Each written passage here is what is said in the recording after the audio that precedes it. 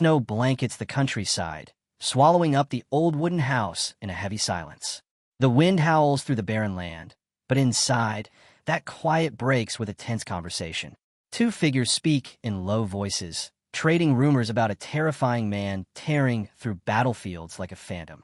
One presses for details. The other describes him, a mercenary with eyes as hollow as death itself. He emerges from nowhere, fights with reckless abandon, and vanishes just as suddenly, only to resurface in another blood-soaked war. Strangely, he shows no will to live, yet never falls. The man mutters a chilling line after each clash. I've survived again. Not driven by gold, nor fame, his battles seem personal, especially against the Empire. The whispers grow darker still. His true identity once belonged to royalty, a fallen prince of a lost kingdom. Far away, through endless snow, that mercenary stumbles on, seeking only death as soldiers watch from afar. His torment is plain. The phantom on the battlefield is none other than Yuri Bryal, the third prince of Bryal, the man who destroyed his family's crown and his own name with his hands. But 10 years earlier, the world looked very different. Inside the bustling Double X casino, laughter and cheers filled the night. At just 18, Yuri Bryal shone with youthful confidence, tossing dice with a grin and declaring that luck favored him tonight. Beside him, Hernando, the royal mage, watched in disbelief. Yuri won every hand, every round, as if fate bent to him. Teasingly, Hernando reminded him that despite his winning streak, Yuri was always broke. Yuri laughed it off, claiming it was nothing but blind luck, then urged his friends to keep playing. With excitement rising, Yuri demanded the stakes be doubled, certain fortune would never betray him. But Hernando pulled him back, reminding him they had somewhere important to be. Just as they prepared to leave, a group of men blocked their path, shouting accusations of fraud. They claimed Yuri had been cheating, stealing their money through deceit. Yuri's smile vanished. His anger flared as he glared at them, demanding if they even knew who they were speaking to or the weight of their accusation. The men sneered at Yuri's bold declaration, scoffing at his claim of nobility. If he truly was a prince, they said, then they would show him no mercy. Their words cut deeper when they mocked his family, calling the royals arrogant and drunk on their own pride. Yuri's fury boiled over. With a sudden crash, he overturned the table, scattering chips and shattering glasses. Gasps filled the casino as the crowd recoiled in fear. The men froze, staring at him in disbelief. Slowly, Yuri stepped forward, crunching broken glass beneath his boots. His voice carried sharp and merciless, spitting venom as he called them nothing more than filth from the gutters. Then, with a fearless glare, he revealed himself without hesitation. My name is Yuri Bryal, third prince of Bryal. The weight of his words silenced the room. He advanced with icy resolve, promising this would mark the rebirth of their lives. From this day forward, everything would change at his hands. His grin only deepened the terror, and one man screamed, breaking the fragile silence as panic gripped the rest. The story shifts to a quieter, darker night. Yuri sat before someone far more dangerous, his tone softer as he tried to excuse his lateness. He explained that his father had summoned him urgently, which caused the delay. He reminded her he had even sent word through a pigeon, pleading with her to forgive him this once. But she was unmoved. The young woman was none other than Yekaterina Ivarna Granzian, princess of the Empire. She coldly rejected his apology, demanding if he truly believed he was the only one burdened with duties. She confessed the risk she had taken to slip away unnoticed, only to wait for him. Yuri tried to calm her, insisting he understood, but asked her to show some leniency. Desperate to win her forgiveness, he let slip something he never should have said, that with his father's reign nearing its end, he needed to tread carefully. He caught himself too late, realizing the weight of what he had revealed. Yekaterina's lips curled into a chilling smile. So, I'm just other people to you? Her words cut sharper than any blade. Yuri quickly backtracked, fumbling to explain he hadn't meant it that way. But she had already made up her mind. With cold finality, she pulled the necklace he had once gifted her from around her neck and let it fall to the ground. Why give me this at all? She asked bitterly. If you can't even trust me? Yekaterina's hand loosened, and the necklace dropped to the ground with a dull clink. Her voice cut cold and sharp as she told him to give it to another woman, one he actually trusted. Without another glance, she turned away, leaving only her last words behind. Don't contact me. Not until I decide to reach out first. Yuri called after her, begging her to wait, but she never slowed, never looked back. Her figure disappeared into the night, leaving him alone. Slowly, he bent down, picking up the necklace from the floor. Staring at it, he whispered to himself, asking what he should do now. His shoulders sank as he realized just how difficult winning her forgiveness would be this time. But hidden in the shadows, another figure had been watching. The man had listened to every word, waiting for the moment to reveal himself. A sinister laugh escaped his lips, the sound of someone who had just found the opportunity he was waiting for. Danger had been set in motion. From that night on, the fragile thread between Brial and the Empire began to fray. What started as small provocations soon spiraled, until restraint gave way to war. The day came when time brought Yuri a dire warning. The Empire's invasion was already underway. Brial was caught in its storm. Flames devoured the streets, smoke filled the skies, and the city crumbled under the Empire's relentless assault. Screams echoed as the people fled, panic consuming them. Yuri rushed through the chaos, desperately leading the evacuation of the palace while the fires raged higher, their glow marking the beginning of all-out war. The city burned while its people looked on, despair carved into their faces. That night marked the start of a long and merciless conflict. Years passed. Countless lives were lost. The war dragged on with no end in sight. On the battlefield, a soldier named Joshua fell, gravely wounded. Bloodied soldiers tried to pull Prince Yuri away from danger, but his mind raced elsewhere. He demanded to know about reinforcements. Where was Fiori Brial, the mightiest warrior in the kingdom, the strongest man across the continent? His absence at such a decisive moment gnawed at everyone's spirit. Without him, the war shifted. The Empire gained the upper hand, fear and despair spreading through the ranks. At first, Yuri refused to believe it meant anything. He told himself it was just a coincidence, that his brother's absence was not deliberate. That hope still remained. But battle after battle, near death after near death, the truth pressed down on him. Each memory replayed, each scar reopening, until finally, Yuri could no longer deny the bitter conclusion. The truth weighed on Yuri like a blade at his throat. The one person he had trusted above all else, Princess Yekaterina, had betrayed him. His father's mysterious absence from Brial lined up too perfectly with the Empire's sudden advance. Every piece fell into place, forming a picture too clear to ignore. Yuri prayed it was nothing more than paranoia, a cruel trick of his mind. But the carrier pigeon returned with a single note, its words sealing his despair. Just two hollow words stared back at him. "I'm sorry." That was all it took to break him. Word of Yuri's presence at the front lines spread quickly.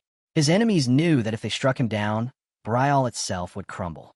The Empire closed in, wave after wave, determined to erase him. Yuri fought with everything he had. His blade clashed, his body moved, but the battles seemed endless. Every strike only led to another enemy, another storm of blades. His arms burned, his chest heaved, but still he endured. The fighting grew brutal. In the chaos, Yuri absorbed blow after blow, his body battered and trembling. His grip on his sword faltered, sweat and blood mixing on his hands. And yet, he forced himself to stand, cutting down one soldier with a final desperate strike. But his strength was fading. The Imperials had surrounded him completely, their numbers pressing in from all sides. Their eyes were locked on him, cold and resolute. He had nowhere left to run. Yuri's chest tightened, his vision blurred. Tears welled, not from weakness, but from the crushing despair of inevitability. He was trapped, facing the end. A sudden impact shook his body as another strike tore into him, sending him crashing to the ground. Pain flooded through him, sharp and unrelenting. Blood stained the earth around him. He realized in that instant there was no escape. This was where he would die. But just as the final blow neared, a soldier threw himself in front of Yuri, shielding him with his own body. The clash of steel rang out, followed by the sickening sound of a fatal wound. Yuri froze. His eyes widened in disbelief as he saw the young man fall at his feet, blood pouring from his body. "Laurent," he whispered, his voice breaking. Laurent, his loyal companion, looked up at him through fading eyes. With his last breath, he begged Yuri to live, to survive no matter what. The words cut deeper than any blade. Yuri's scream tore through the battlefield, echoing his grief as Laurent's life slipped away before him. The clash on the battlefield grew harsher still. Soldiers around Yuri fought with everything they had, forming a desperate wall between him and the enemy. Their voices rang out through the chaos, urging him to flee. "Your Highness, go. If you fall here, Brial's future falls with you." Yuri hesitated, torn by guilt and rage, but the shouts only grew louder.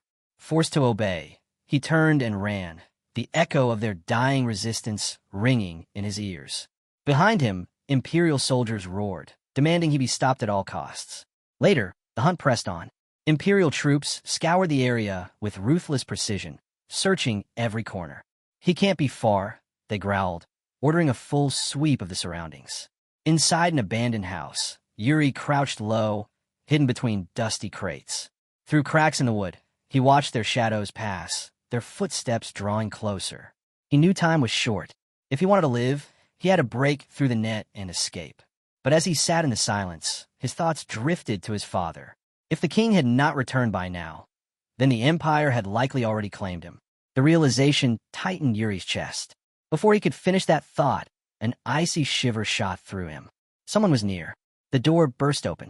A towering Imperial soldier stepped inside, his presence filling the space with dread. Yuri's heart sank. His body felt heavy with despair, crushed by the weight of inevitability. "If I die here, Brial dies with me." His knees buckled, dropping him to the floor. Thoughts spiraled, of the knights who had already laid down their lives for him, of the friends who had fallen one by one. Tears blurred his vision as he begged silently for deliverance, for some miracle to spare him. But when he finally opened his mouth, all that slipped out was a broken whisper, an apology. The soldier advanced, but then another figure appeared before Yuri, standing firm. His voice was sharp and unwavering. "Enough. Words won't save us now. The Empire will pay for everything it's done. But you, Prince Yuri, you must live. Leave. Now." Before Yuri could protest, the order was clear. Escape while there was still time. The enemy was closing in fast. Stumbling to his feet, Yuri burst into the night, running through the forest with every ounce of strength left in his body. Branches clawed at him, his lungs burned, yet he kept moving, gasping for air as if survival itself were slipping through his fingers. But the man's command echoed in his mind with every desperate step. Live. Rebuild. Avenge them all. Still, the fire that once burned in Yuri's heart was gone. The ideals he had once clung to now felt like childish illusions, fragile dreams shattered under the cruelty of reality. All that remained were ashes, blood, and death. The rain poured endlessly, soaking Yuri as he staggered forward. Every drop felt like the weight of the past crashing down on him. Images of blood spilled, lives lost, and faces gone forever haunted his steps. He asked himself, with sorrow eating at his heart, what purpose it had all served. Through the downpour, a bitter truth surfaced. He hadn't been fighting for peace. He had been fighting only to punish himself. Somewhere deep inside, he wished for someone strong enough to finally end it, to cut short his torment. That was all he longed for now. A place to die. Back in the present, a voice pierced through the storm, harsh and accusing. "You always threw yourself into the worst battles, the hopeless fronts. You said it was for peace, but all you ever sought was your own destruction. Your selfishness never ended." The words struck like blades. The voice spat again, colder, deadlier. "Even death is too good for you. Die. Yuri Brial, the third prince of Brial." Yuri froze. His blood ran cold. Whoever this was, they knew his past. But that was impossible. Anyone who knew that name was already long gone. Still, the voice pressed harder, hammering the truth into him. "This is all your fault. Every tragedy, every ruin, it was you." Through the rain, the figure emerged. The face came into focus, twisted with fury. Yuri's eyes widened as he whispered a single name in disbelief. Laurent. The man before him was his fallen comrade, the knight who had died protecting him. Yet here he stood, sword in hand, gaze burning with hatred. With a voice like thunder, Laurent roared. "It's your fault Brial kingdom fell. It's your fault the Flandre household's honor. Our oath, our pride, my very faith, all of it was destroyed in a single instant because of you." His blade gleamed as he lunged, rage exploding in a final shout. Yuri didn't move. He simply stood there, staring at the figure charging him. A ghost, a memory, a comrade long dead, now risen only to condemn him. The strike landed. Pain tore through Yuri's body as Lawrence's spectral blade pierced him. He gasped, eyes trembling, as the agony coursed through him. Damn it, he thought bitterly. He had believed that death might bring release, that his suffering would finally end.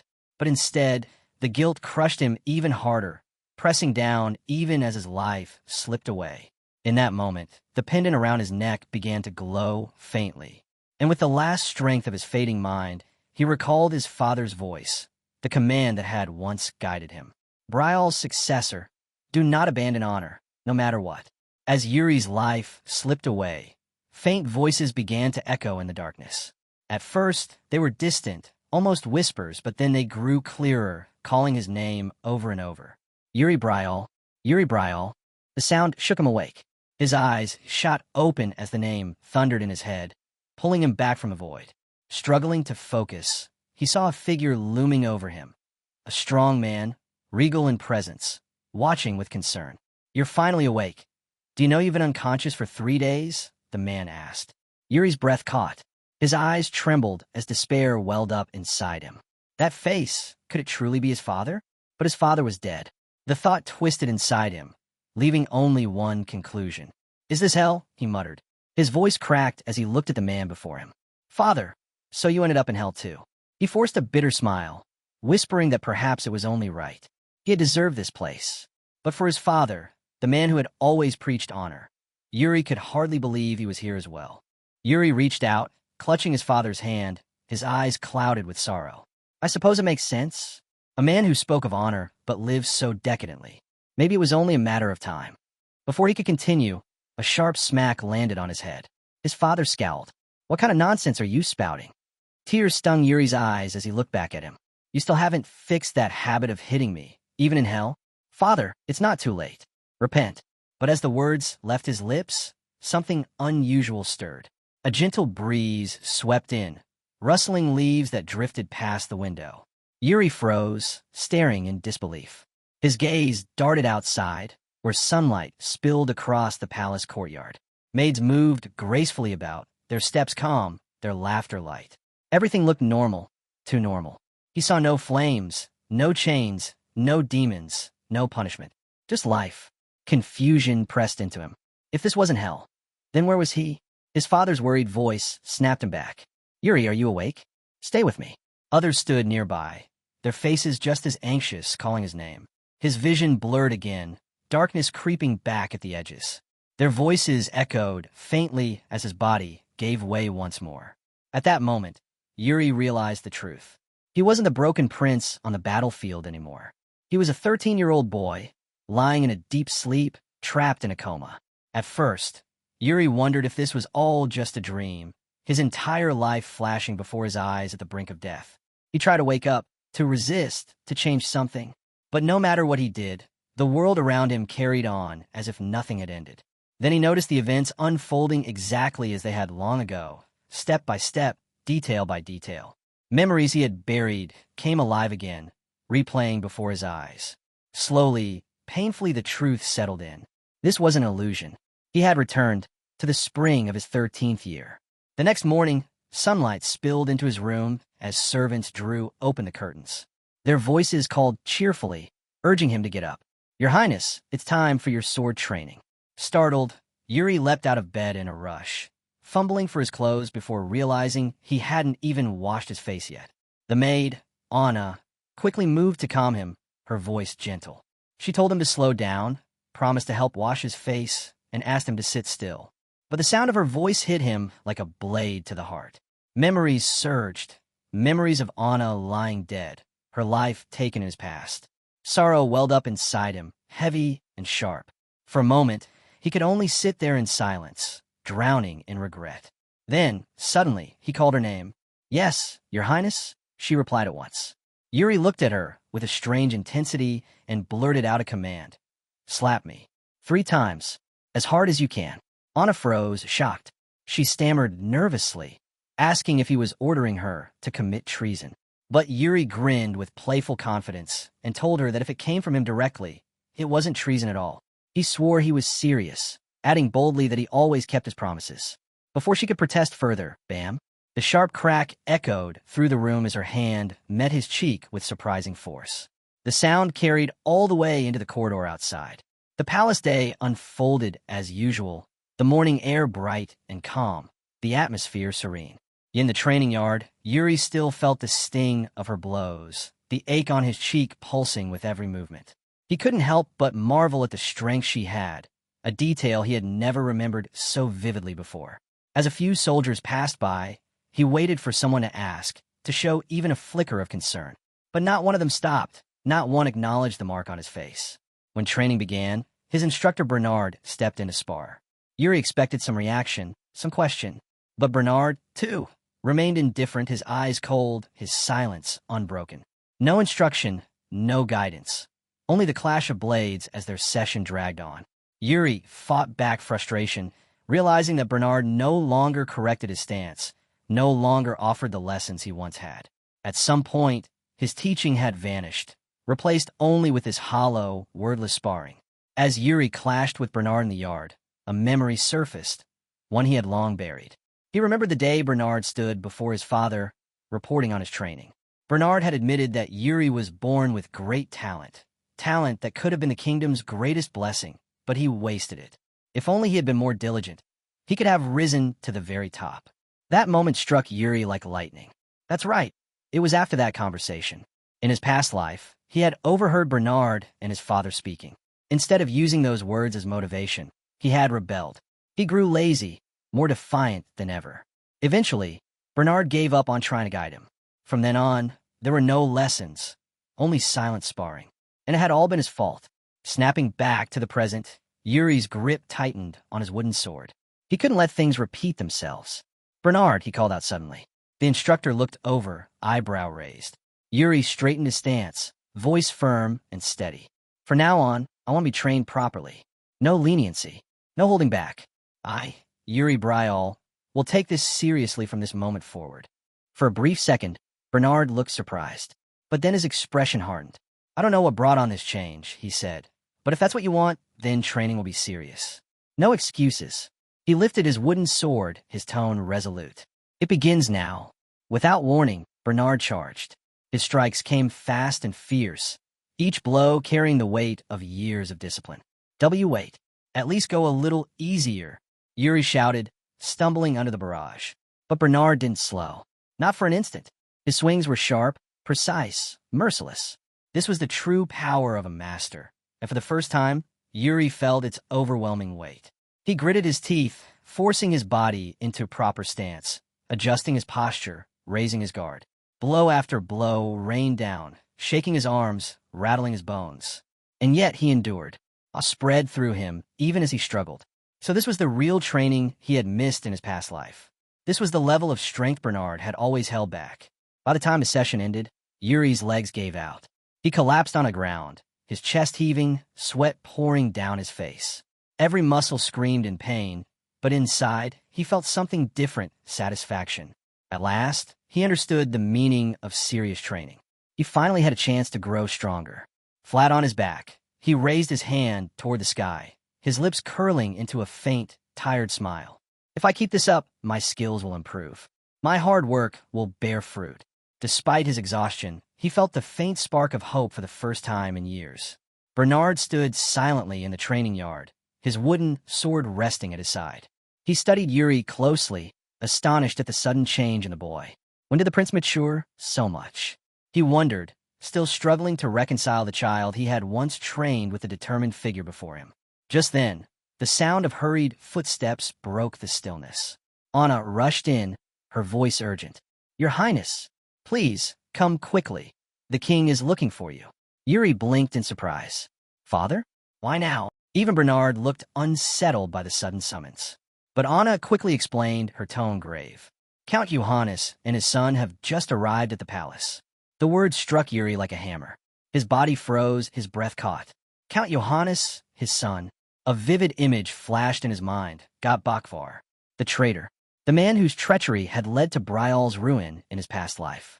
Yuri remembered his face all too clearly, and with it came a surge of anger that burned hot in his chest. His eyes narrowed, filled with restrained fury. Turning sharply toward Anna, His voice was cold and commanding. "Enna." "Yes, Your Highness," she answered, startled by the intensity in his tone. "Where's Got now?"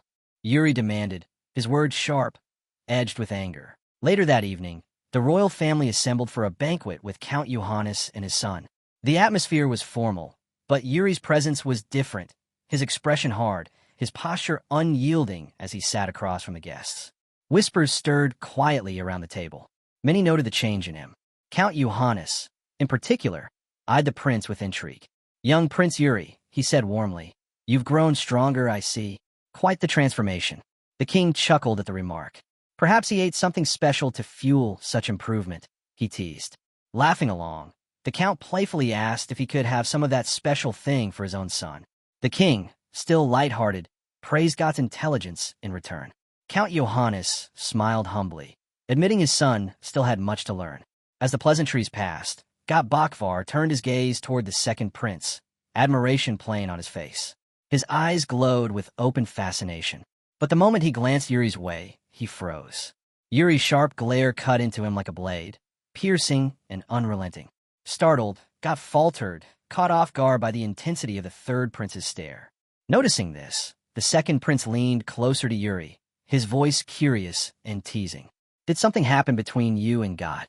Yuri's reply came calm, but heavy with conviction. "He stabbed me in the back once. That is something I can never forgive." The second prince blinked in surprise at such a direct answer. Then, with a wry grin, he chuckled. "So forgiving, so lovable. I can hardly believe you're truly angry with him." Yuri said nothing. He kept his silence, but inside his fury boiled hotter. Watching Got sit there, smiling with arrogance and pride, just as he had in the past, made Yuri's blood burn. Disgust welled in Yuri's chest as he watched Got sit with that same smug air, that hollow confidence he remembered so vividly from their former life. The false pride, the arrogance, it all made his blood boil. His piercing stare didn't go unnoticed. Got shifted in his seat, irritation flashing across his face. Though he couldn't understand the reason behind Yuri's eyes, his growing anger was plain. The tension thickened, hanging heavy between them. Not this time, Yuri thought coldly. I won't allow him to act so arrogantly. Not in this life. He knew what Got would one day become. The betrayer who had sold out Bryal for his own gain. Perhaps his path of treachery had begun here, in these early days of envy and resentment. That alone was reason enough to act. Yuri leaned forward, his voice sharp with mockery. "Tell me, Got, are you really as skilled with the sword as the rumors claim?" The young man hesitated, his confidence faltering. I know a little," he replied cautiously. "Why do you ask such a strange question?" Yuri's tone cut like steel. "Because this kingdom has no use for knights with such narrow thinking." Got stiffened, his voice rising defensively. "But I'm not even a knight yet." "Not yet," Yuri countered firmly. "But one day you're expected to serve this kingdom." Got nodded reluctantly, forced to agree. "Yes, that's true." Suddenly, Yuri rose with blazing resolve. "Then prove it. Let's fight." He lunged forward without hesitation. The challenge was thrown, the duel begun. Got shouted in panic, his voice a mixture of anger and confusion. "Coward! You dare attack me without warning?" But Yuri pressed on mercilessly. His strikes were sharp, disciplined, and far beyond what Got expected from him. With one powerful blow, he broke through Got's guard, forcing a cry of pain from his lips. "Stop! Enough!" Got screamed, desperation cracking his voice. "At least fight with honor. Follow the rules of proper combat." But Yuri ignored him. Instead of striking with his blade, he let it fall to the ground with a heavy clatter. Got's eyes widened in shock. Then, without hesitation, Yuri drove forward unarmed, delivering a crushing kick that sent Got flying across the floor. The boy hit the ground hard, his scream of agony echoing through the hall. Yuri stood tall over him, gaze cold and unflinching. The memories of betrayal surged through him. Got, who had once sold out Bryal and his father to the Empire in exchange for scraps of favor. Yuri's voice rang heavy with scorn. "Your father is a great count, a respected knight. Do you know what earned him that title and status?" Got looked up, dazed and trembling, his face twisted in confusion. Yuri's eyes narrowed, waiting, demanding. "Well, what do you think it is for?" Yuri's sharp question left Got stammering, struggling to form an answer. The boy's lips moved, but no clear words came out. Despite the anger burning inside him, Yuri extended a hand to him. His voice was steady, firm. I understand the hunger to survive, he said. But in this kingdom, I will not allow a single knight to live with weak convictions. Still holding out his hand, he tilted his head slightly. Was the question too difficult for you? Got lowered his eyes, embarrassed. Yes. I'm not sure what you mean, Your Highness. Yuri's gaze grew thoughtful. Then he repeated, pressing the words with weight. Why is your father a count? Who gave him that power? When Got still faltered, Yuri seized his arm, pulling him up to his feet. His eyes bore into him as he spoke with sharp clarity. In whatever situation you face, try to understand its essence. Think about that deeply. Got swallowed hard, then bowed his head. Yes, Your Highness. The boy left quietly, his steps heavy. Yuri watched him go, his mind turning. Perhaps, this time, the future can change. Before long, the second prince strolled up beside him, his expression playful but curious. Tell me, Yuri, was all that display real skill? Or just an act to impress everyone? Yuri smirked, his tone defiant. Do you honestly think I'd lose? His brother's reply came without hesitation, sharp and sarcastic. Yes, I actually do. Yuri blinked, irritated. Is that really how you see me? The second prince laughed openly. You're the kingdom's biggest troublemaker. The gambler prince. Of course I do. Yuri's smile faded, his voice firm. Not anymore. I won't live like I did in the past. And maybe you should stop causing trouble too, brother. That caught the second prince off guard. He stared at Yuri, genuine surprise in his eyes. For a moment, he simply studied him in silence, unable to decide if Yuri had gone completely mad or if he was truly starting to change. Later, after long hours of grueling training, Yuri collapsed onto the ground, gasping for breath. Finally, he groaned, training is over.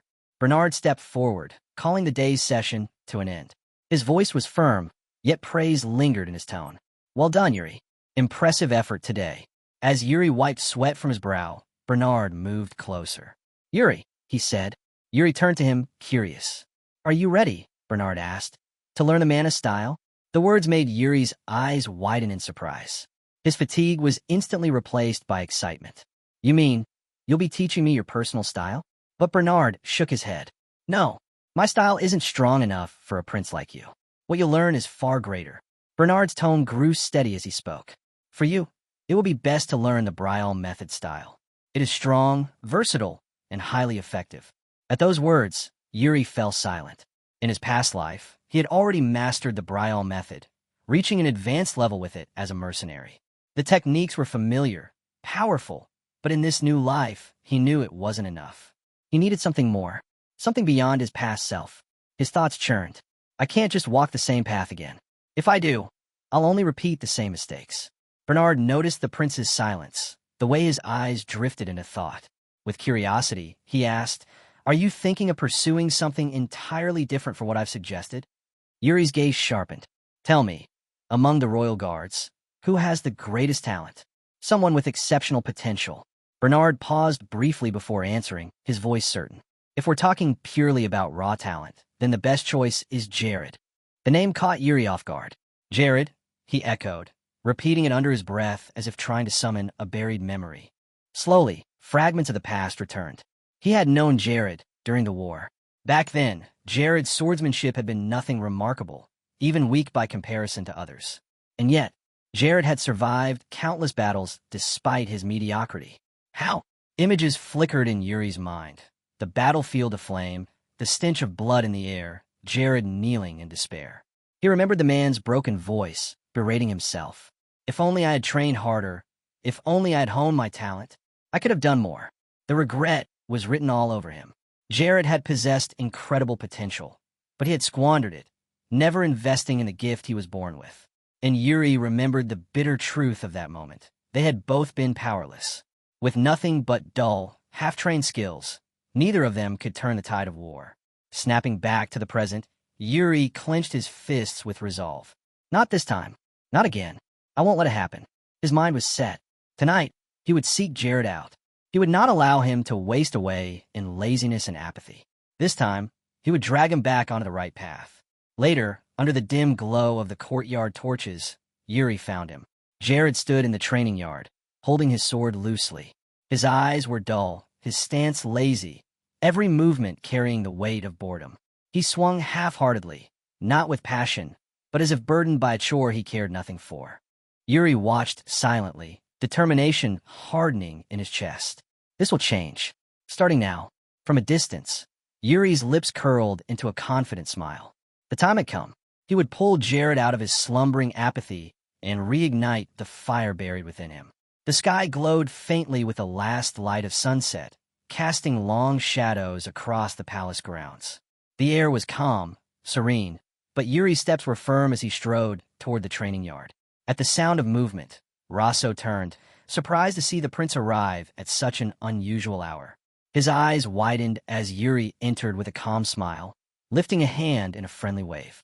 "Your Highness," Rosso asked, startled.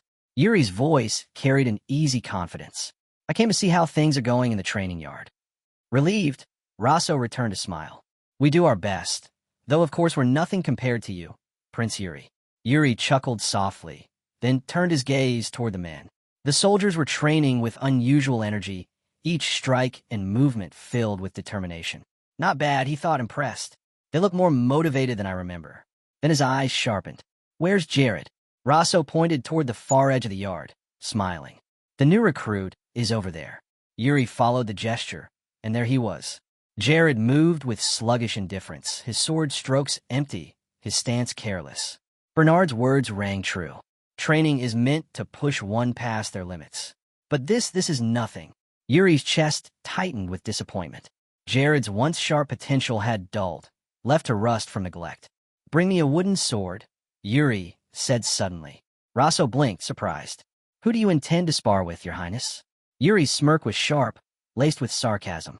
He pointed directly at Jared. "That slacker." A stir rippled through the yard. Soldiers dropped what they were doing, eyes fixed on the unexpected match. Whispers spread quickly, excitement buzzing. Some began to cheer for Jared, the new recruit, encouraging him to give it his all. In the center of the yard, Yuri stood tall, facing Jared with unwavering confidence. His voice rang out clearly. "I've heard you're extremely talented. Show me what kind of knight you really are." He tilted his head with a playful smile. "Don't disappoint me." Jared hesitated, his hands tightening around his sword. Nervousness flickered in his eyes. Finally, he swallowed and nodded. "Why, yes, Your Highness. I'll do it." Before the tension could settle, Yuri moved. His body shot forward with startling speed, wooden sword cutting through the air. His strike carried force and precision. "Don't disappoint me, Jared," he shouted as the blow came crashing down. Jared's eyes widened in shock, his face twisted with disbelief. He hadn't expected such strength, such overwhelming speed from the prince before him. Steel collides with steel as the two unleash powerful blows, their speed dazzling everyone watching. Each clash sends sparks flying, the duel echoing with raw force. The soldiers can't look away. Jared's movements are sharp and precise. Yet instead of cheering for him, the crowd's voices rise even louder in support of Prince Yuri. Jared quickly realizes that Yuri is far more skilled than he first assumed. But then something feels off. With every exchange, Jared starts to notice a strange pattern in Yuri's rhythm. The distance between each strike is almost unnervingly consistent, and it gnaws at him. At the same time, Yuri is already aware. He has seized complete control of the duel. He's the one dictating the pace, forcing Jared to follow along. A quiet satisfaction builds within him, as though the fight has turned into a stage performance rather than a battle. But Yuri isn't interested in keeping it that way. With a confident declaration, he announces that it's time they fight for real. His speed explodes in an instant. Jared struggles to block the sudden flurry, his arms straining under the surge of power. Blow after blow, Yuri's strikes come down, as sharp and relentless as a beast's instinct. Jared defends desperately, his pride burning at the realization. Prince Yuri is overpowering him. Anger stirs within Jared. He had meant to take things lightly, but now he sees he has no choice but to push himself harder. Gathering his strength, he delivers a crushing strike that sends pain shooting through Yuri. For the first time, the prince falters, realizing that defeating a seasoned knight will not be as simple as he had imagined. Yuri braces against Jared's relentless assault, struggling to hold his ground. In that moment, a thought strikes him. Jared isn't just any opponent. In his past life, Jared had been a true knight, trained and battle-hardened. Even with all the knowledge and skills Yuri carries, victory won't come easily. Driven to his limit, Yuri launches a desperate attack, pouring every ounce of strength into one bold strike. Jared is caught off guard by the reckless move, and Yuri's blade crashes through, forcing him back. The unexpected success electrifies Yuri, filling him with exhilaration. With a wide grin, he lifts his sword high and shouts with unrestrained joy. This is exactly the kind of fight he had been waiting for. The soldiers around the yard can hardly believe their eyes. Prince Yuri has actually landed a strike on Jared. Their voices rise in awe, praising the young prince with admiration. Yuri tilts his head slightly and asks if Jared has been holding back on purpose. Jared meets him with a hard, unyielding look and replies firmly that he has not been going easy at all. Still, unease creeps in his chest. He had been pressing the attack earlier, but now, somehow, he feels as if he is the one being driven into a corner. Yuri lunges again, unleashing a heavy strike that narrowly misses its mark. A flicker of frustration passes, but Yuri simply smiles, remarking that the blow was close enough to count. Jared stands in the yard's center, his irritation mounting as exhaustion weighs on him. The soldiers shout in confusion, questioning his strange behavior, wondering aloud if he has lost his senses. Then, in a shocking turn, Jared reveals a weapon cloaked in energy, a man blade. Gasps ripple through the crowd, horror etched on every face. The soldiers cry out in alarm, urging him to stop, reminding him that he is crossing blades with the third prince. Without hesitation, Yuri charges forward once more, his determination undeniable. His words ring out for all to hear. This duel will not be stopped. Steel crashes against steel as they resume, their strikes carrying immense power. Each collision sends a shiver through everyone watching, the tension thick in the air. Jared can feel it clearly now. Prince Yuri is not like him. The prince is pushing himself past every limit, fighting with reckless abandon and unstoppable will. Fear and awe twist inside Jared as he witnesses Yuri drive himself beyond his natural capacity, each swing fueled by sheer determination. The entire yard watches, stunned by the third prince's astonishing resolve. Jared struggles to withstand Yuri's relentless assault, barely managing to parry each strike. The two draw dangerously close, their blades locking as sparks burst into the air. Yuri pushes himself past exhaustion without hesitation, teetering on the edge of collapse, yet still pressing forward with unstoppable force. The clash halts for a brief moment, leaving them face to face. Silence spreads across the training yard, every soldier holding their breath. Both men can see it in each other's eyes, an unshakable resolve, a refusal to give in. Jared feels something stirring within him. His blood surges, his heart pounds with a rush of adrenaline unlike anything he has ever known. Though he has crossed blades with stronger foes before, none had ever made him feel this same fierce thrill, this raw tension that Prince Yuri now ignites in him. Steel rings again as their blades meet. Yuri's eyes blaze with fierce determination, a fire Jared has never seen in anyone else. For the first time, he wonders, how can this young prince awaken something so powerful inside him? Yuri doesn't slow. His attacks grow sharper, faster, more aggressive. Still brimming with energy and resolve, he forces Jared backward with another crushing blow. Jared realizes the truth. He cannot afford to hold back any longer. With a furious shout, he channels his frustration into strength, gripping his sword tightly and preparing to strike. Gathering his mana, Jared unleashes a devastating blow, intent on ending the duel in one final clash. The impact is tremendous, their blades colliding with explosive force. The strain is too much. Yuri's sword shatters, fragments scattering as the weapon falls from his hands. Yuri exhales, steadying himself. A calm smile spreads across his face, satisfaction clear in his voice as he declares firmly, "It's over." Jared stands stunned, his chest heaving, a shock plain in his silence. Slowly, Yuri extends his hand. With quiet composure, he tells Jared that he has gained something valuable from their duel. Caught off guard, Jared accepts the hand, shaking it with a mix of confusion and respect. His thoughts churn with admiration. This young prince, with his unyielding spirit and determination, has left a lasting impression on him. It is only then Jared realizes he is still holding Yuri's hand. Yuri quirks a smile and lightly teases him, asking just what he thinks he's doing. Embarrassed, Jared stumbles back with a quick apology, releasing him at once. Some of the soldiers laugh and tease Jared, pointing out that he made the prince bleed and asking if he plans to just stand there like a fool. Their words only make him more flustered, his embarrassment growing as he stammers apologies. Unable to bear it any longer, Jared quickly excuses himself and hurries away. The moment he's gone, Yuri finally lets his body give in. He collapses onto the ground, chest rising and falling with deep breaths.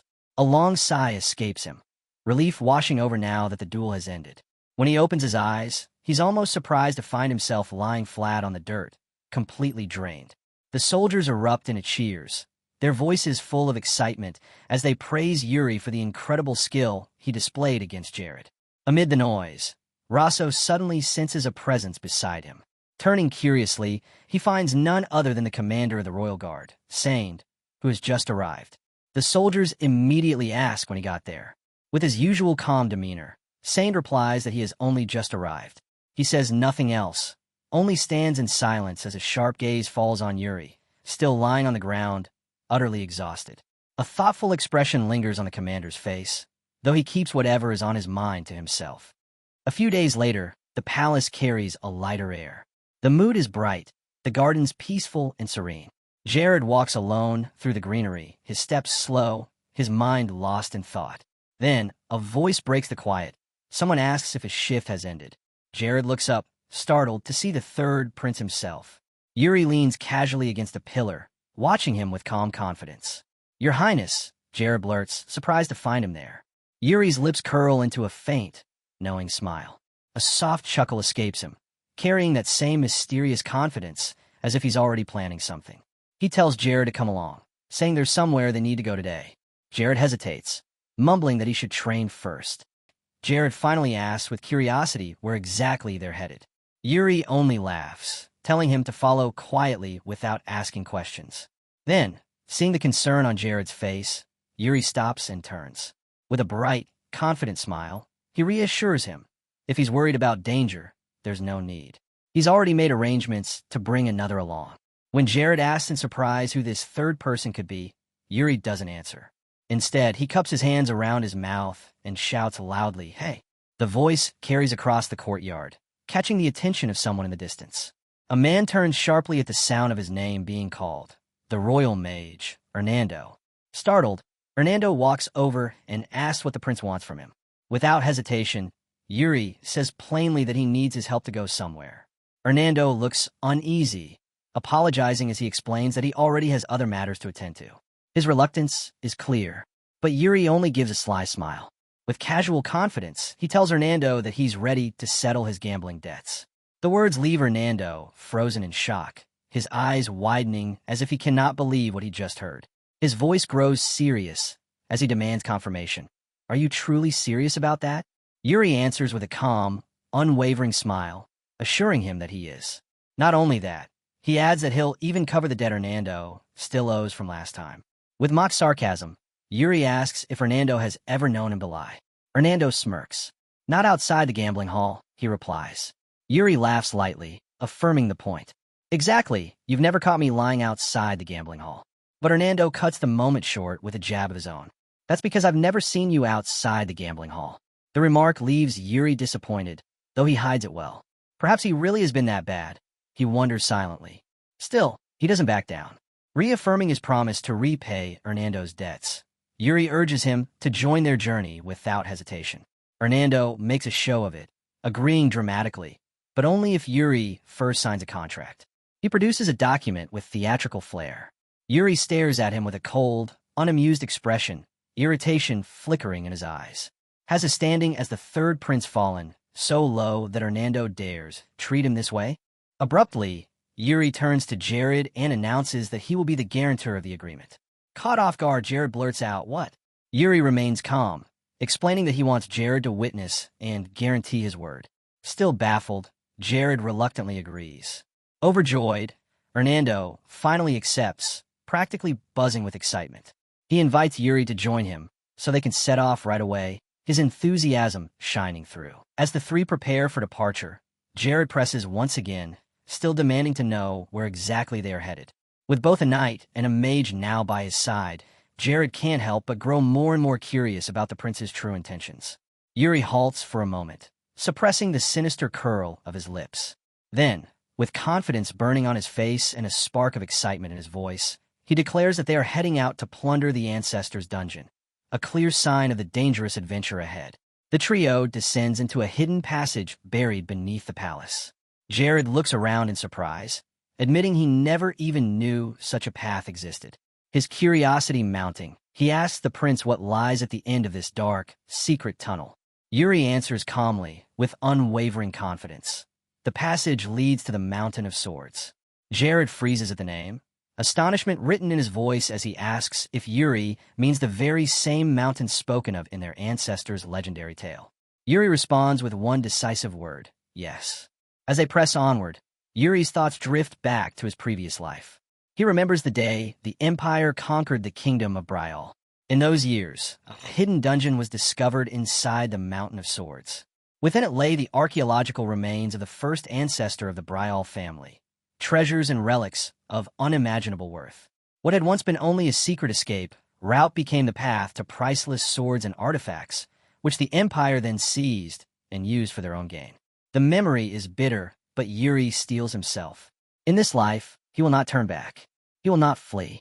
This time, he will stride forward with all the strength and resolve he possesses. He swears to claim his ancestors' legacy with his own hands and restore it to his kingdom. At last, the three emerge from the tunnel into a dense forest bathed in breathtaking natural beauty. Yuri steps out first, cautiously scanning the surroundings, with Jared and Hernando close behind. Hernando looks around and mutters that this path should lead straight to the Mountain of Swords. Narrowing his eyes, he then questions how Yuri managed to obtain the key to such a secret passage, since it is supposed to be a rare artifact. Yuri silently recalls the memory, how, in his past life, he discovered the key hidden in a corner of the study, yet failed to understand its use until it was too late. That mistake had cost him dearly, but this time he knows better. His voice cuts sharply as he tells Hernando it's none of his concern. They continue forward. Suddenly, Hernando lets out a startled cry. Ah! As sharp leaves slice into his skin. Yuri turns back briefly, advising him to be more careful. The plants in this forest have razor-like edges, he explains, and Hernando should stay close to avoid further harm. Yuri resumes his cautious lead while Hernando lingers behind, watching him quietly. Then Hernando turns his gaze toward Jared and calls out, "Sir Jared."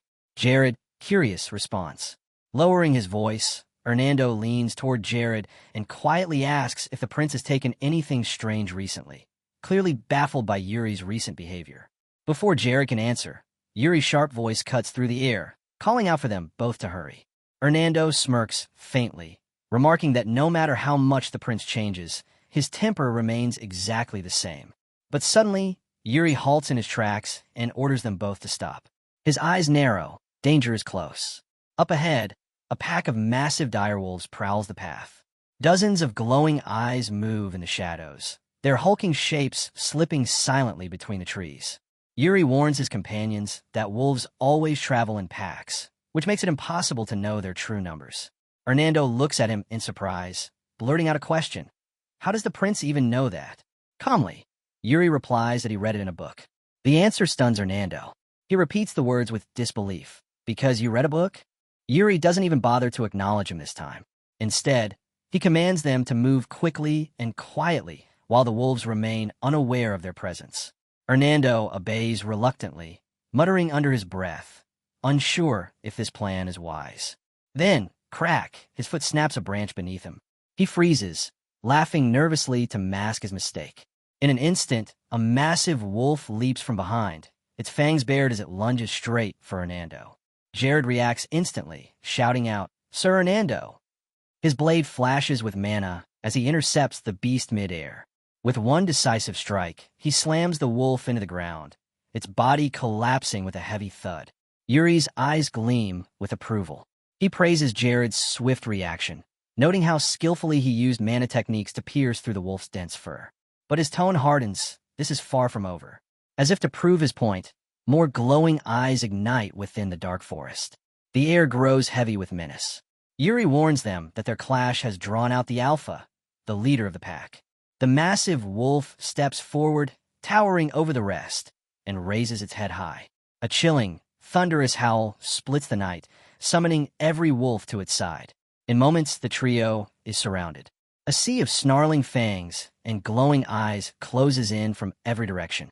Jared steps forward, sword drawn, its blade burning with a blue aura of mana. He orders Yuri and Hernando to stay directly behind him. The wolves advance with savage growls, ready to tear them apart. Two charge head-on, springing with terrifying speed. But Jared holds firm. With controlled power, he meets their assault, his blade flaring with magical energy as he blocks both in one sweeping strike. The force of the blow hurls the wolves back, their snarls cut short as they crash into the ground. Hernando watches Jared fight with keen interest, then remarks with admiration that his skill is exactly what one would expect from a royal guard of ball. Yuri nods in agreement, acknowledging Jared's competence. But he quickly adds that while Jared's abilities are impressive, they alone aren't enough to overcome this threat completely. By now, Jared's movements are beginning to slow. His muscles strain, his breathing grows heavier, fatigue is setting in. Yuri turns his gaze toward Hernando and calls his name. Yes. Hernando responds instantly. Yuri reminds him of the trust the king has placed in his abilities, declaring that now is the time to prove that trust true. With a confident grin, Hernando steps forward. Power surges from him as he promises to unleash his full combat magic to deal with the wolves. Jared looks at him in shock, his voice uncertain as he demands to know what Hernando means by such words. Before he can finish, a sudden eruption of fire explodes from Hernando's staff. Flames roar outward in a devastating blast, engulfing the wolves that had been pressing Jared. The combined force of the fire and Jared's mana-infused sword strike throws the beast back with overwhelming power. Jared barely manages to leap aside, avoiding the flames' scorching aftermath. The blaze intensifies, triggering a second explosion that tears through the battlefield, scattering the pack completely. The sudden inferno clears their path, granting the three companions a narrow escape from danger. As the sun dips low on the horizon, they finally reach their destination. Yuri speaks first, admitting with surprise that he hadn't expected to face anything beyond wolves along the way. Jared agrees, noting that the battles delayed them, but expresses relief that they've at last arrived. They stand at the peak of Sword Mountain. Yuri declares firmly that this is indeed the summit they've been striving toward. But Jared frowns, voicing doubt. There are no ruins, no markings, nothing to indicate the presence of the legendary site. Despite the absence of any signs, Yuri insists he is certain. He begins searching the ground, repeating with conviction that something must be here. His determination wavers slightly as he looks around, confusion mixing with impatience. Then, among the rocks, a glimmer catches his eye. A faint shimmer of light. Yuri's voice rises with excitement. He's found it. He rushes to the sparkling object, calling out for Jared to help him pull it free. Jared turns to Hernando for assistance, but the mage recoils with a frown. With an almost offended expression, he insists that for a mage, harming one's hands is considered a serious disgrace. Undeterred, Yuri focuses on the strange shape half buried in the earth. Reaching down, he grips it tightly and uncovers a peculiar sword, its hilt adorned with a radiant red gem, glowing faintly as though alive. Yuri pulls the sword free with ease, lifting it before him. Its radiant gleam surprises him, brighter and sharper than he expected. Hernando's eyes widen as he mutters in astonishment that the blade looks almost new, far too pristine for something buried for so long. Yuri studies it more closely and notices a single word etched into the metal: guilty. The strange inscription leaves him puzzled, silently questioning its meaning. Jared steps forward, his voice low but firm, asking if this could be the founder's long-lost legacy. Yuri shakes his head slightly, uncertain. I don't know, he admits. Before any of them can dwell further, the ground rumbles beneath their feet. The tremors grow stronger, the earth cracking open around them. Instinctively, all three ready themselves, weapons and magic at hand. But Yuri only smiles, steady in the chaos, declaring that they are about to learn the truth. The rumbling escalates into a violent quake. The ground splits apart in jagged cracks until the earth beneath them gives way entirely. With a deafening roar, the floor collapses, swallowing them whole. The three scream as they plummet into the darkness, falling into an unknown abyss. The impact is brutal. Yuri regains consciousness first, his body sprawled on the cold floor of a strange underground cavern. He notices Jared beneath him, faint mana still shimmering faintly around his form, a barrier he had conjured to protect himself during the fall. Yuri smirks softly to himself. Not bad at all, he thinks, impressed by Jared's reflexes and quick defense. Hovering down lightly, Hernando descends using his magic, remarking with unease that this place goes far deeper than he imagined. Yuri turns a cold gaze toward him, scolding in a flat tone that instead of protecting himself, he should have been thinking of helping the others. Hernando lets out an awkward laugh, scratching his head. It was an urgent situation, he mutters, clearly embarrassed. Then his expression suddenly shifts. His eyes widen in shock as he stares into the darkness beyond them. His voice trembles as he cries out, warning Yuri of something ahead. Yuri narrows his eyes, dismissing him with irritation. Changing the subject won't work. But Hernando shakes his head furiously. I'm not joking. It's a ghost. Yuri turns sharply, and his breath catches. From the shadows, a figure emerges. Encased in dark armor, a suffocating aura of death rolls off its form. Yuri, however, remains calm. He watches the knight's movements carefully, his focus unshaken.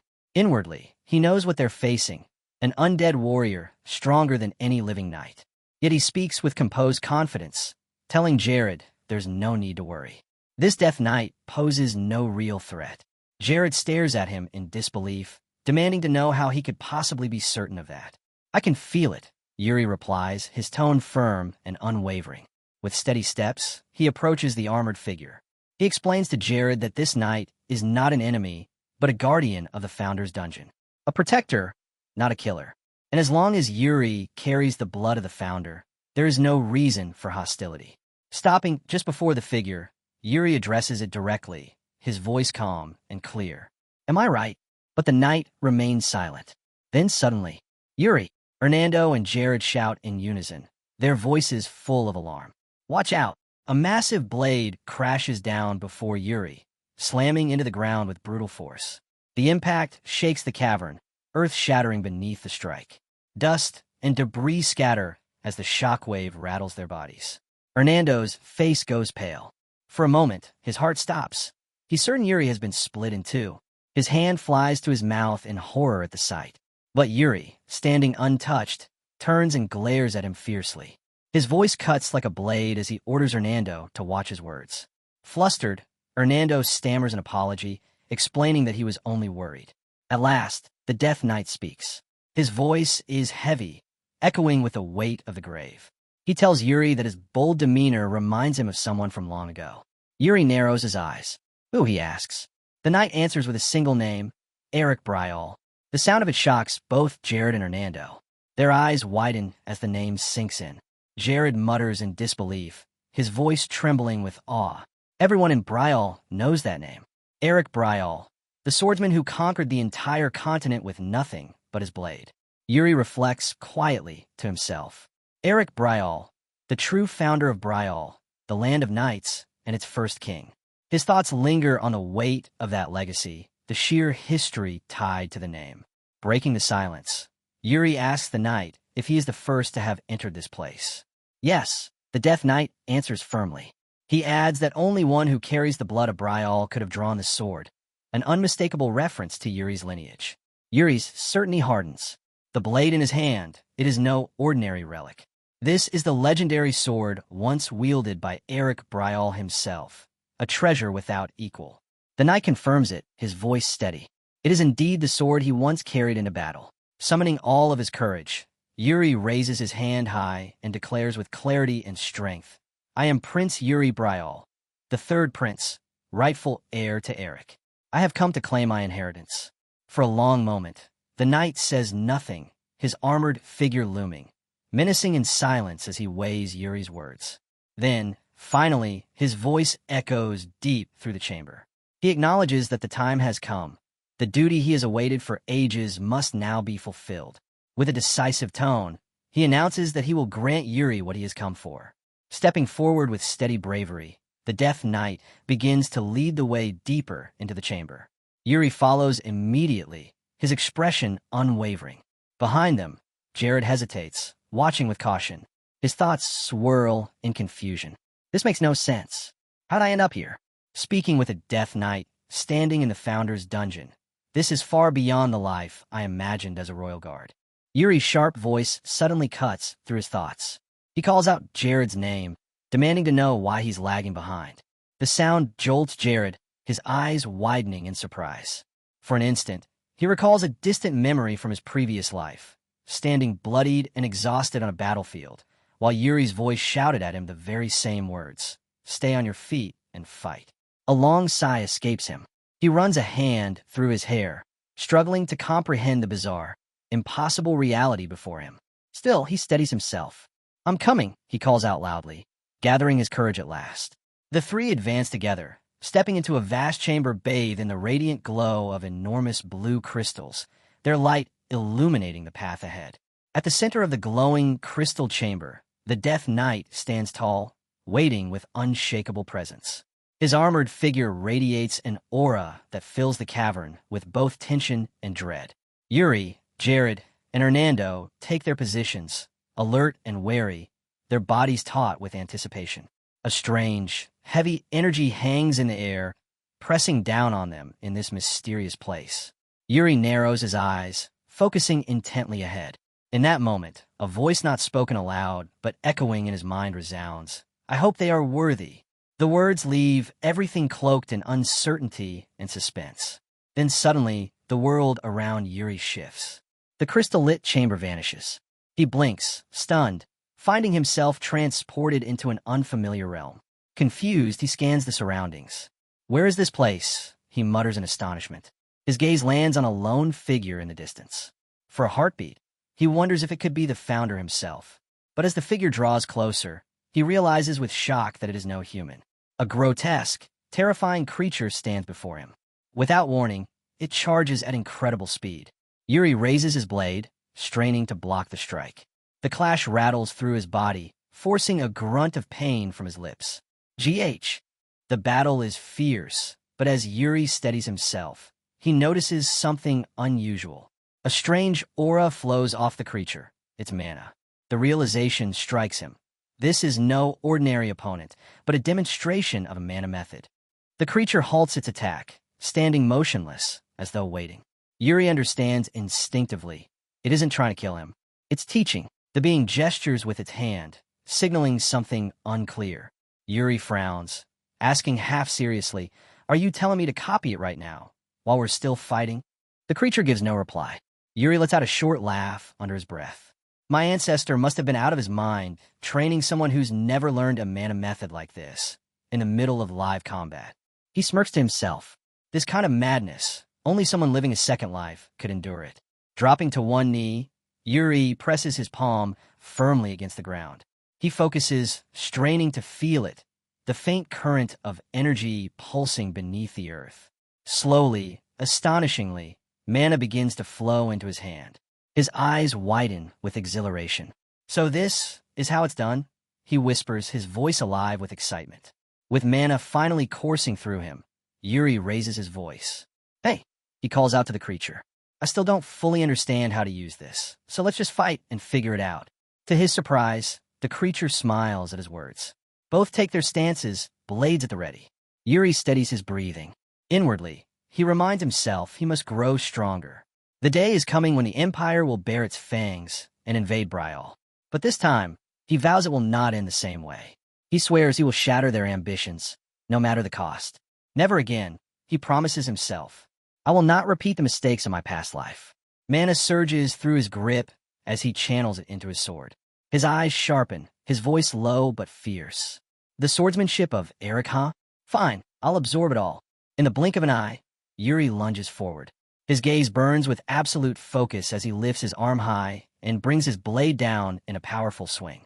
Steel crashes. The battle begins. Yuri and the creature, both wielding swords infused with mana, locked in fierce combat. The scene shifts. Jared stirs, his eyes fluttering open. His head throbs as he slowly rises, bewilderment etched across his face.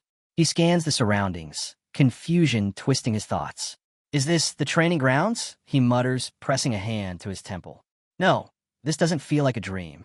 Trying to steady himself, Jared steps into the middle of what feels like an arena. A sudden sensation pricks at him. Someone is near. Straightening his posture, Jared shouts firmly into the emptiness, "Stop hiding and face me." A blur of motion flickers across his vision. Someone approaches, walking toward him with measured, confident steps. Jared tightens his grip, preparing for battle. But as the figure emerges, his expression hardens in disbelief. It's himself. A perfect reflection of Jared stands before him, mirroring his stance.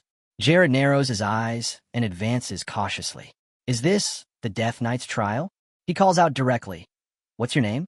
Are you also Jared?" The replica smirks, a sharp gleam in his eye, and responds in a condescending tone. "Don't waste your time trying to fight against fate." The doppelganger sneers, taunting him further. "You joined a royal guard chasing comfort, didn't you? Don't pretend otherwise." His voice drops into a threatening growl. "Stay away from the third prince. The harder you struggle against your destiny, the more miserable your life will become." Jared pants heavily, a flicker of boredom creeping into him as he reflects. My old self would have agreed with those words without hesitation. But then, a sudden image flashes through his mind. Yuri, smirking mockingly, saying, "Isn't that boring? It's just a performance." The memory reignites something deep within him. Jared straightens, his lips curling into a confident smile filled with defiance. He tells his opponent that it's clear he doesn't understand, probably because he's nothing more than a fake copy. His voice hardens as he continues. "Once a sword is swung, it cannot be taken back. Dwelling on old wounds and clinging to the past only clouds the mind." Raising his blade, now blazing with blue mana, Jared declares boldly, "What an arrogant way of thinking." Then he moves swift, precise, unstoppable. His sword arcs through the air in a storm of rapid, powerful strikes. Mana-infused steel whistles as he unleashes a barrage of attacks. With a sudden leap, Jared soars high, bringing his weapon down in a fierce overhead slash. The clash reverberates as sparks and energy explode on impact. As the battle rages, Jared quickly notices the flaws in his opponent's style. It's simple, predictable. Too much focus on defense. No willingness to take risks. He reflects grimly. He was once like this himself, always choosing safety, always hiding behind the shield of defense. But not anymore. That path is hollow, meaningless. Determination fuels his strikes as he launches into an aggressive assault. Each blow is sharper, fiercer, pushing his opponent back.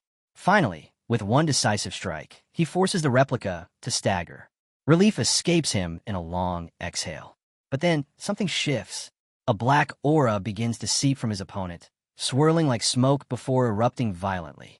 The figure's form twists and expands until a massive, nightmarish entity emerges, cloaked in terrifying darkness. Jared's eyes widen. Is this his true identity? The monstrous sight threatens to shake his resolve, but he steadies himself. Appearances mean nothing. What matters is will. And as his grip tightens, Jared reminds himself, Prince Yuri must be facing his own battle right now. With fierce determination, he begs silently, "Please, overcome this, Your Highness." He raises his sword, gathering every ounce of strength for a devastating strike. Elsewhere, Yuri lies on the ground, his body battered and weak after enduring a crushing blow. Exhaustion presses down on him, every limb heavy, his breath ragged. The creature looms above, sword raised high. Its shadow swallows Yuri as it prepares to deliver a merciless finishing strike. The blade plunges downward, a lethal blow aimed at the motionless prince who can no longer move. At the very last moment, Yuri tightens his grip on his sword despite his battered body and the unbearable pain. He pours every ounce of strength and mana he has left into one final strike. The counterattack explodes with overwhelming force, hurling the Death Knight backward. The clash ends, leaving Yuri standing on unsteady legs, chest heaving as he lets out a long, relieved breath, grateful to still be alive. Catching himself, he wonders just how much time has slipped away during this trial. He admits inwardly that the fight nearly pushed him to his limits, yet the endless training he endured kept him alive. Through the heat of this battle, he's gained control over this new mana technique and relearned how to properly wield his blade. His confidence, once shaken, has returned, forged anew in hardship. Just then, he notices the Death Knight's form slowly dissolving, piece by piece. Confused, Yuri mutters under his breath. It's disappearing. He watches silently, realizing the vanishing figure signals the end of this strange trial. In the blink of an eye, Yuri's senses shift. He opens his eyes in shock, back in reality. Standing before him are Jared and Hernando, both looking deeply worried. Hernando quickly asks, Sir Jared, is he all right? Jared reassures him with a calm reply. From behind, a low, sarcastic voice drifts toward Yuri. The Death Knight remarks that he must have just woken from a pleasant dream. Still dazed, Yuri asks vaguely what exactly just happened. The knight's tone turns serious. He explains this was part of Eric's design, a trial left behind for a future heir of the Brial bloodline. Memories stir in Yuri's mind. In his past life, he recalls how the Empire had destroyed the Mountain of Swords, and no Brial descendant ever stepped foot here. He directly asks the knight if the founder, Eric, himself wielded this mana style. The knight's answer is simple. No. This is Eric's final legacy. Before his death, he fused his knowledge with an Eastern sword style, and Yuri is the very first to inherit it. Puzzled, Yuri presses further, questioning why this technique was hidden in such a way rather than being passed down openly within the royal family. The knight explains that this dungeon only reveals itself when the right time comes, and its appearance now is the sign that the power sealed within is meant to be wielded. Yuri, curiosity burning in his voice, asks when exactly that destined time will come. The Death Knight, calm and unwavering, answers that it is not his place to reveal, that Yuri must uncover it for himself. After a moment of silence, Yuri poses another question. What is the name of this style? The knight responds without hesitation. Eric called it Soul Severance. He then instructs Yuri to kneel, explaining that the time has come to pass on the legacy of his ancestors. The knight waits as Yuri lowers himself respectfully, one knee to the ground, ready to accept what has been entrusted to him. Placing his hand firmly on Yuri's head, the knight speaks in a commanding tone. Never fear your enemies. His words follow with conviction. Live by what you believe in. Yuri, with reverence, answers clearly, I will. The knight presses on. Fulfill the duty of the Brial family until the very end. Once again, Yuri responds with solemn resolve. I will. Finally, gripping Yuri's head with finality, the knight declares with thunderous clarity, remember this.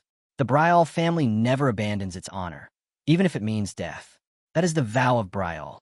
The following morning, sunlight filters into Yuri's chamber. His maid, Anna, greets him warmly, smiling as she announces the start of the day. Still weary from the previous night, Yuri exhales heavily, lying in bed as fatigue weighs on him. Concerned, Anna suggests he rest a little longer if he is still tired from staying up so late. But Yuri rises slowly, stretching, and tells her with quiet exhaustion that he had gone to the royal palace archives the night before, implying he had much to do. Anna tilts her head in surprise. Why would you suddenly go to the archives, my prince? Yuri answers evenly. I was searching for a particular record. The memory of last night's research lingers. Alone in the archive room, Yuri had read through ancient documents until he stumbled upon a startling revelation. The founder, Eric Brial, once had a brother, a man who discarded his honor and erased himself from history, leaving not even his name behind. As the truth dawned on him, Yuri realized this forgotten brother was none other than the Death Knight, the true original master of the sword now in his possession. Before he can linger too long on this thought, Anna urges him to hurry and change. The king has summoned you urgently. Yuri frowns in confusion. Why? She shakes her head. I don't know, but he asked for you right after meeting with Major Nando. A knot of frustration and unease stirs within Yuri as he prepares to face whatever awaits him next. Yuri quickly realizes that Hernando must have already spoken to the king about what transpired. Later, as he walks alongside Jared, the knight suddenly stops and tells him that he intends to submit a report of today's events to the king. Yuri pauses, turning to him with a hint of doubt. Is that really necessary? Jared simply smiles and replies calmly, I believe it is. The next morning, Yuri recalls that moment with frustration. So, he told the king everything. Standing inside the throne hall, Yuri bows respectfully before his father. You summon me, your majesty? The king's voice is firm. He confirms that Hernando has already explained everything that took place, that Yuri not only left the palace without permission, but also ventured into the founder's dungeon at Sword Mountain. Yuri steadies himself and responds, calm but slightly tense. It wasn't planned. It just happened. The king narrows his gaze with interest. And the sword, did you find it within the dungeon? Yuri answers directly. I did. The king steps closer, studying his son carefully. He mentions how he's heard the same thing from everyone around him, from Anna, Bernard, Saint, even Hernando, that Yuri has changed. Resting a hand gently on Yuri's head, he asks with genuine concern, what caused this change in you? Yuri's body stiffens. His grip tightens around the sword, but he remains silent. The king doesn't miss it. His voice sharpens. Do you not want to answer me? His serious stare weighs heavily on Yuri. Yuri takes a step back. It's not that, he mutters. The king immediately notices. Then why step back so awkwardly? Yuri glances at him, then answers, because you clench your fist. Surprised, the king glances at his hand and slowly releases his fist. His voice softens slightly, though still firm. Tell me then, what has caused this sudden change? Yuri meets his father's eyes and finally speaks 3 words. I had a dream. A dream, the king echoes. Yes, Yuri confirms. His voice steady but heavy, he explains. In that dream, I committed a crime. A great crime. The king's expression hardens in shock, his gaze piercing. What crime did you commit in this dream? Yuri answers without hesitation. The crime of failing to protect the kingdom of Bryal until the very end. His words shake the king, leaving him deeply unsettled. Yuri continues, his tone calm but tense. He describes how, in that dream, the kingdom of Bryal was engulfed in a massive war, one that devoured countless lives. No matter how hard he tried to alter the outcome, he failed every time. In the dream, after the kingdom's collapse, Yuri is forced to flee. Stripped of all honor and dignity, he eventually meets a tragic end. With sorrow in his voice, he explains to his father that when he awoke, the blue pendant, his mother's gift, was gone. The memory of it is vivid, and its disappearance weighs heavily on him, filling him with unease.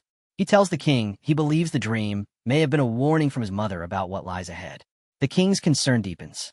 Then tell me, what causes the kingdom's downfall in your dream? He asks firmly. Yuri begins to answer but falters, hesitating. It feels too soon to mention the empire, especially since he is already taking steps to change the future. If things go differently this time, perhaps the empire won't invade. After a pause, he finally replies with uncertainty. I don't know for sure, only that it was some unknown army. The king remains silent, his expression grave as though lost in his own thoughts.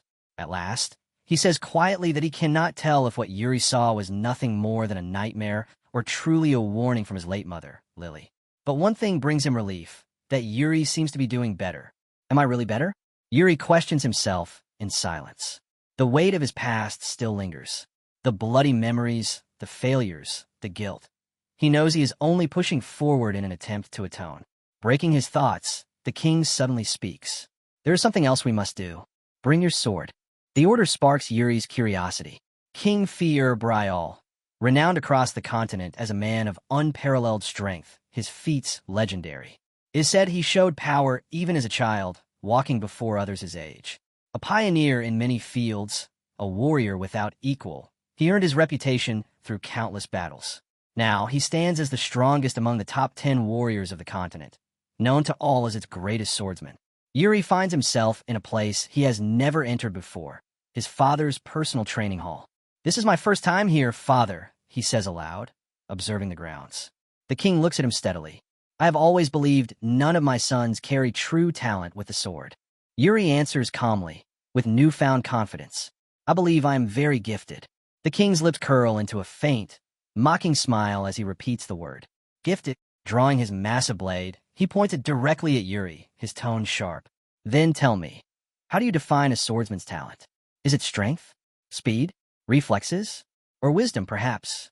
Without waiting for a response, he answers his own question with a firm voice that cuts through the air. No.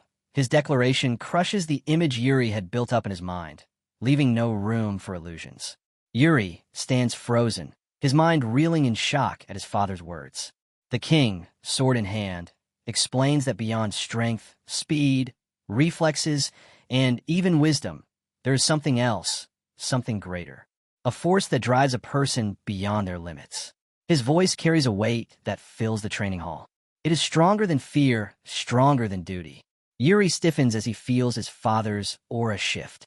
It grows heavier, sharper, so intense it shakes him to his core. The presence is suffocating, terrifying in its sheer power. Then, in a calmer but hesitant tone, the king admits, I cannot say what it truly is. Perhaps it could be called an inner calling. Confusion clouds Yuri's thoughts. He grips his sword tightly, his voice uncertain. A calling? Is it something like destiny? The king pauses, eyes narrowing. Perhaps it is. Perhaps it isn't. His answer remains deliberately unclear. Yuri lowers his gaze, his thoughts drifting. In his past life, fate had denied him the path of a swordsman. He had never carried the blade as his destiny. But now, standing here again, he wonders, could this life be different? Could fate have given him another chance? His father's voice breaks through his thoughts, sharp and demanding. What do you believe? Do you think you're meant to carry the sword? Can you hear the calling that binds you to the blade? The king's aura presses harder, his tone intensifying. And when the day comes, when death stands before you, will you still be holding your sword? A wave of dread washes over Yuri. Fear grips him. His voice trembles as he struggles to respond. I don't feel any. The words collapse in his throat. Anxiety overtakes him, his chest tightening as the oppressive aura crushes him. He stumbles back, panic setting in. Father, something's wrong, he gasps. From the shadows behind him, countless red eyes flicker to life, glaring at him with vicious malice. Yuri's breathing quickens. His steps falter as terror grips him. He gasps, his voice breaking. Memories stab into his mind like daggers. A voice echoes in his head. No, you must run. Run, prince. The scenes grow darker, bloodier. Screams echo all around him. People cry out for help, their voices desperate, begging him to save them. The kingdom burns before his eyes. Fire consuming towers, walls, and streets. The battlefield is painted red as soldiers fall one by one, their cries swallowed by chaos. The flames rise higher, swallowing everything in their path. War, death, destruction. The memories overwhelm him, dragging him back into the nightmare he thought he had escaped. Yuri snaps back into awareness, his chest tightening in panic. What's happening? Why is Brial burning? Shouts erupt all around him. It's the third prince, the last surviving royal. Enemy soldiers close in, their boots pounding against the earth, echoing through the roar of the flames. Yuri gasps as the truth crashes down on him. The Empire. In horror, he realizes he has returned to that cursed moment, the fall of Brial. The sight before him is unbearable, the kingdom once more consumed by fire and steel. His voice trembles in disbelief as he demands to know what is happening. An enemy soldier snarls furiously. Death to the Prince of Brial. He charges at Yuri with full force. Steel meets steel as the clash begins. Sparks explode with every strike, each blow ringing out amid the chaos. The soldier attacks with brutal strength, but Yuri fights back desperately, their blades colliding again and again. Finally, with one powerful swing, Yuri's strike cuts through. The soldier screams in agony and crashes to the ground, defeated. Behind him, Brial's soldiers shout desperately. Your Highness, go. We'll hold them off. Run. Their voices carry urgency, rising above the battle. We'll stop them here, just flee. The clash rages on. Steel against steel, cries of pain, the sound of men giving their lives for him. One soldier takes a devastating blow, his scream cutting through the chaos before he collapses. Yuri staggers, overwhelmed, his mind a storm of confusion. Is this real? Or just a dream? The question torments him. Darkness gnaws at his thoughts. Is this truly the fate of Brial, to fall helplessly in the end? The despair threatens to consume him, yet a vow echoes in his heart. He remembers the words he swore. I will never fear my enemies. I will act according to my beliefs. I will carry the duty of Brial until the end. His resolve ignites. Strength surges back into his body. With a cry, Yuri charges forward, mana coursing through his blade until it glows brilliantly. He swings with all his might, his sword tearing through the air. The sudden strike lands cleanly, cutting down an enemy soldier who cries out in pain as the force sends him reeling. Yuri fights on, his strikes growing sharper and more relentless as he cuts through one soldier after another. But in the midst of his assault, a heavy blow catches him across the face. Pain tears through him, and he staggers back with a cry. He steadies himself, forcing his body to recover, then presses forward again, slashing with everything he has. Another soldier counters fiercely, driving Yuri to the brink. But with great effort, Yuri breaks through and fells him, his chest heaving as exhaustion weighs on him. From among the enemy ranks, one soldier shouts in defiance, "Prince Abrial, you're a dead man walking." More voices follow, demanding his surrender as they see him bloodied and worn. But Yuri stands tall, his voice ringing out with unwavering resolve. The people of Brial never abandon their honor, even in the face of death. Summoning the last of his strength, Yuri launches forward with a desperate strike, his sword blazing with mana. His roar echoes through the flames as he repeats to himself the vow of Brial: carry the duty until the end. Then suddenly, everything shifts.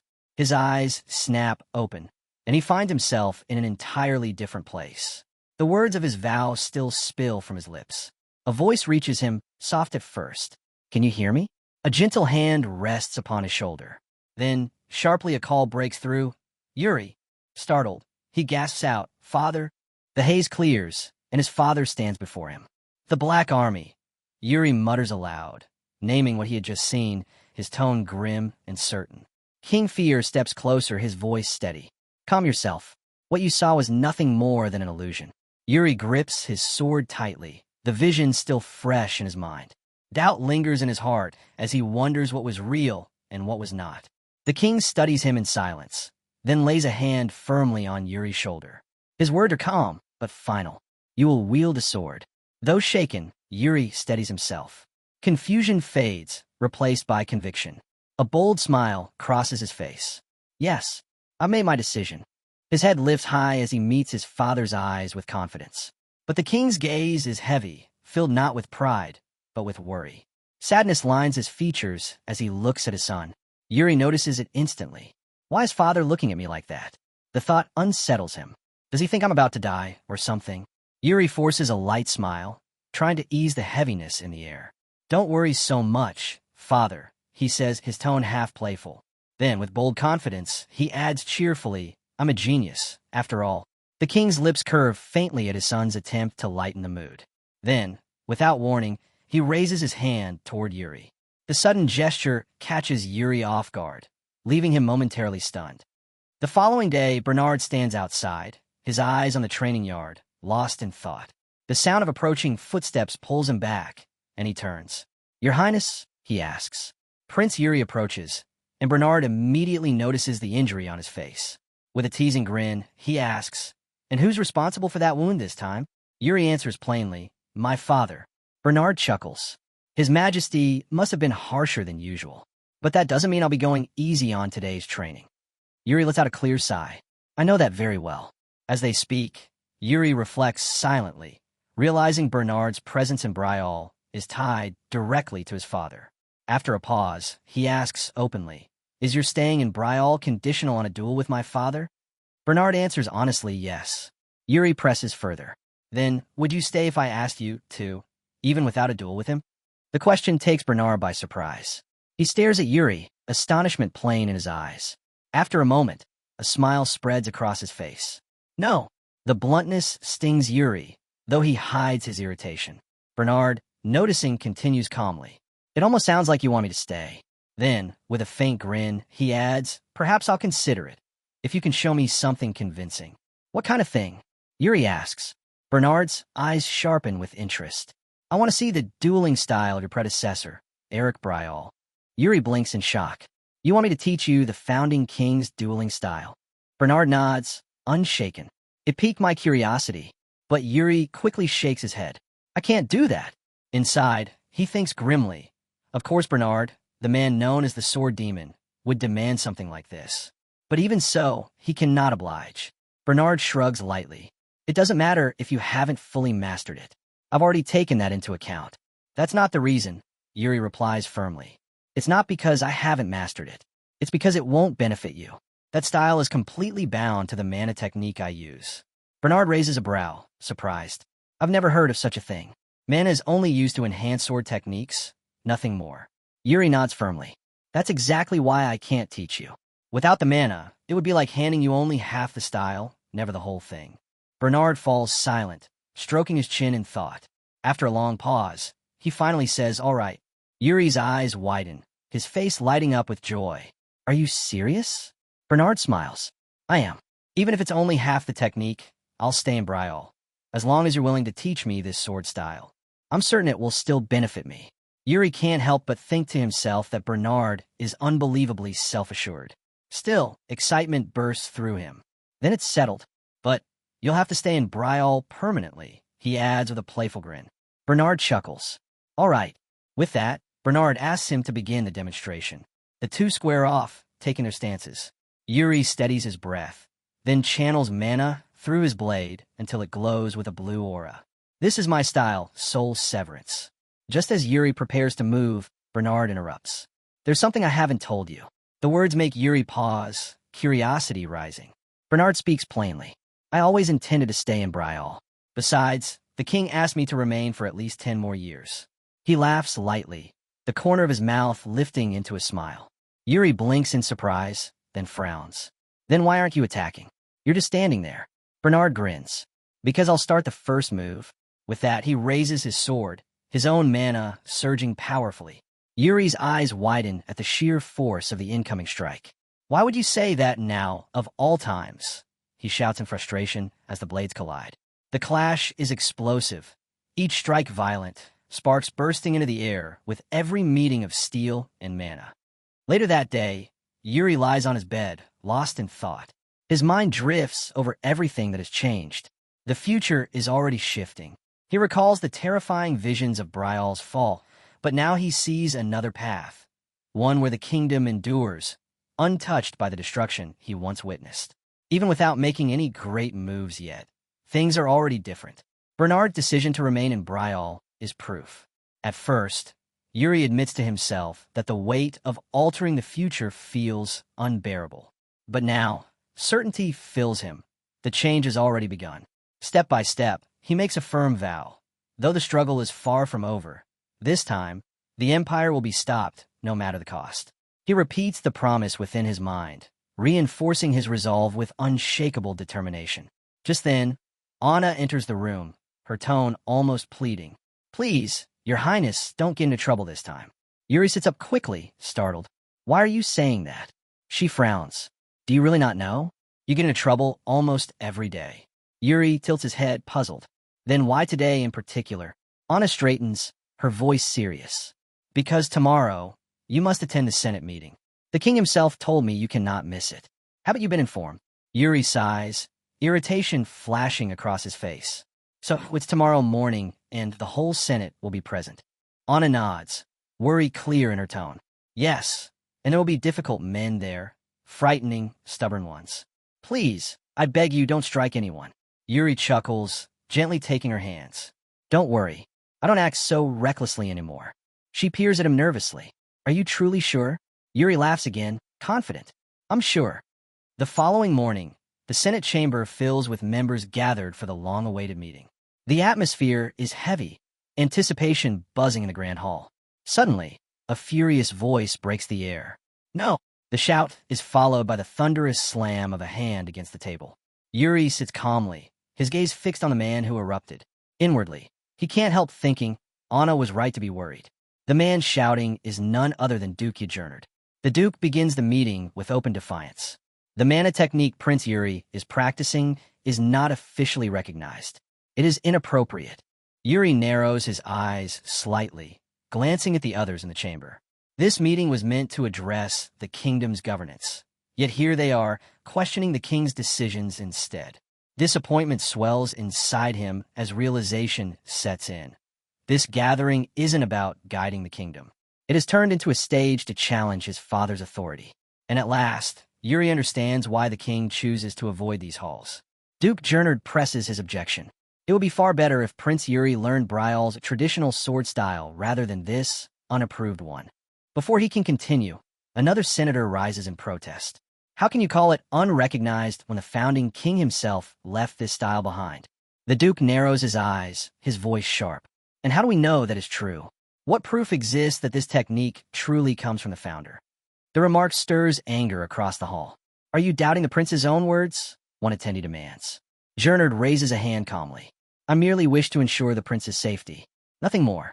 Shouldn't we verify such claims before allowing him to rely on a style we know little about? Yuri finally speaks, his expression calm, a faint smile playing on his lips. I must thank Duke Gernard for his concern. Truly, I'm touched, so much so that you've dedicated an entire council session to discuss my personal mana technique. The words drip with subtle sarcasm, but beneath his composure, Yuri seethes. Memories of his past life cut through him.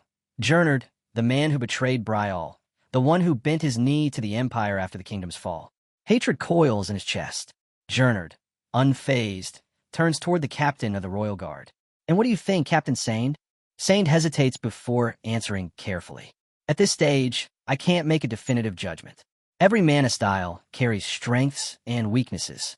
Its effectiveness depends greatly on the individual who wields it. The Duke seizes upon the words instantly. Exactly. The Royal Guard captain confirms it. The technique is uncertain, dangerous. For the good of the prince, it should be discarded entirely. Another attendee interjects firmly. That is not what Captain Sane meant. He was only pointing out its varied aspects. But Gernard dismisses the defense with a wave of his hand. It amounts to the same thing. A risk is a risk, and I will not stand idly by while the prince's safety is jeopardized. Yuri's frustration builds. This is spiraling out of control. One by one, members of the Senate begin to nod in agreement with Gernard's view. The tide shifts rapidly, pressing against him. He clenches his fist beneath the table. If I had only just started learning soul severance, I could change paths. But it's already intertwined with my very core. Switching is impossible now. Yet how could he explain that to them? Revealing too much was out of the question. Anxiety gnaws at him as he searches desperately for an answer. Then, a voice rises from among the council. No, I find Prince Yuri's words convincing. The chamber falls momentarily silent. All eyes shift in surprise as a man calmly raises his hand. May I speak, he asks. The chamber quiets as he introduces himself. I'm the free baron, Calcio Irantia. His tone shifts, half serious, half mocking. Tell me, have any of you here ever fought an orc before? A tense silence spreads through the hall. The nobles glance at one another, but not a single voice answers. Duke Gernard narrows his gaze at the newcomer. And who are you to speak here? What is your official position? Baron Irantia smiles easily. I've already said it. I am but a free baron. Gernard's face twists with fury. Then why are you even here? This meeting is reserved for men of standing, not for wandering nobodies. The baron shrugs casually. I didn't want to be here either. Then, with a sly grin, he adds, but what could I do about it? His words ripple through the room as he reveals the truth. It was Count Sitter who asked me to attend. The revelation stuns Yuri. Count Sitter? His mind races. The border lord who guards Brial's edges. A man known for devoting his entire life to the battlefield. A true soldier, respected for his strength and discipline, yet equally famous for never appearing at noble gatherings. For him to suddenly involve himself by sending a representative shocks everyone present. Murmurs rise. One senator wonders aloud. Why would the count send someone now? He owes us no explanation, but this is unusual. Baron Irantia clears his throat, his voice steady. After sitting here a while, I understand perfectly why he sent me. Watching the high nobles bicker like this makes it obvious. He sweeps his gaze across the room. On the battlefield, the type of mana style hardly matters. Brial style, Empire's lion style, it makes no difference. What matters is the soldier holding blade. Then his eyes settle firmly on Yuri. What do you say, Prince? Yuri straightens, his voice ringing with confidence. There is no reason to debate this. I will follow the style of my ancestor, and I will master it, whether anyone here approves or not. The baron nods approvingly, then adds, his tone firm. If the prince himself chooses to uphold the founder's will, then those with no part in it have no business interfering. His words sharpen, laced with sarcasm. It is always the ones who have never drawn a blade who complain the loudest. Gernard slams the table, his anger breaking loose. Your words are insolent and inappropriate. Baron Irantia speaks steadily, offering an apology for his bluntness, then explains that life at the front, where battles with orcs happen every day, shapes the way soldiers talk. He then looks around and asks the nobles directly, how many of them have ever faced an orc in combat? Following that, he questions whether they honestly think such creatures care about what mana style is used against them. Even though his reasoning is hard to deny, one noble insists that the prince is too young to make the right calls. At that moment, Yuri steps in with a sharp tone, saying if they fear poor decisions so much, then perhaps they should abandon mana styles completely and start from zero. He asks if that noble even understands how absurd that would be. Baron Arantia smirks, noting that the prince clearly has no plans to step down, and then asks mockingly if they intend to rip the prince's mana core out by force. The noble snaps back angrily, saying that isn't his meaning, but Baron Arantia only smiles slyly and asks what all the noise is for then. Turning to Yuri, he asks if the prince agrees with his stance. Without waiting, he presses on, scolding the nobles for cornering the prince and remarking bitterly that the royal capital must have too much free time on its hands. His words spark outrage. The nobles bark that his remarks are offensive, and one even slams the table, claiming that the border has been unusually quiet despite the heavy flow of funds sent there. At that, Baron Arantia's expression shifts. His voice hardens, his gaze sharpens, and he demands if they truly believe the front is quiet. He reveals that hundreds of soldiers die there every day, accusing them of ignoring the daily reports. He adds that on the very day he departed, men fell in battle, and he himself had to cover the body of a friend he had just eaten breakfast with. His tone turns grim as he explains that orcs never rest. Their entire existence is battle and slaughter. His words silence the chamber completely. Yuri then sinks into thought. The image of the orcs weighs on his mind, and he begins to suspect that this danger may not be confined to Breeze borders alone. His memory stirs. He recalls the ongoing border conflict with the Duchy of Klein, and in his mind, the map of the frontier takes shape with striking clarity. Yuri recalls the brutal reality at the borderlands between Bryal and Klein, orc raids tearing through towns, leaving devastation and countless deaths in their wake. With urgency, he asks whether the orcs' behavior has shifted recently. The representative confirms grimly that they've grown more vicious, more feral than ever before. Yuri then presses further, asking sharply, "What about Klein?" The question catches Baron Arantia off guard, leaving him momentarily stunned. Yuri doesn't stop there. He demands to know the current state of Klein's army and whether they remain stationed along that border, pointing out how suspicious the circumstances have become. Baron Arantia, visibly unsettled, explains that Klein's border forces have inexplicably pulled back, offering no warning or reason. His tone grows heavy as he describes the aftermath. Towns wiped out, civilians either slaughtered or enslaved, the entire region reduced to horror and ruin. Yuri's mind races. The timing feels too precise to be coincidence, hinting at the shadows of civil unrest, or perhaps a carefully orchestrated plot. The meeting takes an abrupt turn when someone suddenly raises a trivial issue. The third son of a duke, causing trouble again. Irritation surges through Yuri. The room falls into a strained silence, the nobles shifting uneasily under the weight of his frustration. Breaking it, Yuri declares firmly that the meeting is over. Lord Jernard tries to interject, but Yuri cuts him off, insisting they should be addressing urgent threats, not wasting time on disputes over his mana technique. His voice sharpens as he declares their focus must be on Klein and the orc menace, not petty quarrels about a teenager. The scene shifts elsewhere. A faint glow reveals a figure communicating through a magic crystal with a cloaked presence whose voice cuts through the stillness, asking if the rumors are true, that the third prince has indeed changed. The man before the crystal confirms it. The voice then turns its attention to Baron Arantia, asking his judgment of Prince Yuri after their encounter. Arantia replies with confidence, saying the prince's gaze is sharp, his resolve clear. The mysterious figure instructs him to keep watching Yuri, stressing that the prince warrants serious attention. When Arantia offers to dig deeper, the voice firmly grants permission, commanding him to act if necessary. The exchange ends. The crystal darkens, and the chamber is swallowed in silence. Baron Arantia sits at his window, staring down at the quiet street below. With biting sarcasm, he mutters that the city looks calm and safe while soldiers are spilling blood on the border every single day. As he keeps watching, something unexpected catches his eye. He freezes, then narrows his gaze in disbelief. Was that the third prince? For a moment, he questions what he just saw, convincing himself it can't possibly be real. Meanwhile, Yuri is indeed walking through the streets under the cover of night, a companion by his side. He remarks that they've slipped out of the palace exactly as planned. His companion chuckles, saying sneaking out is nothing new to him. He used to do it all the time, sometimes 3 times a day, back when he was a reckless teenager. Yuri exhales softly, saying he doesn't see sneaking out as anything serious. After all, His companion can leave whenever he wants. The man laughs, explaining that when he leaves on his own, it's just a normal outing. But going out alongside the prince makes it look like outright rebellion. Then he tilts his head and asks half-jokingly if Yuri intends to cause trouble. Yuri replies with a straight face that he wouldn't, and even if he were plotting something reckless, he certainly wouldn't do it in front of him. His companion sighs with mock disappointment, but then, curiosity sparking, asks where they're headed. Yuri pauses, then flashes a sly grin. Their destination, he reveals, is none other than the largest illegal casino in the capital. His companion nearly stumbles in shock, reminding him he just swore he wasn't doing anything bad.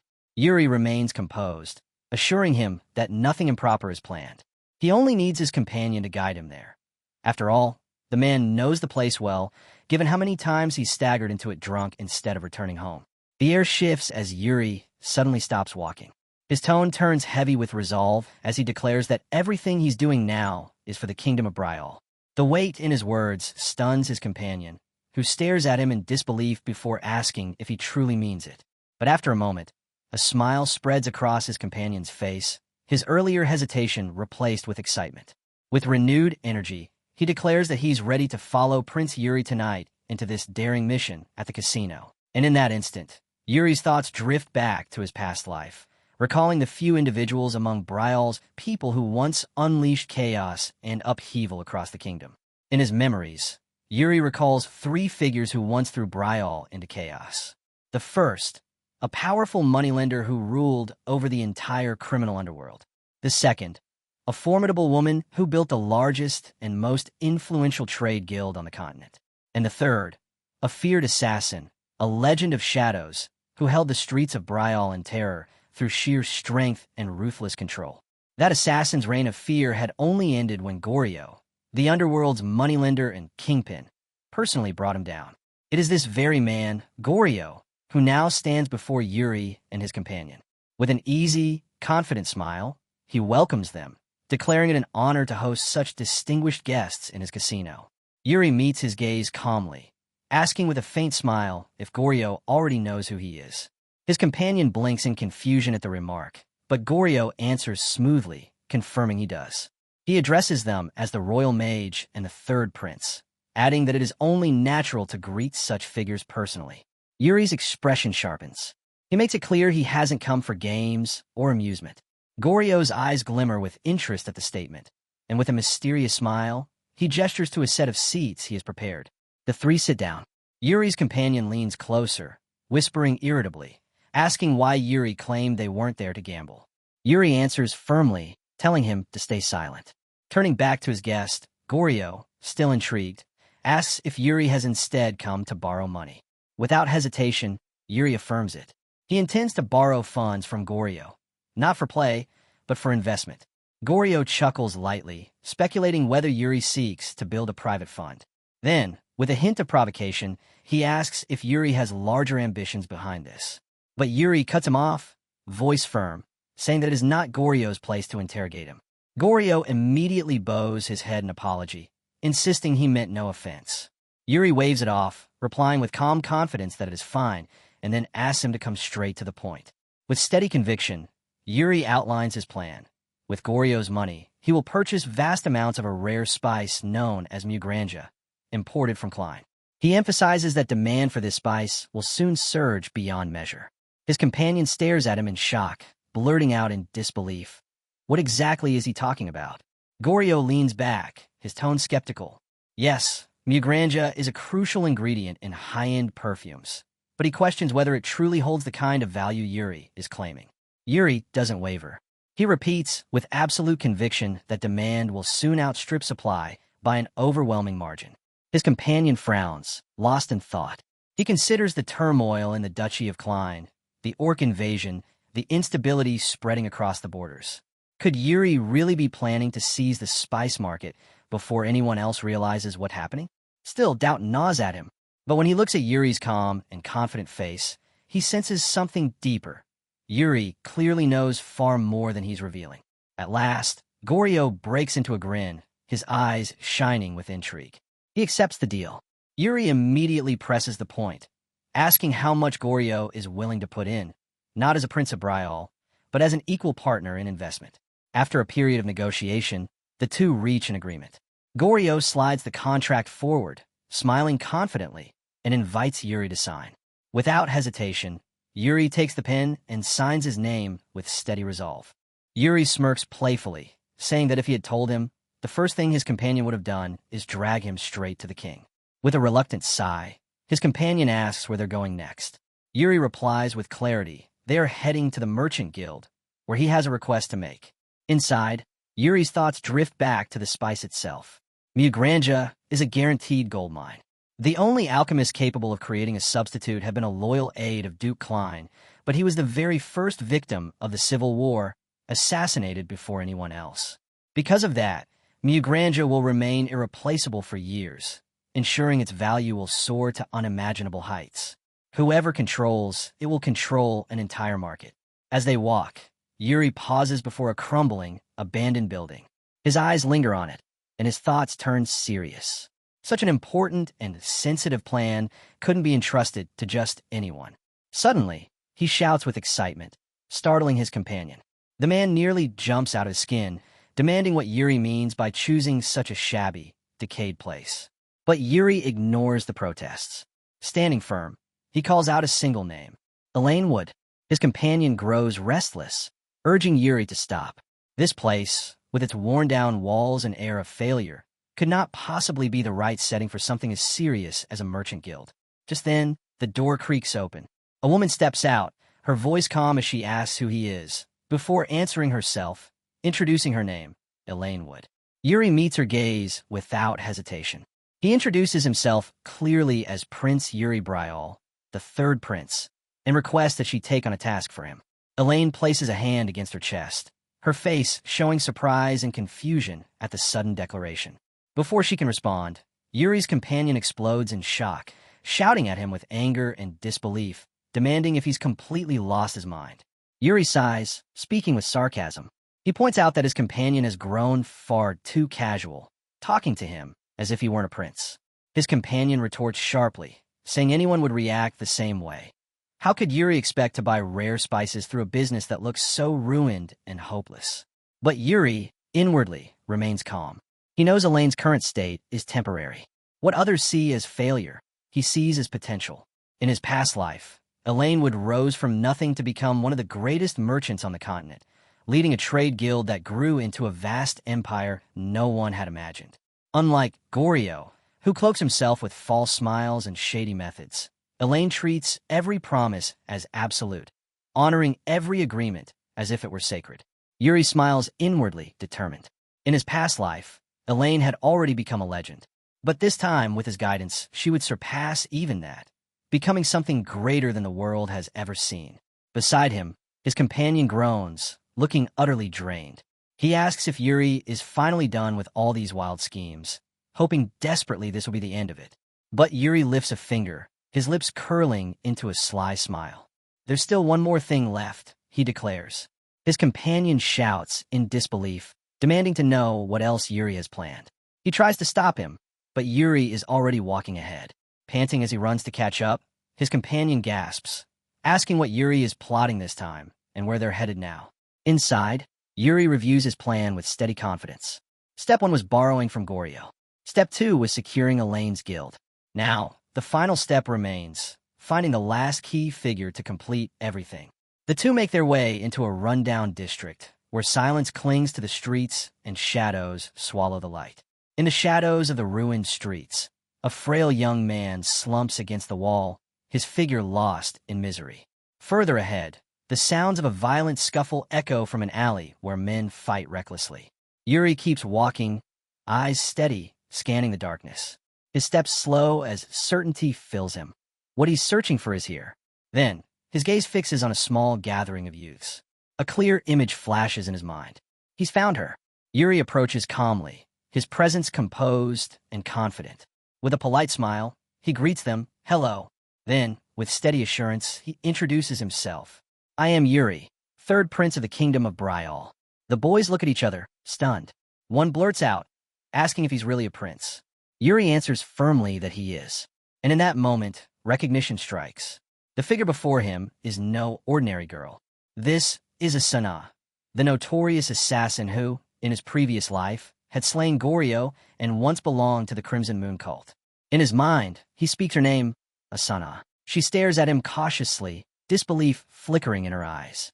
"Are you truly a prince?" she asks again, her voice edged with unease at the thought of royalty standing here in such a place. Yuri's voice is calm as he reassures her.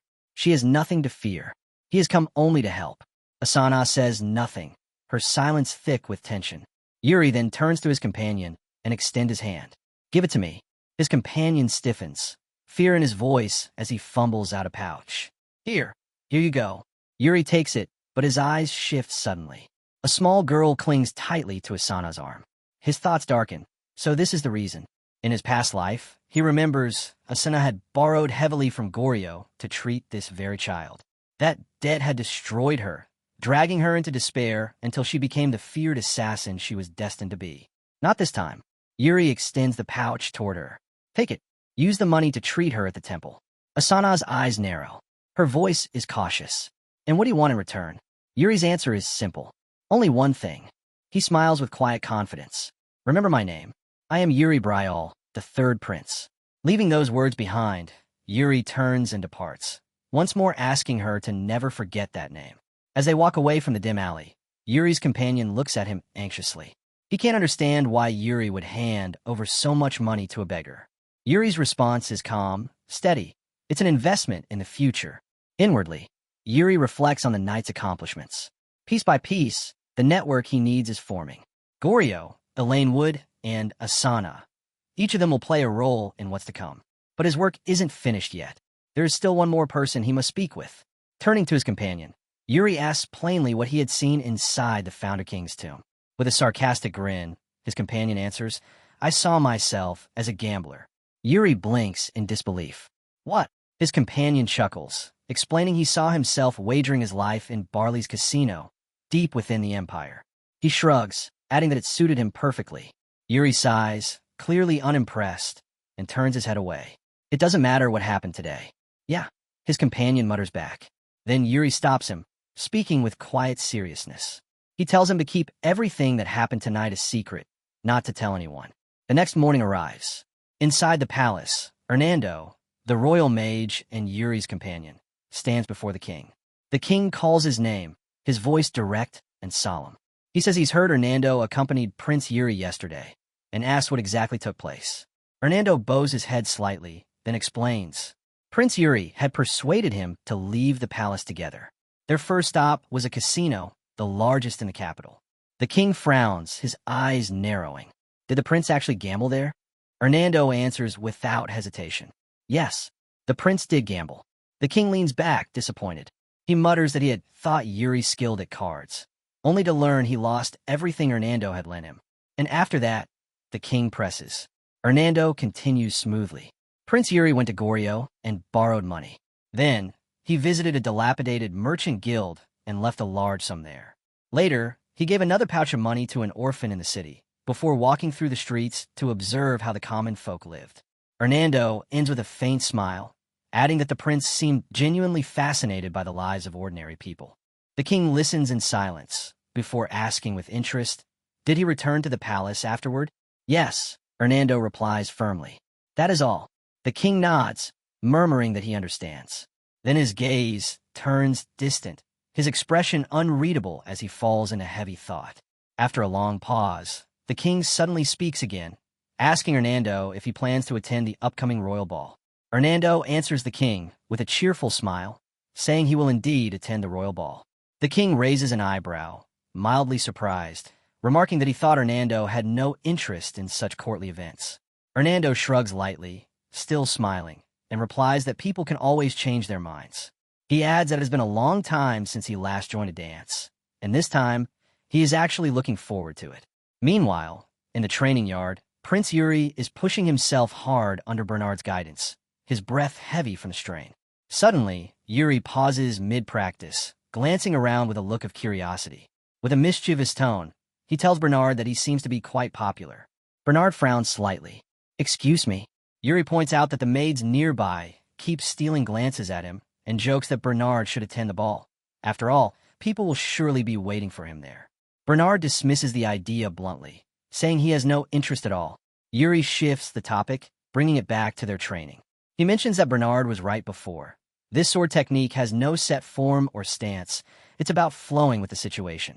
Bernard tilts his head slightly, explaining that Yuri still doesn't fully grasp the nature of a mana style that doubles as a sword art. To truly understand it, Yuri would need to see it applied in real battle, and that is not easily arranged. Still, he admits with clear surprise that Yuri's progress is remarkable. He praises him for his control of mana and his swift growth, saying he hadn't expected such talent. Yuri feels a flicker of guilt. In truth, he is working to erase his old sword style completely, forcing himself to replace it with this new one. Yet somehow, the process feels almost natural. Bernard steps closer, his tone steady. He cautions Yuri not to rush. His concern is genuine. Yuri's growth is too fast, and his body is still young, not yet fully matured. If he pushes too far, too quickly, the risk could be dangerous. Yuri blinks in surprise, asking if Bernard is truly worried about him. Bernard answers plainly, yes, he is. Yuri has achieved far more than most at his age, but the danger of overstraining himself is real. Yuri responds with confidence, assuring Bernard there is no need for concern. He insists he will keep his balance. Then, with renewed resolve, he asks Bernard to continue the training. Bernard hesitates briefly. Are you sure? Yuri nods firmly. I am. As they resume, Yuri suddenly asks if they can spar with real swords instead of wooden ones, driven by a burning desire to grow stronger as quickly as possible. Bernard accepts Yuri's challenge, and the two face each other with sharp focus, swords drawn. Yuri, with a playful smirk, suggests a wager. If he can land a single strike, Bernard must attend the royal ball. Bernard dismisses it instantly. Frustrated, Yuri presses him, demanding to know why he refuses. Bernard replies calmly that he'll win anyway, and besides, if Yuri were to lose, he'd simply cancel the bet. The remark irritates Yuri, and with renewed determination, he lets mana surge around his blade. We'll see soon enough, he declares boldly. He charges forward, his voice ringing with confidence as he vows that this time he will land a hit. But no matter how hard he pushes, Yuri is unable to strike Bernard cleanly, the duel ending without resolution. Days later, the evening of the royal ball arrives. Carriages gleam as they roll toward the palace, horses stepping in elegant rhythm. Inside one of them sits George Ivana Granolin, the empire's second prince. With a warm smile, he teases his companion, noting she hasn't stopped staring out the window. The young woman turns, her face bright with excitement. Princess Yekaterina Ivana Granolin answers with a glowing smile, admitting she's simply thrilled. It's been far too long since she last attended such an event. Her expression softens as she adds that there's a certain someone she hopes to meet at the ball tonight. That night, under glittering lights in the Grand Palace, someone asks Yuri for his thoughts on the lavish venue. He hesitates, then admits that it feels too extravagant, decorated beyond reason. Anna, standing beside him, answers with a gentle smile. She reminds him that he once loved such splendor. Then she proudly announces that she has finished preparing him for the ball. Yuri looks at her quietly for a moment, before suddenly asking her to dance. Anna's eyes widen, her face flushing with surprise. He explains simply that he wants to practice, and he has no one else to do it with. Her nerves spike, and she stammers, asking if this is really necessary. Yuri tilts his head slightly, confused by her reaction. With clear unease, Anna blurts out if he's planning to trip her or make her fall. Yuri immediately assures her he would never do such a thing. His tone is steady as he adds that he isn't teasing her. Stepping closer, he meets her eyes and tells her calmly to follow his lead, slowly. Anna takes a breath, still nervous, but nods. As they begin to move together, she glances at him with a faint smile and asks if he's trying to make fun of her, adding quickly that she's actually a pretty good dancer. As the dance continues, Yuri asks Anna lightly if she often dances, and with whom. Anna lifts her chin with a playful smile, saying she is quite well known for it, but she has never danced with someone as short as him before. Yuri chuckles, telling her not to worry. The height difference won't be a problem for much longer. A moment later, he calmly points out that she has stepped on his foot. Anna laughs, apologizing, admitting she slipped up. It happens again and again, each time followed by her flustered apology. Yet the two of them find themselves enjoying the moment all the same. The night of the grand ball arrives. Inside the vast and glittering hall, nobles move gracefully across the marble floor as music fills the air. The king sits in solemn majesty upon his throne, sipping from his cup as he observes the grand celebration. Among the crowd, Yuri stands quietly, watching. His eyes scan the gathering, sharp and wary. His attention locks onto Count Sitter, who has unexpectedly appeared in person this time. Unease stirs in Yuri. Why come himself, when previously he had sent Baron Arantia in his stead? Turning, Yuri notices his elder brother and comments in a calm tone about the glasses he's been wearing more often. "Has your eyesight worsened?" he asks. His brother shakes his head, assuring him it isn't serious enough to be a concern. Suddenly, the trumpets sound, silencing the hall. An announcement rings out. An important guest has arrived. The doors open, and the Empire's second prince, George Ivana Granzian, steps inside, moving forward with confident composure.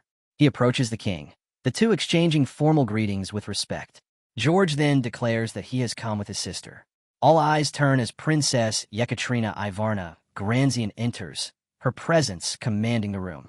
She walks with poise and elegance, each step drawing every gaze in the hall. Yuri freezes, struck with disbelief. His chest tightens as old memories flood in, memories of his past life, when Yekaterina had once been so close to him. Their bond had been strong, but this time his resolve hardens. He will not repeat that mistake. He vows not to approach her. Meanwhile, his elder brother steps forward, offering his hand in a polite, formal gesture. Yekaterina responds with a gentle smile, her eyes resting on him calmly as she waits to see what he will say or do. Yuri remains where he is, standing in the midst of the hall. The whispers of the guests ripple around him, a tide of murmurs and curiosity. He feels tension pressing on him, unease coiling in his chest. Quietly, he exhales and turns slightly aside, trying to steady himself and maintain his composure. Across the hall, Cedric glides across the floor with one of the noble ladies, his movements refined, his manners flawless. Every smile is warm, every word perfectly measured. A guest nearby comments with admiration that this is exactly what one would expect from such a gracious and kind-hearted man. Watching from a distance, Yuri feels a sting of inferiority as he compares himself to his older brother. Then, before his eyes, a young man steps forward and invites Princess Yekaterina to dance. She accepts with her usual gentle smile, and together they step into the music. Yuri watches silently, sadness and anger twisting inside him. Despite his vow to stay away, his emotions betray him, refusing to be controlled. At that moment, Anna appears at his side, holding a tray and offering him a slice of cake with a kind smile. Yuri shakes his head politely, saying he doesn't need it, and instead asks if she's not tired from working without pause. Anna beams, saying it's nothing compared to looking after someone important, her words clearly directed at him. Yuri chuckles and teases her to bring him a mountain of cake then. Before leaving, Anna reminds him softly to take care of himself, her voice warm and gentle. Left alone again, Yuri sighs, trying to push away the storm of thoughts weighing down on him. Then, he senses someone drawing near. He raises his head and finds himself face to face with George Ivarna Granzian, the Empire's second prince. A sharp image of him forms in Yuri's mind. Memories surge forward. George, the brilliant commander who had led the Imperial forces in the invasion of Bryal in his past life. Yuri quickly steps forward, schooling his expression, and introduces himself clearly. "I am Prince Yuri Bryal, the third prince." Inside, he repeats to himself not to show hostility. Not now, not here. George gives him a cold smile, his tone carrying a dark edge. "Yes, you're the one." The smile sharpens into something more sinister as his aura presses down on Yuri. The weight is suffocating, like eyes boring through to his very soul. Yuri's chest tightens under the pressure, his body filled with discomfort, but he stands firm. George asks him his age, remarking that he has heard Yuri has just turned 13. Then, with a step back and a mysterious smile, he adds, "As expected of Fear's son, you do have some talent." The words ignite Yuri's fury. His fists clench in silence. Despite George's young appearance, his presence is terrifyingly powerful, so much so that it feels almost unreal. Yuri's fists tighten, his nails digging into his palms as rage surges within him. Imperial princes, nothing but villains, he thinks bitterly. Then, a sudden crash breaks the tension. Anna stumbles forward, colliding with Prince George. The tray slips from her hands, wine spilling across the embroidered insignia on his clothes. She falls to the floor, her body trembling, her voice cracking as she cries out in panic, begging forgiveness over and over. Prince George looks down at her with a mocking smile, his voice dripping with cruelty. "That's a problem," he says coldly, before declaring that she has committed a grave mistake. Anna kneels on the ground, shaking violently as George towers over her. His words cut through the air like ice. "Under imperial law," he says slowly, "the punishment is death." The hall falls into stunned silence. All eyes fix on the scene. Anna's face pales as she pleads, her terror consuming her. Yuri's fury burns hotter, his body tensing, recognizing what this truly is. George is deliberately humiliating Brial before its own king. With a chilling smile, George clarifies the punishment. A beheading will suffice. At that moment, the king's voice breaks through, sharp and commanding. "This is my ball. If you wish to see blood, spill it on your own soil, not mine." George only smiles wider, turning to offer a shallow apology. His tone carries a dangerous edge as he continues. He reminds the king that relations between the Empire and Brial have always rested on respect, but implies Brial no longer shows the Empire that courtesy. He then invokes the name of Gatentia, a word that makes the room shift uneasily. He recalls how, during that incident, the king himself had slain a knight of the Empire. Yet the emperor, choosing to preserve peace, had accepted it without reprisal. George insists that now he is doing the same, acting only to safeguard the honor and stability of both nations. Yuri feels his chest tighten. The memory of Gatentia echoes sharply in his mind, his father's blade cutting down an imperial knight. He looks toward his father now, who presses a weary hand to his forehead. The king's fatigue is clear. He doesn't wish to drag this out. He simply wants the matter closed. But George is already moving, hand at his sword, assuring the audience that Anna's execution will be swift and clean. Yuri's thoughts whirl. If he steps in, it will mean challenging the Empire directly. It will risk everything. Yet his heart is steadfast. Brial does not abandon its honor. He recalls the vow carried by his family through generations, to uphold Brial's pride at any cost. His resolve hardens like steel. Even now, that vow must stand. Yuri suddenly shouts for Prince George to stop, declaring Anna as his personal maid. He makes it clear, with unwavering confidence, that any mistakes she makes fall under his responsibility. The king pauses, realizing he had completely overlooked that fact. Yuri then raises his voice, so all can hear, reminding them that he too is a prince, and urges everyone to reconsider the decision to execute Anna. Deep inside, he admits to himself that in his past life he was nothing more than a criminal, and this current life is nothing but punishment for his past sins. Still, with firm resolve, Yuri challenges Prince George to replace Anna's execution with a trial by combat. Prince George chuckles lightly at Yuri's unusual demand before asking for his name. Yuri responds firmly, "It is indeed Yuri." George politely asks if he may address him by name, to which Yuri agrees. George then turns to the king, acknowledging that the third prince has made a fair proposal, and states his intention to accept it. Looking at the king, he asks if this arrangement is acceptable. After a heavy silence, the king gives his answer with one word: yes. His sigh that follows carries the weight of the decision. With a confident smile, George explains that he will not fight personally, as his own status demands otherwise. Instead, he will choose the youngest knight in the royal guard to face Yuri, since Yuri himself is still so young. Yuri thanks him respectfully. George simply replies that they will meet again, then takes his leave, leaving Yuri to prepare. Yuri turns back to Anna, who is still trembling on the ground. In a calm voice, he calls out to her, offering his hand and urging her to stand. The simple gesture leaves her stunned, and she responds nervously. Yuri places a reassuring hand on her back, telling her to go rest. But Anna looks at him, her eyes filled with sorrow, asking how she could possibly rest when he has landed in this situation because of her. Yuri only gives a quiet smile, telling her not to worry about him. Once Anna leaves, Yuri walks away with steady, composed steps. But then his eyes catch sight of Princess Yekaterina, seated alone in the distance. For a moment, he freezes, whispering her name silently in his mind. Yet, almost instantly, he dismisses the thought, calling it unnecessary, and continues on his way. Yuri continues his steady walk toward the ballroom's exit. In the corner, Hernando watches silently, sipping his wine with quiet interest. Later, Yuri makes his way through an empty palace corridor, his thoughts running deep. Suddenly, Cedric appears before him, blocking his path. Yuri tries to ignore him, walking as though he hadn't noticed, but Cedric's calm voice cuts through the silence. He asks what Yuri is thinking about. The question makes Yuri stop in his tracks, a faint tension flickering across him as he slowly turns toward his brother. With slight unease, Yuri explains that he cannot allow Prince George to kill Anna.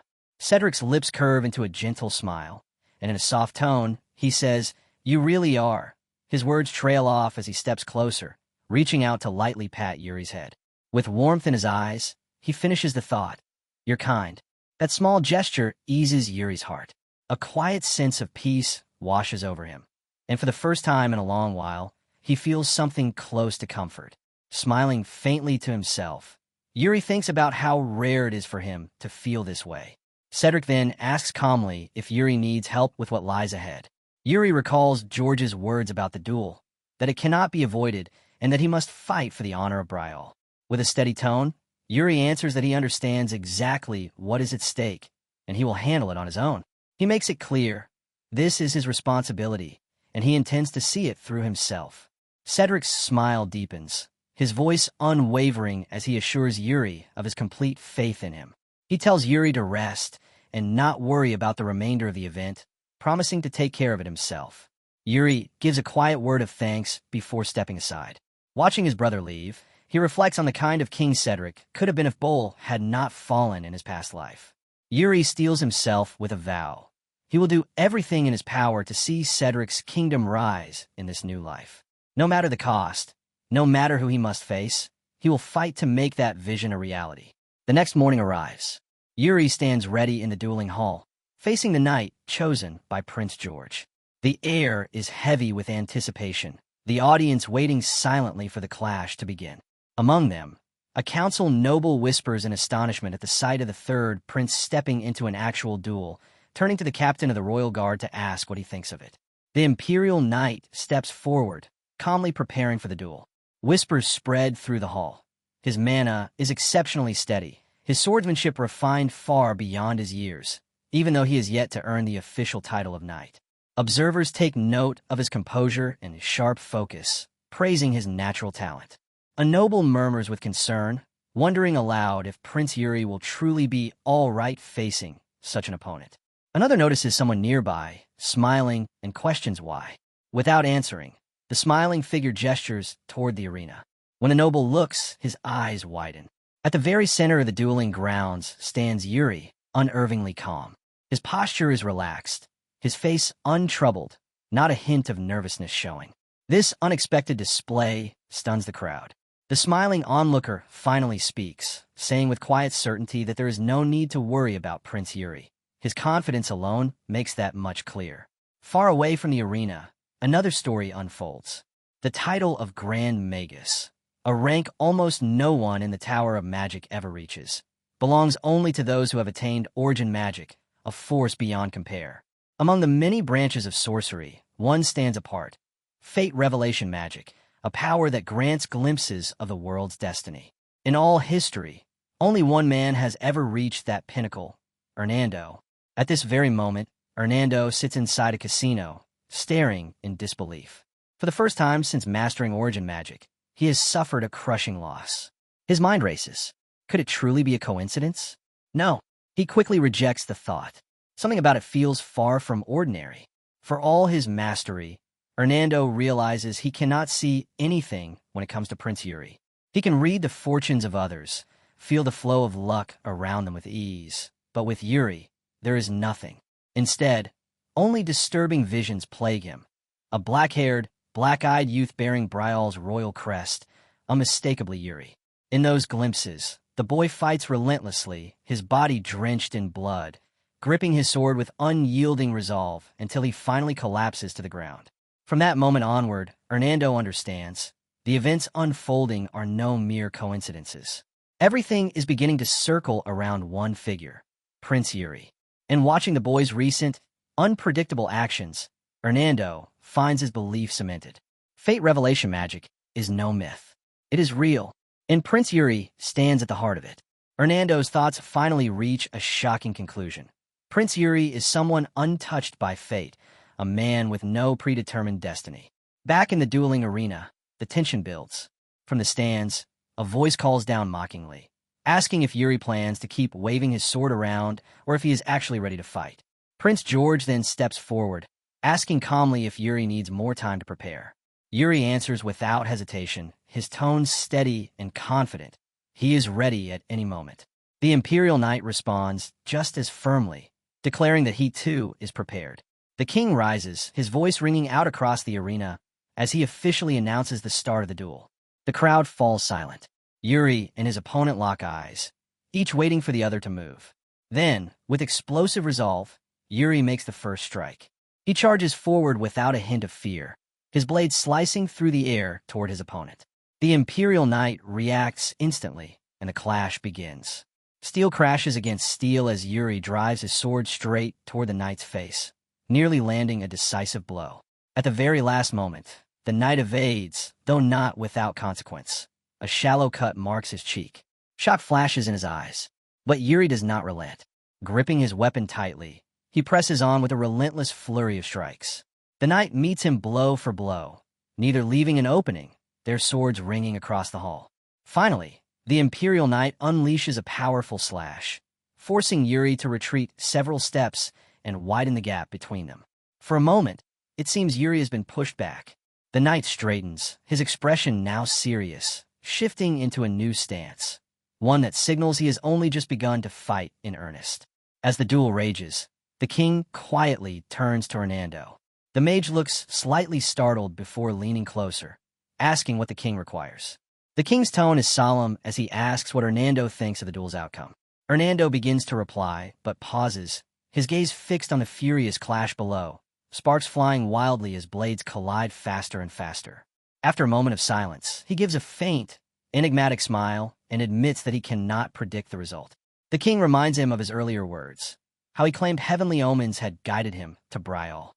Hernando nods silently in acknowledgement. Around them, soldiers watch the battle with strained faces, though the commander remains unreadable. The king then asks Hernando if the time has come for him to leave. Hernando answers plainly, no. Relieved, the king remarks that he is glad to hear Hernando intends to stay. With a wry smile, Hernando responds that the king already honors a mere mage like him far too much, and he is humbled by such regard.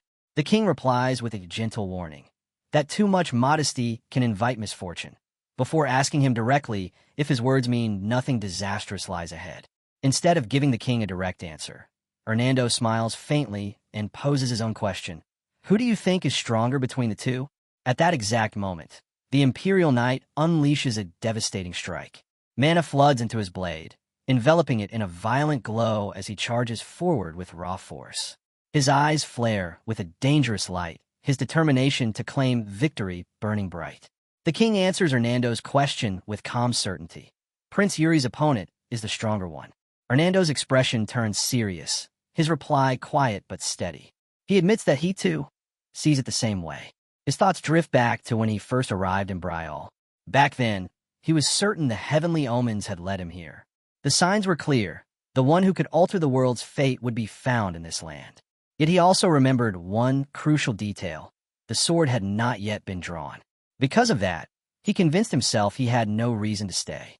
Turning toward the king, Hernando explains that he truly believed his time in Brial had ended. Down below, the Imperial Knight lunges with tremendous speed, his blade aimed to finish Yuri, who appears motionless, his strength seemingly spent. But Hernando's words continue, cutting through the tension. I truly believe my time in Brial had ended, but it seems it's not quite time yet. And at that very instant, Yuri lifts his face, a bright smile flashing across it.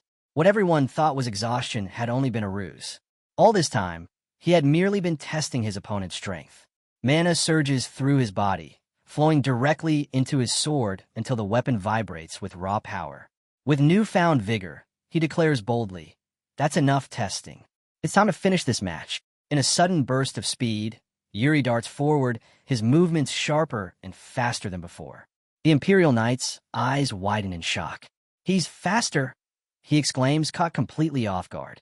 Yuri's swing comes down with terrifying precision, his blade stopping just inches from the knight's neck. The air crackles with the sheer amount of mana radiating from his sword, an unmistakable sign of lethal power. In that moment, the knight feels his body freeze. Terror floods him as he realizes he cannot move, cannot counter, cannot escape. The thought strikes him like a blade to the heart. I'm going to die. From the stands, Prince George and Princess Yekaterina watch in alarm, their expressions filled with worry and disbelief. The king, however, remains composed, his gaze sharp and unyielding as he silently observes the scene with unwavering focus.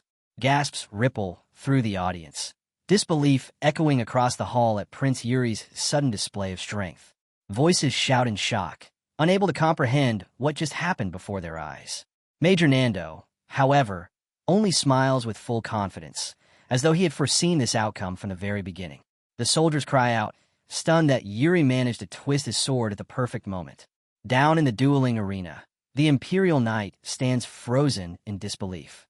His weapon lies shattered, broken under the force of Yuri's strike.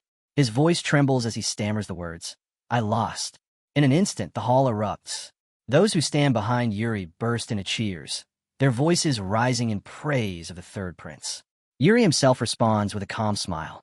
The palace fills with thunderous celebration, the sound of victory reverberating everywhere. Hernando, watching quietly, recalls why he first came to Brial. He had followed celestial signs, believing they would guide him to his purpose. But instead, he has found someone who defies them altogether. Elsewhere, Prince George is seen smiling faintly, while Hernando's thoughts deepen. Life has become death, and death has turned to life. The fate of the present was rewritten the moment the third prince's sword awoke. He continues, his mind clear. Every step Yuri takes now is a step against the will of the heavens. Yuri has become someone who stands entirely outside the bounds of fate. As the crowd cheers, Yuri smiles with radiant confidence, his heart brimming with resolve. Hernando's inner voice follows closely. Yuri Brial is the one who transcends destiny. Truly astonishing. I cannot wait to see how far he will go. Yuri thinks to himself with equal certainty.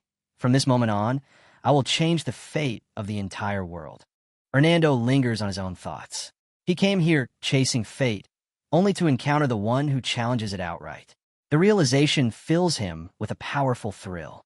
He can only wonder, how far will Yuri rise as he surpasses the fate of this world?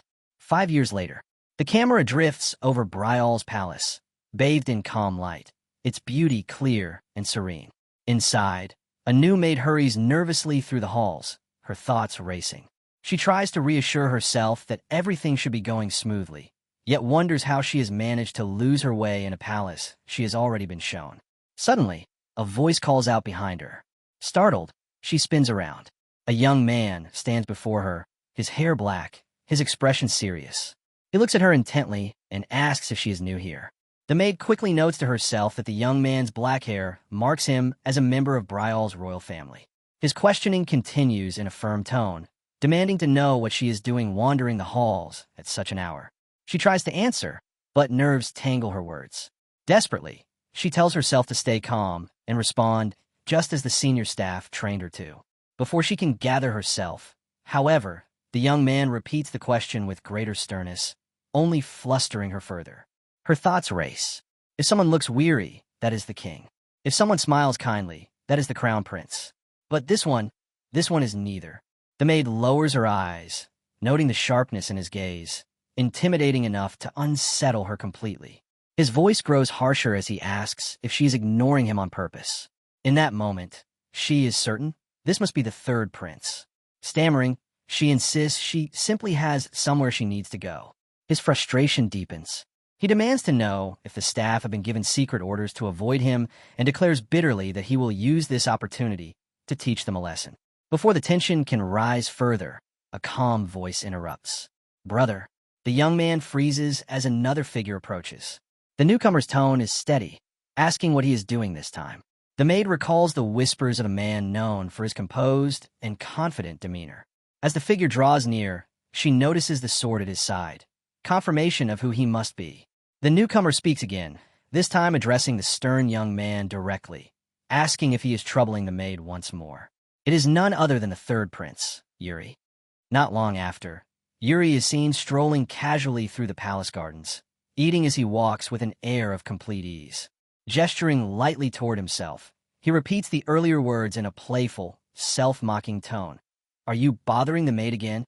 The young man snaps back curtly, no. In a shy gesture, the maid offers Yuri a small gift to thank him. Yuri accepts, tasting it calmly and thinking to himself how delicious it is. As he wipes his hands with deliberate care, his thoughts shift inward.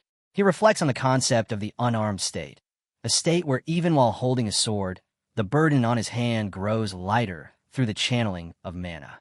After a moment of quiet consideration, Yuri concludes firmly within himself that he has truly attained this advanced level.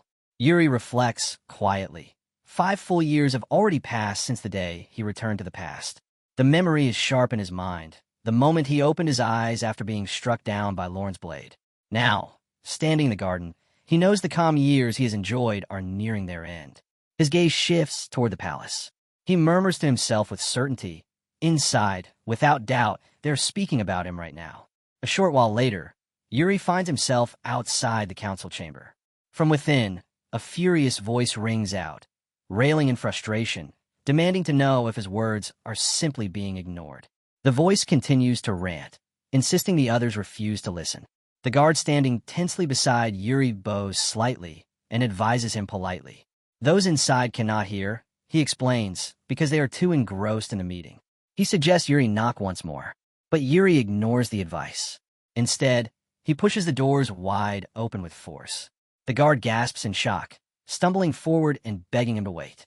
Yuri strides into the room with a mocking smile, speaking smoothly as if nothing were amiss.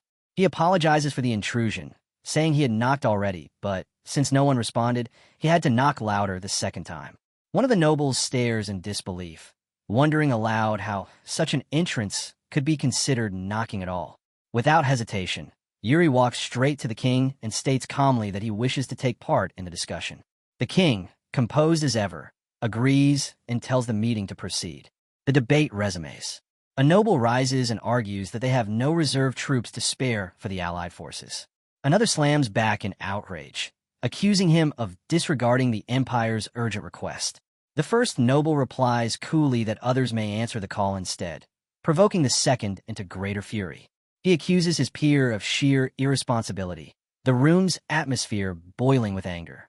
Watching it unfold, Yuri remembers. This is the very meeting, this very argument, that spiraled into catastrophe in his past life. He recalls the Empire's plea, urging the Allied nations to deploy their armies against the Orc invasion. And he remembers, with bitter clarity, how the Allied forces failed. The Orcs broke through, bringing devastation with their relentless attacks, their brutality crushing the borders of the nations that had sent aid. And yet, one nation alone remained untouched, the Empire. The truth sharpens in Yuri's mind. None of it was chance. The Empire had orchestrated it from the very start. Because of this, Brial had paid dearly, losing countless knights, its strongest and most loyal, sent to die under the banner of the Allied forces. Among the many knights lost in his past life was Lien Flandre. The memory hardens Yuri's resolve. He will never allow such tragedy to repeat. Inside the council chamber, another noble rises in protest, insisting they will send no troops at all. The room erupts once again, voices clashing in heated argument. Amid the noise, Yuri steps forward. His voice is calm, steady, yet carries undeniable weight. He declares that if no one else will act, then he will go himself. With unwavering confidence, he announces his intention to personally join the Allied forces and calls upon the others to prove their sincerity and loyalty as subjects of Brial. Standing tall before the gathered nobles, he makes it clear. Their duty is to uphold the honor of their kingdom and ensure it is never disgraced. The king listens silently, his eyes fixed on Yuri. He reflects deeply, recognizing at last the true intention behind Yuri's words. In the training yard, Yuri sharpens his swordsmanship with full concentration when a familiar voice calls out from a distance. Looking up, he sees his brother Cedric rushing toward him, breathless and anxious. Are you really going to the Allied forces? Cedric demands. Yuri answers without hesitation. Yes, he is. Cedric, unsettled, reminds him that as a prince, he has no obligation to go personally. He urges Yuri to think rationally. But Yuri only smiles with quiet confidence. This, he insists, is his duty as royalty. Hearing this, Cedric finally lets out a long breath, his tone softening. He admits he now understands Yuri's way of thinking. He asks only that Yuri returns safely, promising that in his absence, he will protect the palace.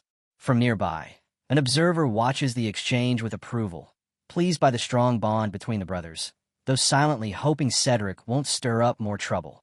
Yuri, half in jest, turns to Bernard and asks if he too is worried. Bernard shakes his head calmly, replying that he is not overly concerned. As long as Yuri avoids recklessness, he is confident he will return alive. Yuri thanks him lightly for his words, but Bernard's tone grows more serious. He warns Yuri not to underestimate the orcs. They are stronger, crueler, and more dangerous than most can imagine. Among them, he explains, exists a particularly fearsome kind, the ones who bear flags on their backs. These orcs are fiercer and more powerful than the rest, making them especially deadly opponents. Yuri listens quietly before replying with a reassuring smile. He has his own ways of dealing with them. Bernard narrows his eyes slightly, asking if Yuri already has a concrete plan. Just then, a maid hurries over, calling loudly for Yuri. She announces that a guest is waiting for him, carrying something he had previously requested. Yuri turns back to Bernard with a calm nod, confirming that he does indeed have a very specific and highly specialized plan. In the guest room, Guillermo, deputy head of Elaine's trade guild, sits waiting. As Yuri enters, Guillermo rises respectfully to greet him. Yuri wastes no time and immediately asks about Elaine. Guillermo replies that she is currently traveling and that he has come in her place. He explains that, despite his repeated suggestions for her to slow down, Elaine insists on continuing her journeys. She always replies that she is simply doing what she does best. Yuri chuckles lightly, asking if that is the only reason for his visit. Guillermo smiles and shakes his head, presenting a box. He explains that he has brought what the prince requested last time.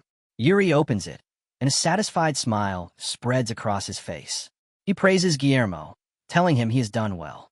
Inside lies the item he has been eagerly awaiting for so long, a set of special daggers known as Elementarian. The sight fills him with a quiet, deep joy. Curious, Guillermo leans in and admits the daggers look to him like mere ornaments, asking nervously if they are truly that valuable. Yuri replies with confidence. They are extremely valuable, rare artifacts, infused with magic from ancient times. Suddenly, Guillermo flinches back in terror, shouting that the dagger is moving on its own. His voice shakes with fear. Yuri remains perfectly calm, reassuring him that his life is not in danger. Stammering, Guillermo asks if Yuri is controlling the weapon with mana right now. When Yuri smirks and answers with sarcasm, saying he hasn't been just playing around these past few days, Guillermo stares in wide-eyed astonishment, overwhelmed by the prince's ability. A shift passes across Yuri's expression, subtle but noticeable. Nervously, Guillermo asks what is wrong. Yuri waves it off, telling him it is nothing of importance. Before leaving, Yuri requests that he pass along his regards to Elaine and later give him a report on the preparations for their new guild branch in the Empire. Guillermo bows politely, agreeing, and then departs. Once alone, Yuri reclines on the couch in a relaxed posture. His voice rings out clearly. "You can come out now." From behind him, Asana emerges quietly. Yuri turns to her, asking calmly about Goryo. With a small, satisfied smile, she reports that she delivered the warning exactly as he instructed.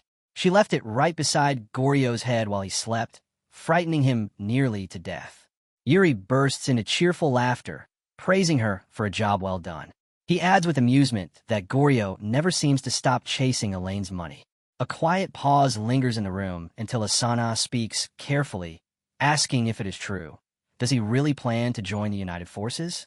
Yuri answers calmly, confirming that he does. With concern, she urges him to be cautious.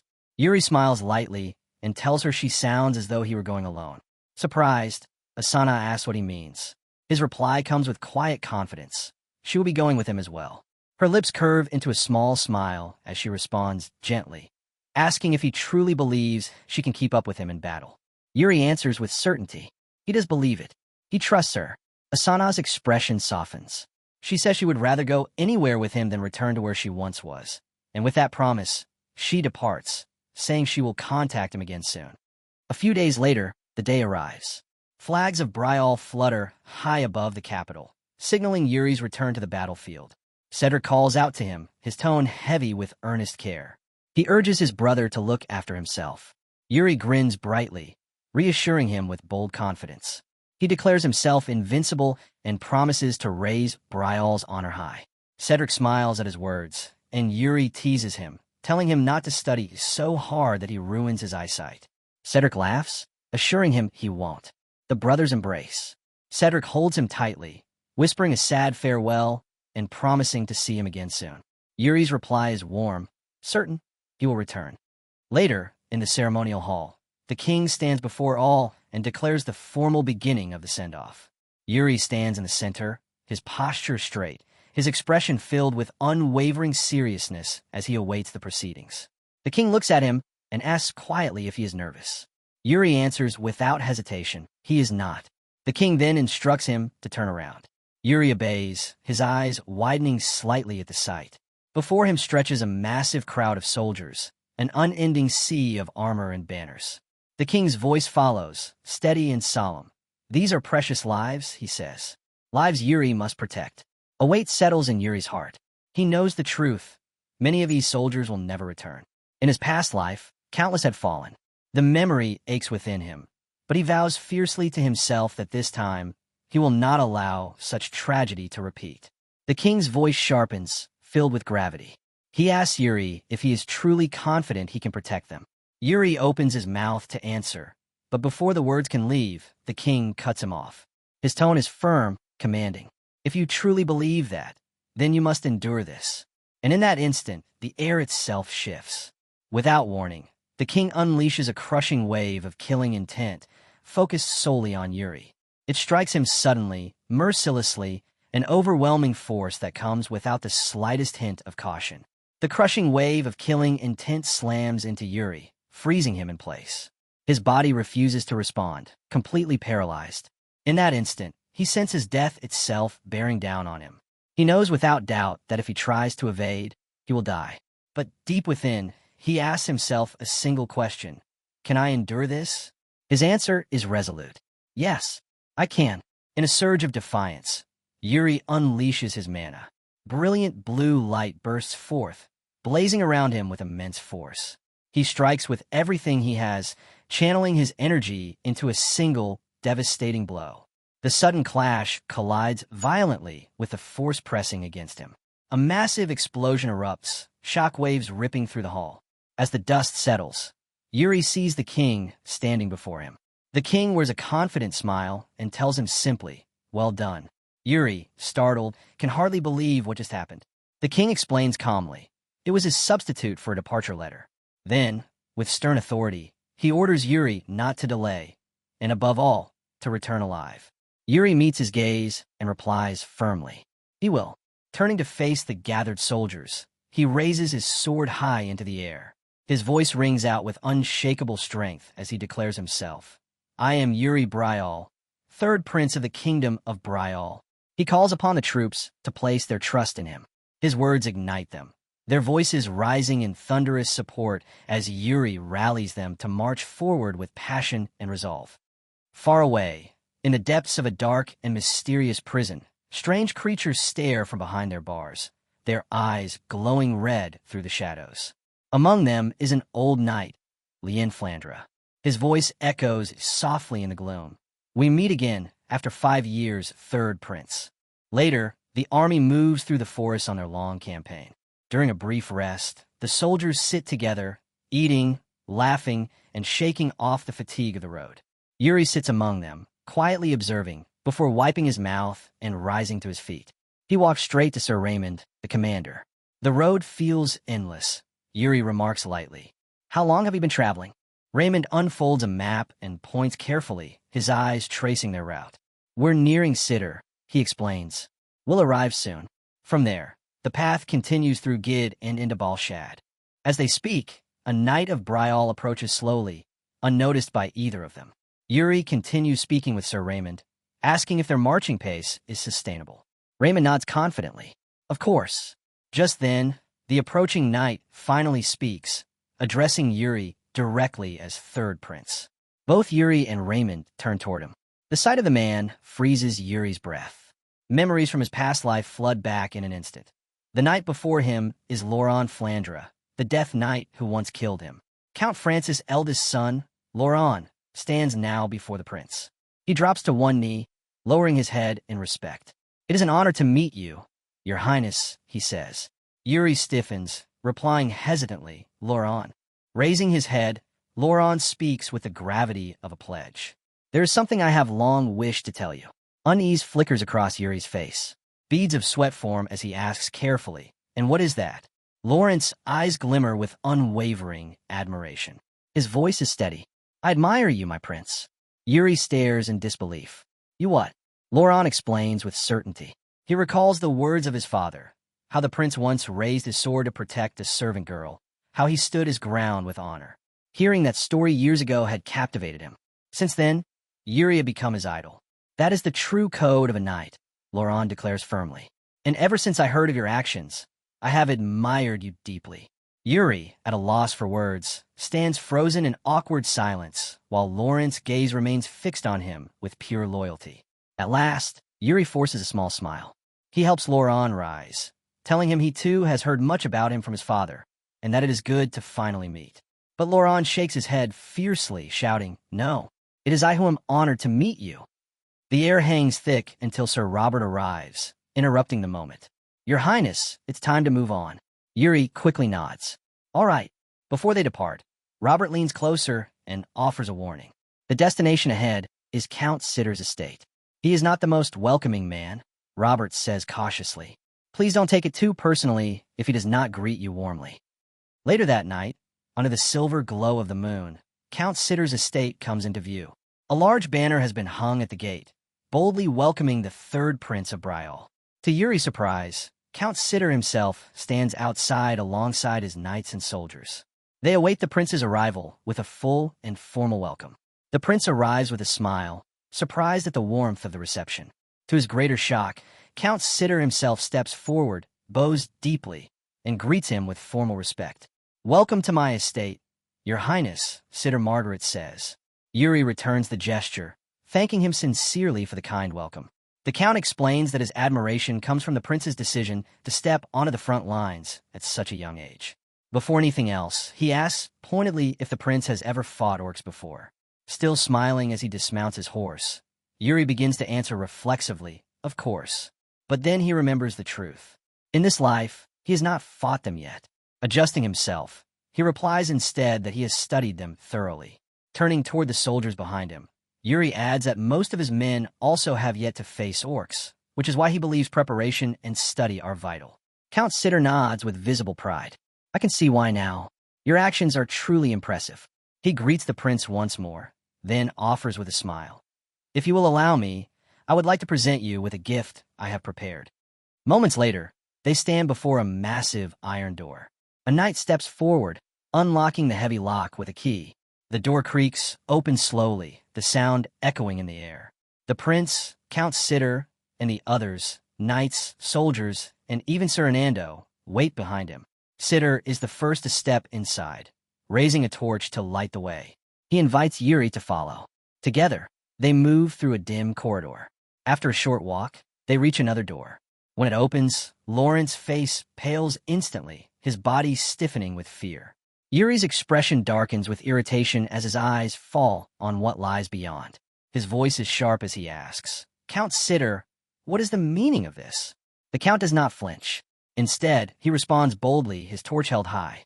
There is no need to fear. He lights the lamps around the chamber, and the truth is revealed. They're standing inside a prison, its cells crammed with captured beings, their forms shifting and restless behind the bars. The prince studies the scene carefully, taking his time to assess what's happening. Suddenly, a soldier stammers out in alarm, shouting that the creature before them is an orc. They are standing in front of a cell, holding one of the captured beasts. But Count Sitter immediately cuts him off, telling him not to call an orc, but simply a captive. He addresses everyone present, explaining that survival depends on learning everything about these monsters, their instincts, their patterns, even the smallest habits. Every detail could become a weapon in battle. Hearing this, and after Heim's explanation, Prince Yuri Bryal turns toward him and asks if this was the gift he mentioned earlier. Heim answers with pride, declaring that with war against these savage creatures on the horizon, what greater gift could there be? For the first time since entering the prison, Yuri lets out a small smile. He thanks Heim's sitter, though inwardly he thinks this man is far more deranged than he had imagined, for using such methods on orcs. Behind Yuri, one soldier looks uneasy. Noticing this, Yuri turns to him directly and asks his name. The soldier answers, introducing himself as Simon Fesh, son of Baron Bull. Yuri then tells him to voice his thoughts aloud as he stands there watching the imprisoned orc. Simon respectfully admits that he feels this treatment goes too far, that torturing the captive seems excessive, even for an enemy of war. Yuri shifts his gaze back to the orc and calmly agrees, saying Simon may be right to think that way for now. But then, he makes it clear that such an outlook will not last. Turning back to Heim, Yuri orders him to open the cell. Heim complies without hesitation. The third prince looks to Simon once more, confirming his name. When Simon nods, Yuri steps aside as the orc emerges from its cell. With a steady tone, Yuri declares that this is now real combat, then orders Simon to face the freed orc. The room falls silent as everyone holds their ground, waiting for the clash to begin. Simon steadies himself, prepared for the orc's strike. But instead of charging, the creature lets out a deafening roar, then suddenly drops to its knees. With brutal force, it slams its forehead against the ground, over and over, as though begging for mercy in its own tongue. The sight throws Simon off completely. His fighting spirit fades, replaced with pity. Watching the orc's self-destruction makes him feel as if he's committing a cruel act just by standing there. Summoning his resolve, Simon faces the prince directly and declares that he refuses to fight, that he will not raise his blade against a helpless prisoner. What Simon doesn't realize is that the orc's display is nothing but a trick. The moment he lowers his guard, the beast springs up from behind. Before he can react, a massive fist smashes into the side of his helmet. The impact is so fierce, it leaves an imprint of the orc's knuckles in the steel. Simon spits blood and nearly collapses on the spot. The other soldiers cry out his name, rushing forward, but they're too late. The orc has already clamped its arms around Simon, locking him in a crushing chokehold. The knights instinctively prepare to intervene, but before they can act, Count Sitter steps forward and raises his voice. He orders them to stand down, assuring them that most of the orc's tendons have already been severed. Standing calmly at Yuri's side, he calls out to the prince, declaring that this ruthless betrayal, is the true nature of an orc. Give them an inch, and they'll take a mile, he says firmly. One of the knights shouts in desperation, urging the third prince to save Simon immediately. But Count Sitter cuts him off again, telling them to stay calm. Simon won't die, he explains, though the chokehold will certainly make him suffer. The orc keeps its crushing hold on Simon, growling words in its own tongue while the soldiers tense, ready to strike. Yet Yuri and Count Sitter remain composed. Yuri leans toward the count and quietly asks if this means the orc has taken Simon hostage. Count Sitter admits he isn't sure, but says he'll summon an interpreter. At his command, a hooded figure steps from behind a pillar, face mostly hidden in shadow. The being's race is unclear, but its name is Corey. Prince Yuri's eyes narrow in surprise, sensing something unusual about this figure, even from where it stands in the darkness. Corey listens closely to the orc's guttural speech, then translates. The orc is threatening to break the knight's bones one by one unless everyone lowers their weapons. As soon as the words are spoken, the orc tightens its grip around Simon's neck, making him choke and cry out in agony. Yuri wastes no time. He calls out to Hernando, telling him it's his turn. Hernando steps forward, nodding in acknowledgement as he begins chanting a spell. With precision, he releases his magic, striking the orc and throwing it into confusion. Seizing the moment, Hernando signals that it's now Yuri's move.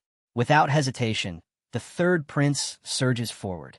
He commends Hernando for his work as he darts in, prying Simon from the orc's hold and pulling him to safety before retreating to the others. The orc snaps back to its senses, slamming its foot into the ground with tremendous force. Its roar shakes the air as it clenches its fists, consumed by rage. Watching this unfold, Yuri turns to the count and asks for confirmation. This orc isn't ordinary, is it? Count Sitter answers coldly that Yuri is correct. Though smaller than most of its kind, this one is a veteran of countless battles. His voice hardens as he recalls how they captured it. It was in the midst of devouring a knight alive. He warns them all. This orc has taken many lives already. One of the knights bursts out in anger, cursing the orc and declaring that he doesn't care if it still has Simon. He'll kill the beast right here and now. But before he can act, Prince Yuri steps in front of him, blocking his path.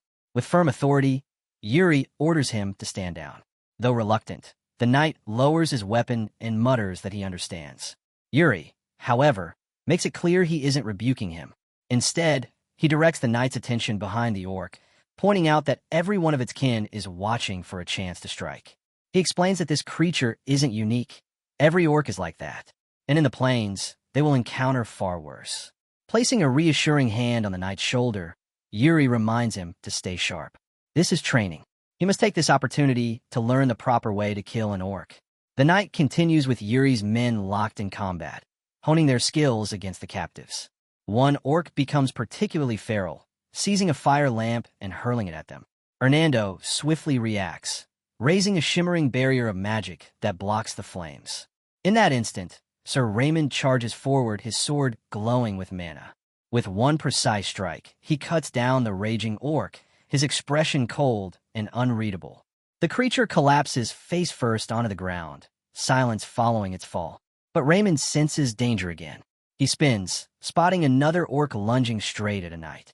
The knight stands his ground, calm and unwavering. The orc's full force crashes against him, yet his mana-infused blade holds firm. After a brief, intense struggle, the knight triumphs, his opponent slain at his feet. Breathing heavily, the knight gazes down at the lifeless orc, taking in the weight of his victory. Prince Yuri Bryal, who has been silently observing their training, begins to clap. He praises the knight for his efforts, though he adds that he knows the victory doesn't feel right. Yuri explains that this unease comes from fighting captives too weak to truly resist. Still, he reminds them all that this experience will greatly improve their odds of survival once the real war with the orcs begins. He instructs them to remember this, and to give their thanks to Count Sitter. Count Sitter steps forward, building on Yuri's words. He acknowledges that the knights may feel these actions go against their code of chivalry. But then, with a sharp edge in his voice, he tells them they must realize these creatures are not worthy of such honor. Finally, he beckons them to follow him, saying there is something more they must see. As they walk deeper into the prison, Sitter speaks openly.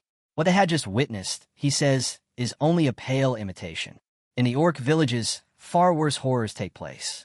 They approach another chamber, and before allowing the knights inside, Heim warns them to brace themselves. What they're about to see, he says, are the true acts of the orcs. Prince Yuri, his expression hardening, mutters inwardly that he already knows what awaits them. The knights step inside and freeze. Their words stumble as they try to describe what they see. These are half-orcs. One of them finally manages to say. The creatures are chained, yet they strain forward, reaching out the moment the knights enter. Yuri, still stern, turns to Count Sitter and remarks that there are far more of them than he expected. Sitter confirms it, admitting he too is surprised. Though half-orcs are rarely born, their numbers here are unsettling. He then delivers his final lecture of the night. Orcs capture humans and use them for their own vile amusement. These half-orcs are the result of that cruelty. Hearing this, the young knights are overcome with revulsion, shaken by the depths of the orcs' barbarity. Prince Yuri turns to Count Sitter and asks if he despises the orcs.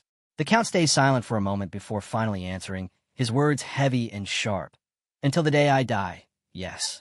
The venom in his tone reveals the hatred buried deep within him. After that, he falls quiet again. Yuri studies him in thought. To him, it feels as though the Count has grown numb to these atrocities, as if he has long lived with them. Yuri tightens his grip on his sword and reflects inwardly. Every man carries his own nemesis.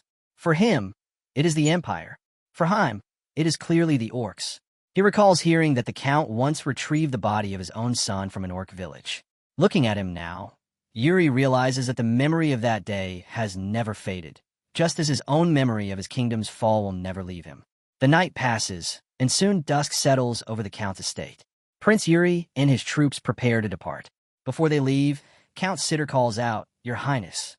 He presents someone to the prince, the translator from the prison. Yuri looks at the hooded figure and asks if he is the same one from the cellar the night before. The figure bows his head, confirming it, and once again introduces himself as Corey. Yuri gives a faint smile, acknowledging his skill for speaking the orc tongue. But Corey, with unease clear in his voice, calls out to the prince, saying he has something important to tell him. Before he can continue, Yuri cuts him off. He tells Corey to stop, that he already knows what he's about to say. Corey blinks in shock, unable to hide his surprise, and stammers, "Pardon." Yuri answers firmly, saying he understands what troubles Corey, but assures him that it's not something he needs to worry about. Instead, he hands Corey a gauntlet, calling it a token of goodwill for their future cooperation. Immediately, Corey tries to refuse, insisting he isn't worthy of such a gift. But before he can finish, Yuri suddenly calls out for Sir Raymond. The knight answers at once, stepping forward to stand before his prince. The prince smiles faintly as he turns to Sir Raymond, asking if the land ahead marks the border. Raymond confirms it, but adds that they may run into a number of bandits along the way. Still, he reassures Yuri that there's no need to worry about an ambush. Yuri shakes his head and refutes him. He tells Raymond not to think so lightly, that bandits are just as much a danger to the border as rocks blocking the path. He presses the knight, asking if he isn't correct. Then he firmly declares that they will wipe out the bandits as they cross the mountains. Meanwhile, deep in the forest, merchants travel with their goods. Suddenly, riders thunder down the path, the bandits who claim this mountain as their own. They block the merchants' way, flashing their blood-soaked blades to strike fear into them. The leader, silent and merciless, raises his stained sword high while glaring down from horseback. The next moment is nothing but slaughter, the ground painted red in a brutal massacre. By the following day, Prince Yuri's knights and soldiers march into the forest, moving with disciplined precision along the route to their destination. At one point, Yuri glances back at Corey. He knows whispers will spread once the troops learn Corey is half-orc. But he's already entrusted Corey to Hernando as a retainer and believes Hernando will manage the matter without trouble. Focused again on the march, Yuri studies the map, trying to fix their current position. He calls for Jared, who quickly responds, "Yes, sir," and rides forward. Once Jared approaches, Yuri points to the map and assigns him a task. He will now be in charge of reconnaissance. Yuri marks the location for him and orders him to go and report back. But Jared hesitates, confused. With a troubled look, he asks why he would be given such a role here of all places, since this area is known for being overrun with bandits. Jared quickly understands what the prince is planning and refuses at first. He argues that the bandits will only scatter once they're tracked, so there's no point. He asks Yuri again if he's truly certain about this. Yuri answers without hesitation. If the bandits flee, they'll simply hunt them down. He reminds Jared that these outlaws prey on merchants in the borderlands, and for that reason alone, they cannot be allowed to roam free. Then, with a sly grin, Yuri teases him, asking if he's scared, lacking confidence. He adds that such weakness isn't something he'd expect from a knight of Jared's caliber. The prince continues, saying most of the soldiers are too nervous for such a task, and he himself is still young and inexperienced. Jared, however, is different. He's a genius swordsman who thinks on a level beyond ordinary men. Yuri's words do their work, stirring Jared's pride. With determination flaring in his eyes, Jared spurs his horse forward, promising he'll return quickly. Yuri smiles as he watches him go, calling out that he'd better, and that he likes his spirit. Sir Raymond rides up beside Yuri, noting how much the prince seems to value Jared. Yuri brushes it off with a light laugh, saying cherish is too strong a word. He simply keeps Jared by his side. He glances at Raymond, studying him for a moment, then suddenly asks if he can pose an uninteresting question. Raymond grants him permission, so Yuri asks plainly, what is it that he fights for? The question catches Raymond off guard, but after a pause, he answers. He admits it's been a long time since anyone asked him that. The only answer he can give, he says, is an old one, the safety of Bull. Yuri listens closely, his eyes widening as though something within him sparks at those words. With a smile, he thinks to himself that it's not a bad answer at all. He then gives Raymond an order. Maintain the current marching pace. He himself will ride ahead to check on Jared. With that, Yuri turns his horse and dashes forward at full speed. Meanwhile, deeper in the forest at the bandits' stronghold, one of the outlaws lies bound on the ground, shouting desperately for help. But someone steps into view, the one who captured him, is Yuri Bryal. Leaning down, the prince tells the bandit to keep quiet, warning him that making noise is no way to value his life. Yuri leans closer to the trembling bandit, repeating his question. Does he truly not know how to value his own life? Just then, Jared calls out from a distance through the scope. He reports that he has located the bandit's base. Both the prince and the captured outlaw turn their heads in surprise. Jared points straight ahead, confirming the location, and Yuri commends him for his efforts in finding it. Before moving forward, though, Yuri raises a question. He asks Jared if it doesn't seem strange that this man was patrolling alone. Bandits usually travel in pairs or more. Turning back to the captive, Yuri asks if his boss truly sent him out here by himself. The terrified bandit stammers, claiming it's true. He insists he's only a rookie and doesn't know much. But as he speaks, something faintly glowing around his neck catches Yuri's eye. Without warning, Yuri grabs at it, startling the man into panic, thinking he's about to be struck. Yuri studies the shining trinket closely, then asks him what it is. The bandit remains silent at first. Yuri presses again, asking if it belongs to him. The outlaw blurts out that it isn't his. It was given to him by his boss, who ordered him to wear it whenever he went on patrol. Yuri doesn't believe him. His suspicion sharpens as he slowly draws his sword, remarking that the item looks very much like an artifact. He demands to know what kind of magic is embedded within it. Overcome with fear at the sight of the drawn blade, the bandit cries out, begging for mercy, insisting he knows nothing. Is that so? Yuri responds coldly. Then, after a moment, he sheathes his sword and smiles. In that case, I'll just capture your boss and ask him myself. Time passes. Later, in the mountains, Yuri watches the bandit's movements through the scope. Suddenly, someone rushes toward him, calling out urgently, "Your Highness!" Jared and his men arrive swiftly, reporting to the prince. He explains that, as instructed, their forces have been stationed along all likely escape routes, and scouts have been sent to monitor the bandits' movements inside the camp. Yuri listens, then praises Jared with a bright smile, telling him he's done well. He adds that if they stir things up from within, the bandits will trap themselves. Jared blinks in confusion, asking what the prince means by stirring things up. Yuri offers no answer. Instead, he orders everyone to move out immediately, warning that if they delay, they'll gain nothing. Mounting his horse, Yuri suddenly surges forward at full speed, leaving the others behind. Jared shouts after him in shock, calling for him to wait, his voice echoing through the trees. "Your Highness, it's dangerous to go alone." But Yuri doesn't slow down. He rides straight into the heart of the bandit camp and bellows a command to his soldiers. Charge! The bandits, caught off guard while going about their routines, are thrown into chaos. Confusion spreads as the thundering of hooves closes in from all directions. In the midst of the uproar, Yuri and his horse crash into the camp with devastating force, scattering everything in their path. The bandits who are thrown to the ground stare in shock as Yuri looms over them. With a dark edge in his voice, he mocks them, laughing as he calls them what they are, bandits. By evening, the rest of Yuri's soldiers storm into the camp, their voices frantic as they cry out for their prince. When they finally reach him, they stop short, gasping for breath.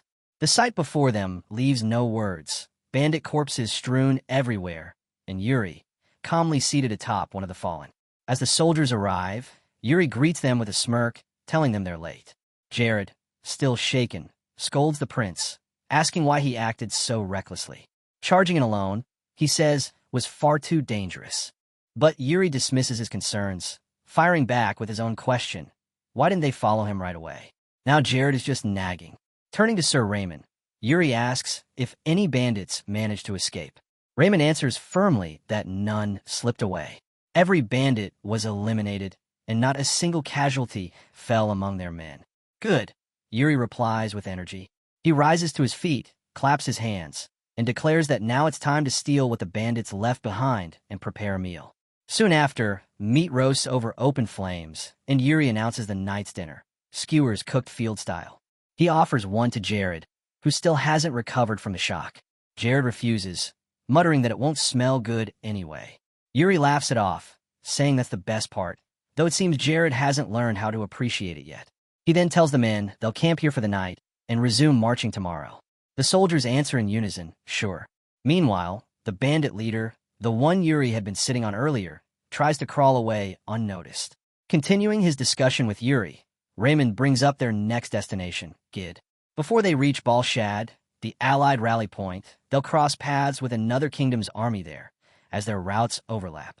Acting as if he hasn't noticed the bandits' movements, Yuri suddenly drives a brutal kick into him. Teeth fly as the bandit crashes down, spitting blood. Without pause, Yuri asks Raymond which kingdom they'll be meeting at Gid. Raymond's expression hardens as he replies, "It's the Holy Kingdom." Yuri smiles at the name, recalling that it's the country famed for holy magic. "Good," he says, with enthusiasm. He adds that if they befriend them, perhaps the Holy Kingdom's people will heal them. But Raymond, after a moment of hesitation, admits quietly that he isn't so sure about that. Sir Raymond lowers his voice as he continues, telling the prince of a rumor. The commander of the Allied forces is none other than the princess of the Holy Kingdom. Yet, because she is said to be on the weaker side in the struggle for power, whispers claim she is desperate to prove herself.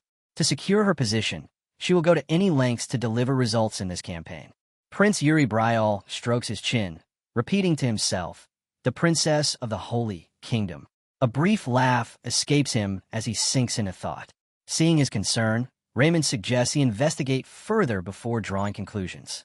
But Yuri simply smiles and shakes his head. "There's no need," he says. He will meet her face to face soon enough. He gazes up at the starlit sky with a calm smile, his mind turning toward Balshad, the assembly point of the Allied forces. The midpoint to Balshad is Gid, a city tasked with supplying provisions to the armies. Being an independent region, however, its laws must be strictly followed. Any violation would fall under military law. Yuri remarks that they be finished if they cause trouble here. He instructs Raymond to ensure the soldiers are educated on this matter, knights included. Raymond bows slightly and replies, "Yes, Your Highness." With discipline tightened, the troops are stationed outside the city, while Yuri himself makes his way into the Lord's estate. The Lord greets him warmly, smiling as he welcomes the third Prince of Bryal. "It is a pleasure to meet you," he says with grace. Yuri responds with equal respect, thanking him sincerely for the welcome and expressing, on behalf of Bryal, his gratitude for Gid's cooperation. The Lord waves his words away modestly, assuring him there is no need for such formality. Gid, he says, will give its utmost support to the Allied forces. As they take their seats, the Lord praises him further. He recalls how His Majesty, the King of Bryal, made legendary contributions against the orcs in his younger years. And now, with his son Yuri here on the battlefield, surely the orcs must already be trembling. He ends with a soft laugh. Yuri joins him, laughing lightly in return. With confidence, he promises that he will do his best to live up to that expectation. As they sit together, a servant leans in to whisper something to the Lord. After hearing the message, the Lord turns back to Yuri and informs him that the princess of the Holy Kingdom has just arrived. He asks if Yuri would like to meet her now. Without hesitation, Yuri replies that he would be glad to. Moments later, the doors open and the princess enters. The Lord rises at once to greet her. It is the second princess of the Holy Kingdom, Princess Sibylla. She walks with regal poise, flanked by two knights at her side. Her face is stern, showing no trace of warmth as she introduces herself. The Lord bows respectfully and welcomes her again, addressing her as Your Highness and calling it an honor to meet her in such a barren land. But Sibylla's eyes immediately drift to the side, locking onto the man seated in the room. With her rigid expression, she asks coldly if he is one of the Lord's vassals. The man she speaks to, Prince Yuri Bryal, simply studies her curiously without responding right away. Before he can speak, she curtly interrupts, saying she has matters to discuss with the Lord and would like him to step out. Sensing the misunderstanding, the Lord quickly tries to intervene, intending to properly introduce the prince. But before he can finish, one of the holy knights bursts out angrily. His voice booms through the room as he yells at Yuri for his insolence. "How dare you remain seated before Her Highness? When she speaks, you stand," he roars, scolding relentlessly. Yuri only smiles. Then, without restraint, he responds casually, "Well, I'm the third Prince of Bol." The words hit like a thunderclap. Everyone freezes, shock, embarrassment, and silence filling the room. Those who have been rude just moments before are struck dumb, fumbling for words to break the tension. Yuri adds to his declaration with a calm but firm voice, telling them that though he may not look it, he is the one commanding Bol's troops. One knight stammers nervously, "Oh, Your Highness, I..." But Yuri cuts him off, raising his voice with a sharp grin. He declares that the fault is his alone, that he should have dressed more like them in the first place. Yuri smirks and adds that instead of dressing formally, he chose to look like some neighborhood rascal.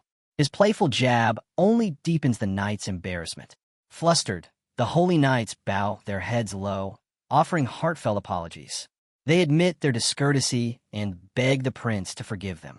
Later, as tea is served, Yuri turns to the Lord and asks if he truly looks shabby in this outfit. The Lord chuckles warmly and assures him that he does not. Princess Sibylla then lowers her gaze and apologizes for the earlier misunderstanding, asking him to please stop bringing it up. Yuri chuckles and teases, asking if he really should. Then, with a lighter tone, he proposes they start over with a proper introduction. He introduces himself as Yuri, third prince of Bryal, extending his hand. Sibylla shakes it politely and responds that it's nice to meet him. Yuri then addresses her by name, Sibylla, and suddenly asks her age. Caught off guard, she hesitates before answering that she is 20. She follows with her own question, asking why he wants to know. Yuri grins and replies that he is 18. A 2-year difference, he says, is hardly a difference at all. So from his perspective, they are basically friends, and friends have no need for stiff formalities. Isn't that right? He presses. Surprised, Sibylla can only let out a startled "oh." The Lord laughs, pleased by the exchange. He remarks that it's good to build friendships before facing the brutal orcs together. He then turns to Sibylla, asking if she is all right with such familiarity. Though hesitant, she nods and agrees. Once the introductions are properly settled, Yuri addresses Sibylla again. He mentions that on his way to Gid, he noticed he hadn't seen any troops. He asks if her knights had arrived in advance. Sibylla confirms that is correct. The rest of the army will arrive tomorrow. Yuri rubs his chin in thought, remarking that he hopes nothing bad happens. His words strike a nerve, and Sibylla bristles with anger. She snaps that the rules and discipline of the Holy Kingdom are beyond doubt. Then she sharply asks if he's implying there will be conflict. Calm and composed, Yuri shakes his head. No, he tells her he was speaking of external conflict, not internal. He explains that orcs sometimes appear even within secure borders, and despite their size, they're capable of launching ambushes. The Lord, smiling, supports Yuri's warning. He adds that the orcs are cunning creatures, far more deceptive than their massive size suggests. Yuri ends the matter by saying that, of course, this is the Holy Kingdom they're talking about, so he's sure there won't be problems. Still, he cautions Sibylla to remain alert. Time passes, and the meeting draws to a close. Later, in the city, Yuri takes a stroll with Hernando. Hernando asks him what he thought of the Holy Kingdom's paladins. Without hesitation, Yuri answers that they're far too rigid, and that Princess Sibylla will have a hard time managing them. With a small grin, Hernando then asks if Yuri likes the princess, since he seems a bit concerned about her. Yuri admits that maybe he does, but quickly changes the subject as he digs into his pocket. Pulling out the item he had taken from the bandits, he holds it up and asks Hernando if he's sure it came from here. Hernando nods toward a nearby shop, saying this is the only place in the region that sells such items. Yuri asks if the bandit captain was telling the truth, that this thing could lure orcs. Hernando replies carefully, saying that what the bandit captain actually claimed is that orcs would go berserk and rush at whoever carries it, drawn to its aura like addicts to a drug of war. He admits it could be an artifact, but scoffs at the thought, saying it's too crudely made to be worth calling one. He doubts it would function well. As they linger talking in front of the shop, the owner grows impatient. Finally, he snaps, shouting at them to leave if they're not going to buy anything. Yuri and Hernando exchange a glance, then turn to go. They mutter that it seems no such items are left here. Likely, the bandits bought them all. As they walk away, Yuri smiles faintly, saying it's unfortunate. Just then, Hernando notices something. He calls out urgently to Yuri, pointing ahead. Yuri follows his gaze and sees a group of bull soldiers slipping into a building. Hernando narrows his eyes at the building and tells the prince it looks like gambling is going on inside that bar.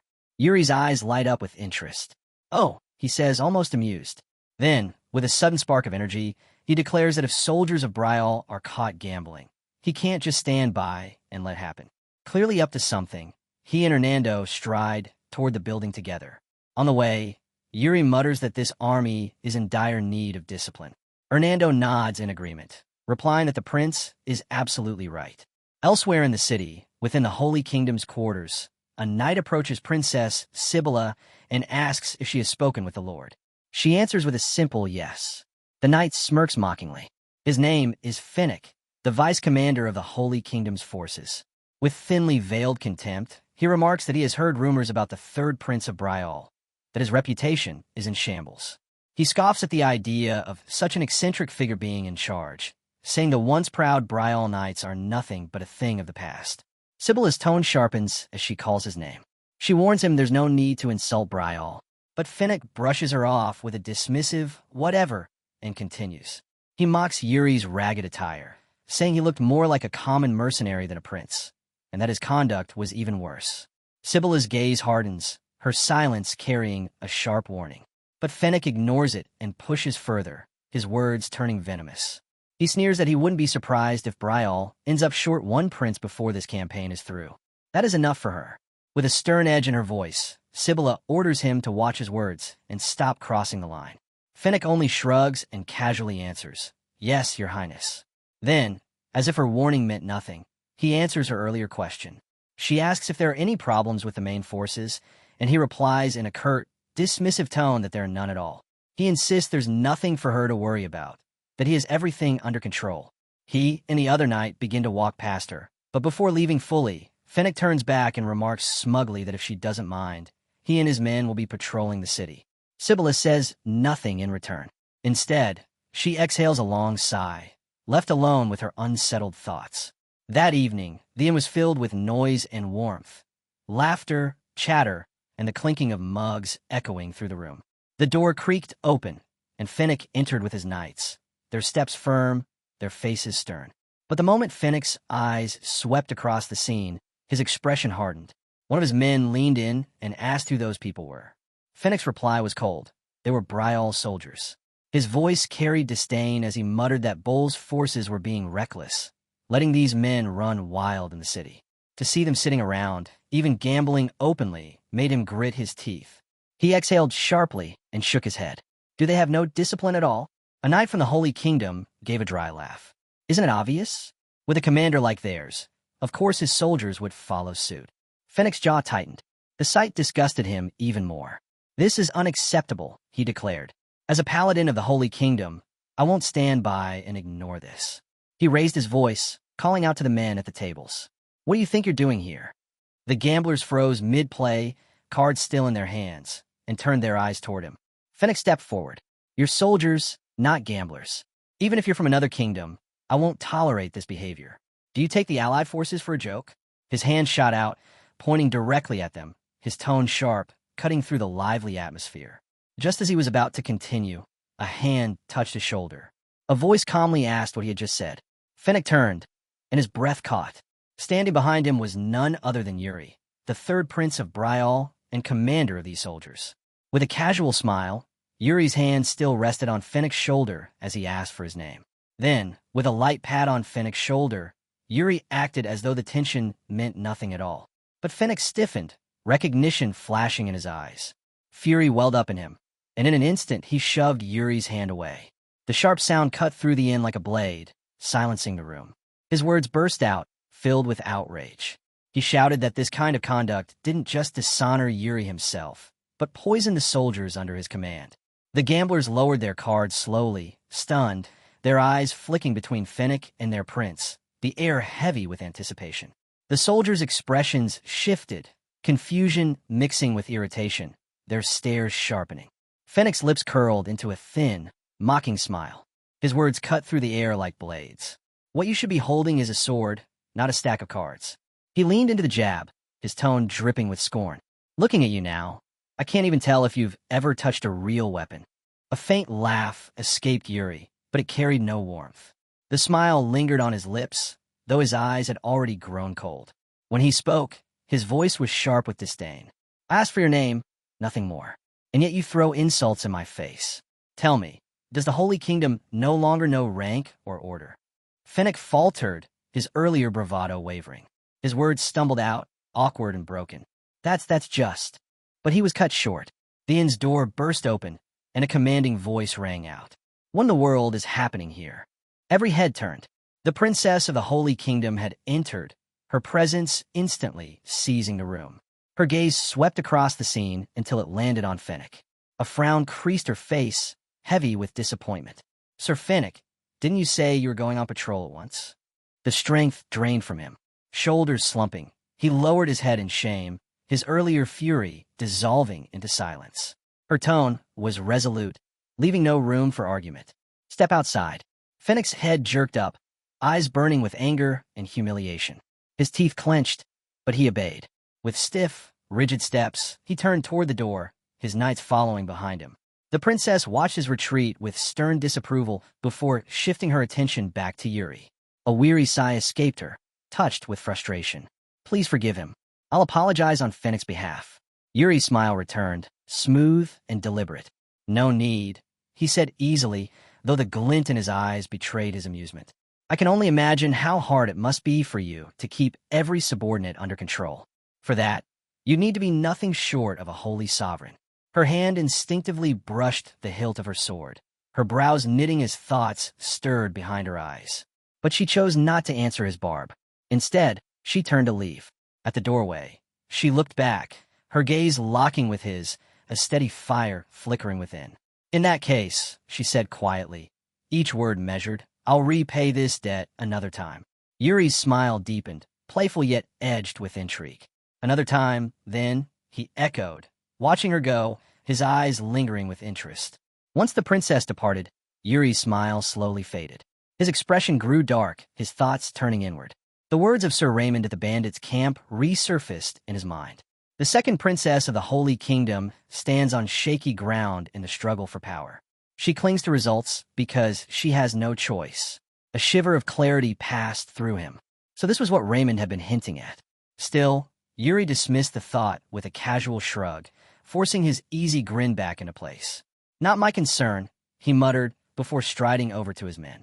He dropped into their midst, laughter rising as he joined their boisterous game. The soldiers eagerly jostled to face him next, shouting over one another with drunken excitement. Yuri chuckled, pointing at the challenger who stepped forward. I like that confidence, he said, his tone playful, his grin wide. The scene shifted. Outside, Sir Finnick stood with his knights, his annoyance heavy in the air as the princess approached. His frustration broke loose the moment he saw her. Have you already made friends with the third prince of Brial? He demanded, his words sharp, brimming with resentment. Her reply was calm, her voice steady. Is that really the problem right now? But Finnick's anger spilled over. His voice rose, each word laced with accusation. I warned you about that prince, his lack of dignity, his arrogance. His tirade was suddenly cut short. A voice, desperate and raw, pierced the tension. Your Highness! Both turned sharply, their argument instantly forgotten. A rider thundered toward them, blood streaking his armor, his horse foaming and stumbling with exhaustion. The soldier barely managed to dismount before collapsing to one knee. Forgive my disrespect, he gasped out, chest heaving, but this cannot wait. The princess stepped forward, her face paling as dread crept in. What message do you bring? The soldier's voice cracked, trembling with urgency. The main forces, they've been attacked by the orcs. The words struck like lightning, freezing both Finnick and the princess in stunned silence. Moments later, the princess mounted her steed, now clad in her full battle armor, her figure commanding and resolute. The time for hesitation had ended. The field of war awaited. The Lord of Gid stood beside the princess, his voice carrying both respect and unease as he addressed her. Your Highness, are you leaving at once? She gave a firm nod. I am. But before she could depart, the Lord hesitated, then spoke, his words heavy with caution. Forgive me if this sounds improper, but I must say it. What are your thoughts on requesting aid from the Brial forces? Her eyes fixed on him, sharp and thoughtful, weighing his suggestion in silence. The Lord pressed on, his tone earnest. If we wish to reduce losses among our allied troops, this may be the wisest course. He barely finished when Finnick burst in, his voice loud and unyielding. Nonsense! His glare burned with defiance. The Holy Kingdom handles its own battles. Or are you suggesting we knights of the Holy Kingdom could be bested by mere orcs? The Lord stiffened, his face drawn tight with unease. He forced an awkward laugh, waving his hands quickly. No, that's not what I meant at all. Before the tension could boil over, the princess intervened. Her voice was steady, composed. It's all right. She offered the Lord a small, reassuring smile. I know your concerns come from loyalty, but trust me, this will end without trouble. Still, I thank you for speaking your mind." With that, she seized her reins, determination flashing in her eyes. Her command rang out clear. "Knights, ride." The ground trembled as hooves thundered, her forces surging forward behind her, a storm of steel and resolve rushing to the aid of their main army. The Lord of Gid remained where he stood, his face shadowed with lingering worry as he watched them disappear into the distance. At his side, a soldier shifted uneasily before muttering, "The Knights of the Holy Kingdom. They are truly stubborn." The Lord gave a solemn nod, especially that Vice Commander, Fennec. But it can't be helped. His expression hardened as he straightened, voice turning firm. "Send word to the third prince in the Bryal camp." The soldier bowed deeply. "Yes, my lord." Before the soldier departed, the Lord of Gid's tone turned sharp, leaving no room for hesitation. "Go quickly. Waste no time." The soldier bowed low, then sped off on horseback. Time passed, and soon he arrived at the Bryal camp. Dropping to one knee, he delivered the message to the third prince. Yuri unsealed the letter, his expression tightening as his eyes moved across the words. A shadow of concern darkened his face. Sir Raymond approached. "What does it say?" Yuri's voice was heavy as he answered. "The Holy Kingdom's main force has been struck by the orcs." Raymond froze, disbelief flickering across his features. "What?" Yuri continued, his tone low. "The Lord of Gid is asking us, as part of the alliance, to join in wiping out the orcs nearby." Raymond's brows drew tight with confusion. "But why would Gid be the one to ask this of us, and not the Holy Kingdom themselves?" For a moment, Yuri was silent. Then the image of the Holy Kingdom's vice commander surfaced in his mind, and a faint smirk tugged at his lips. Most likely, someone was being stubborn. He straightened, his voice turning brisk. "Prepare to move, Raymond." Raymond thumped a fist against his chest. "As you command, Your Highness." Yuri's eyes shifted to the messenger. "What's your name?" The soldier's reply was slightly breathless. "Roy, Your Highness." "Roy." Yuri nodded. "Go to the bar by the Talisman Market. Tell my knights to assemble here. And one more thing." A mischievous glint lit his gaze. "Say this. The third prince will only take the first 10 who arrive. That'll make them run." Roy's eyes widened with sudden clarity. "Yes, Your Highness." "Understood." He mounted at once and tore off into the night, dust trailing behind him. Yuri watched him go, then set the letter down beside the lantern. He brushed his hands together, his expression unreadable. Finally, his lips curved into a sly smile. "Good. Time for a night stroll." Later that night, Yuri rode out at the head of his knights, guiding them toward the orcs' location. His mood seemed light, almost playful. Turning to his men, he called out with a grin, "You're not still drunk, are you?" "Not a chance, Your Highness," they roared back, swords raised high, their spirits blazing with vigor. Yuri burst into laughter at his knights' roaring reply. "Good. That's what I like to hear." Turning to the right, his gaze fell on Jared. The man's complexion was pale, his posture unsteady.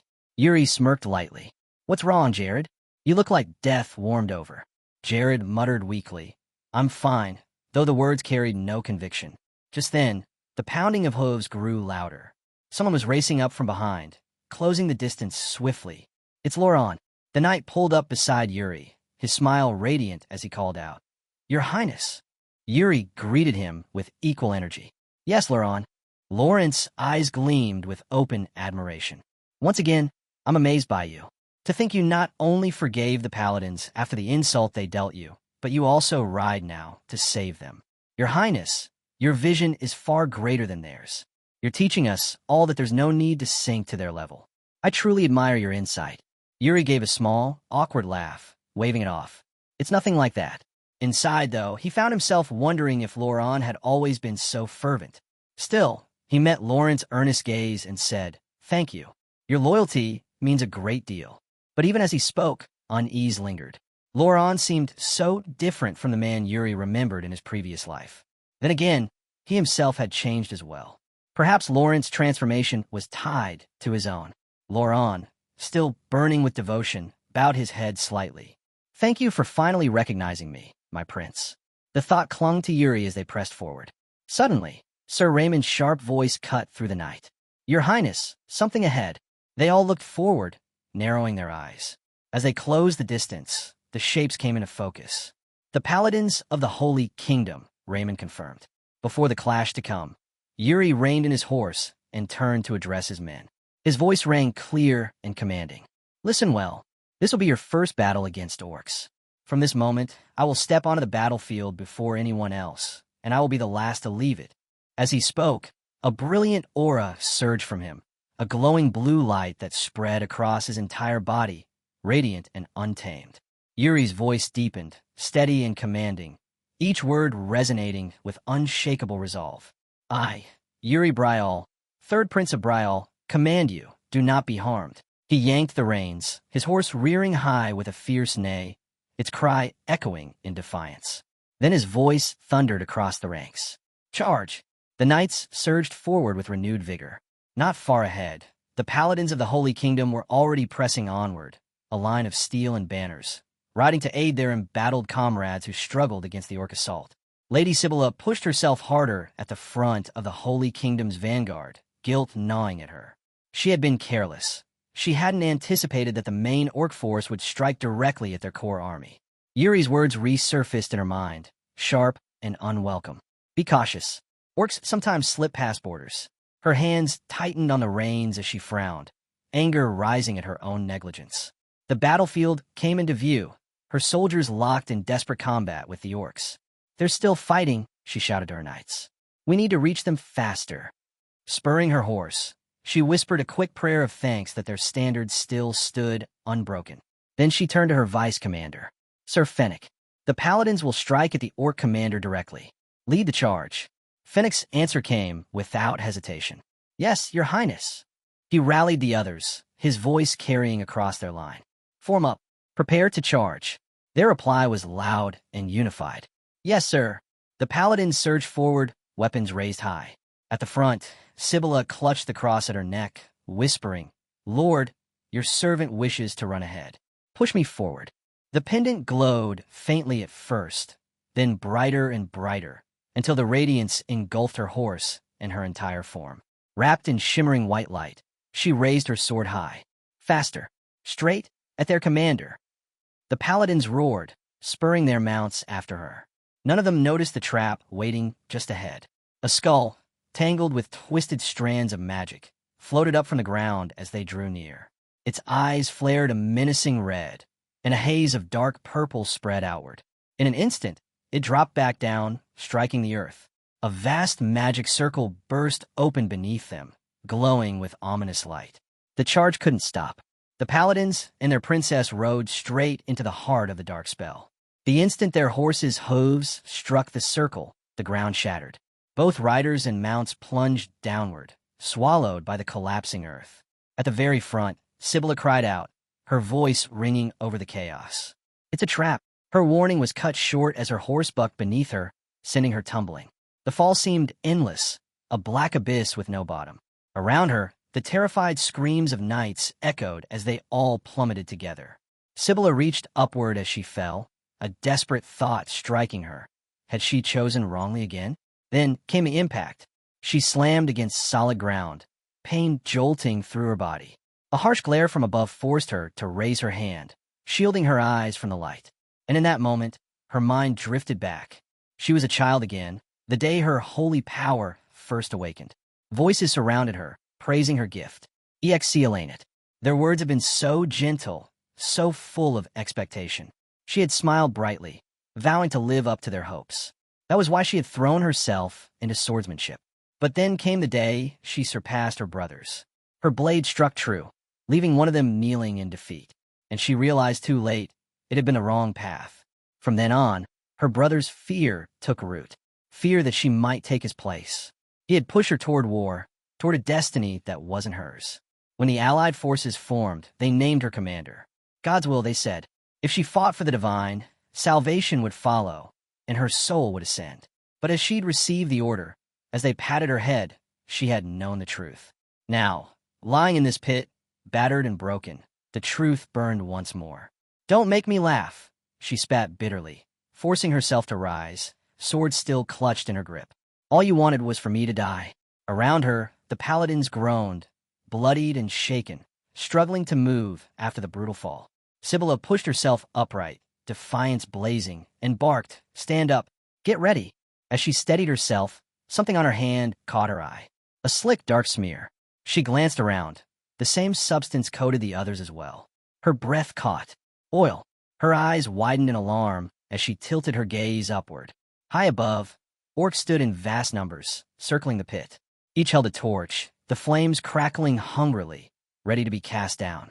All Sibylla could see were the blazing torches held by the orcs above.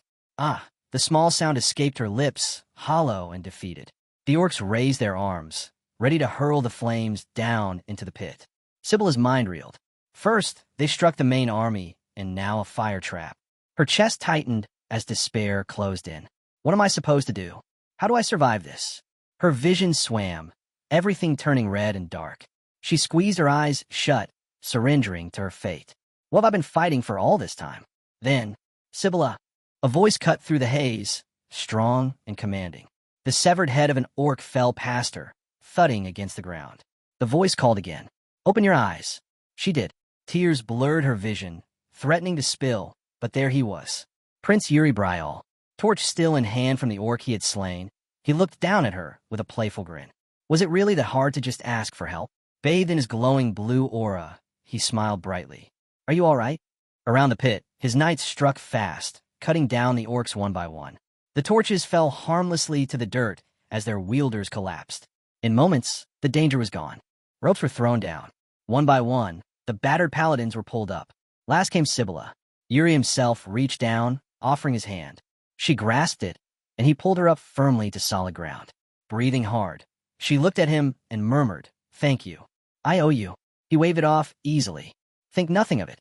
Before another word could pass between them, a voice called out, "Prince." Both turned. It was Finnick. He stepped forward, bowed his head, and spoke with solemnity. "I, Finnick, Vice Commander of the Holy Kingdom's Knights, greet the third Prince of Bryal, and I formally apologize for my behavior at the tavern." Both Sibylla and Yuri blinked in shock at his words. Finnick went on, voice steady but humbled. "I will never forget this kindness, not until the day I die." Sibylla's eyes widened. Could this truly be Finnick apologizing? Yuri, however, only smiled, confident, unruffled, as though nothing had ever stood between them. "I accept your apology," he said. Then his tone shifted just slightly. "And if the day ever comes when Bryal finds itself in need, I hope the Holy Kingdom will lend its hand as well." A piercing scream cut through the night, snapping Yuri's attention toward the battlefield. Steel still clashed violently, soldiers struggling against the crushing weight of the orcs' massive maces. But above the chaos, one orc lifted a great horn to his lips and blew. The low, thunderous note reverberated across the field. Yuri's hand tightened around his sword hilt. His instincts screamed danger. Yet, instead of pressing the attack, the orcs abruptly broke away, turning their backs and retreating in unison. Yuri's eyes narrowed. So, they flee because they failed to crush the paladins? His voice hardened into a growl. "I won't allow it." His command rang out, sharp and unyielding. "After them. Don't let a single one escape."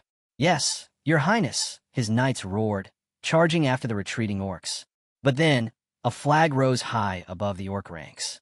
3 banners, each marked with the same sigil, rippled in the night wind. Yuri's expression darkened instantly. An orcful. The ground quaked as a towering figure emerged. Each colossal step split the earth beneath its weight. A giant orc, its massive frame adorned with a flag draped across its back, marched forward with murderous intent. Its roar shattered the air. Sibylla's voice trembled with urgency. "Yuri!" But he raised a hand, signaling her to hold back, his eyes locked on the monster. The orcful hefted a massive bow, its arrow glowing with twisted, dark mana. The string drew taut, then released with a thunderous snap. The blackened projectile screamed through the air, ripping toward Yuri with devastating speed. Yet Yuri stood still, unflinching. His stance was unwavering, his gaze focused. At the last instant, his eyes flared with brilliant blue light. Channeling his mana, he swung. Bam! His blade cleaved the arrow in two, the fragments scattering harmlessly across the ground. Lowering his weapon, he spoke calmly, his words almost casual against the storm of magic around them. "It seems the orc commander is rather upset by my presence." Mana surged from his body, brighter and stronger than before, cloaking both himself and his sword in a radiant glow. A confident smile tugged at his lips. "Very well," he said softly, his voice carrying like steel. "I'll answer his challenge." Sword raised, aura blazing, Yuri stepped forward. Each stride was deliberate, powerful, commanding the battlefield as the orcs pulled back in anticipation of what was to come. Yuri put some distance between himself and the others, planting his feet firmly into a fighting stance. His voice carried back with steady confidence. "I'll return soon." "Wait, don't go alone," Sibylla called after him, her worry plain. But he didn't slow. Without another word, he charged forward. A cluster of orcs noticed his advance. One broke off, muscles flexing as it braced with a long spear. It bellowed something guttural in its tongue, then hurled the weapon with terrifying force. The spear tore through the air, a blur racing straight for Yuri's face. He saw it, but he didn't stop, sword still at his side, his eyes narrowed, focusing entirely on the strike. And then, a memory surged back. Bernard's voice echoed in his mind. On the battlefield, countless things change: terrain, weather, timing. Most improve through training. But your Highness's soul severance is different. He remembered himself frowning, confused. Different? How? Bernard's sigh had been heavy. You instantly read the situation. You see the best option, and your body just acts.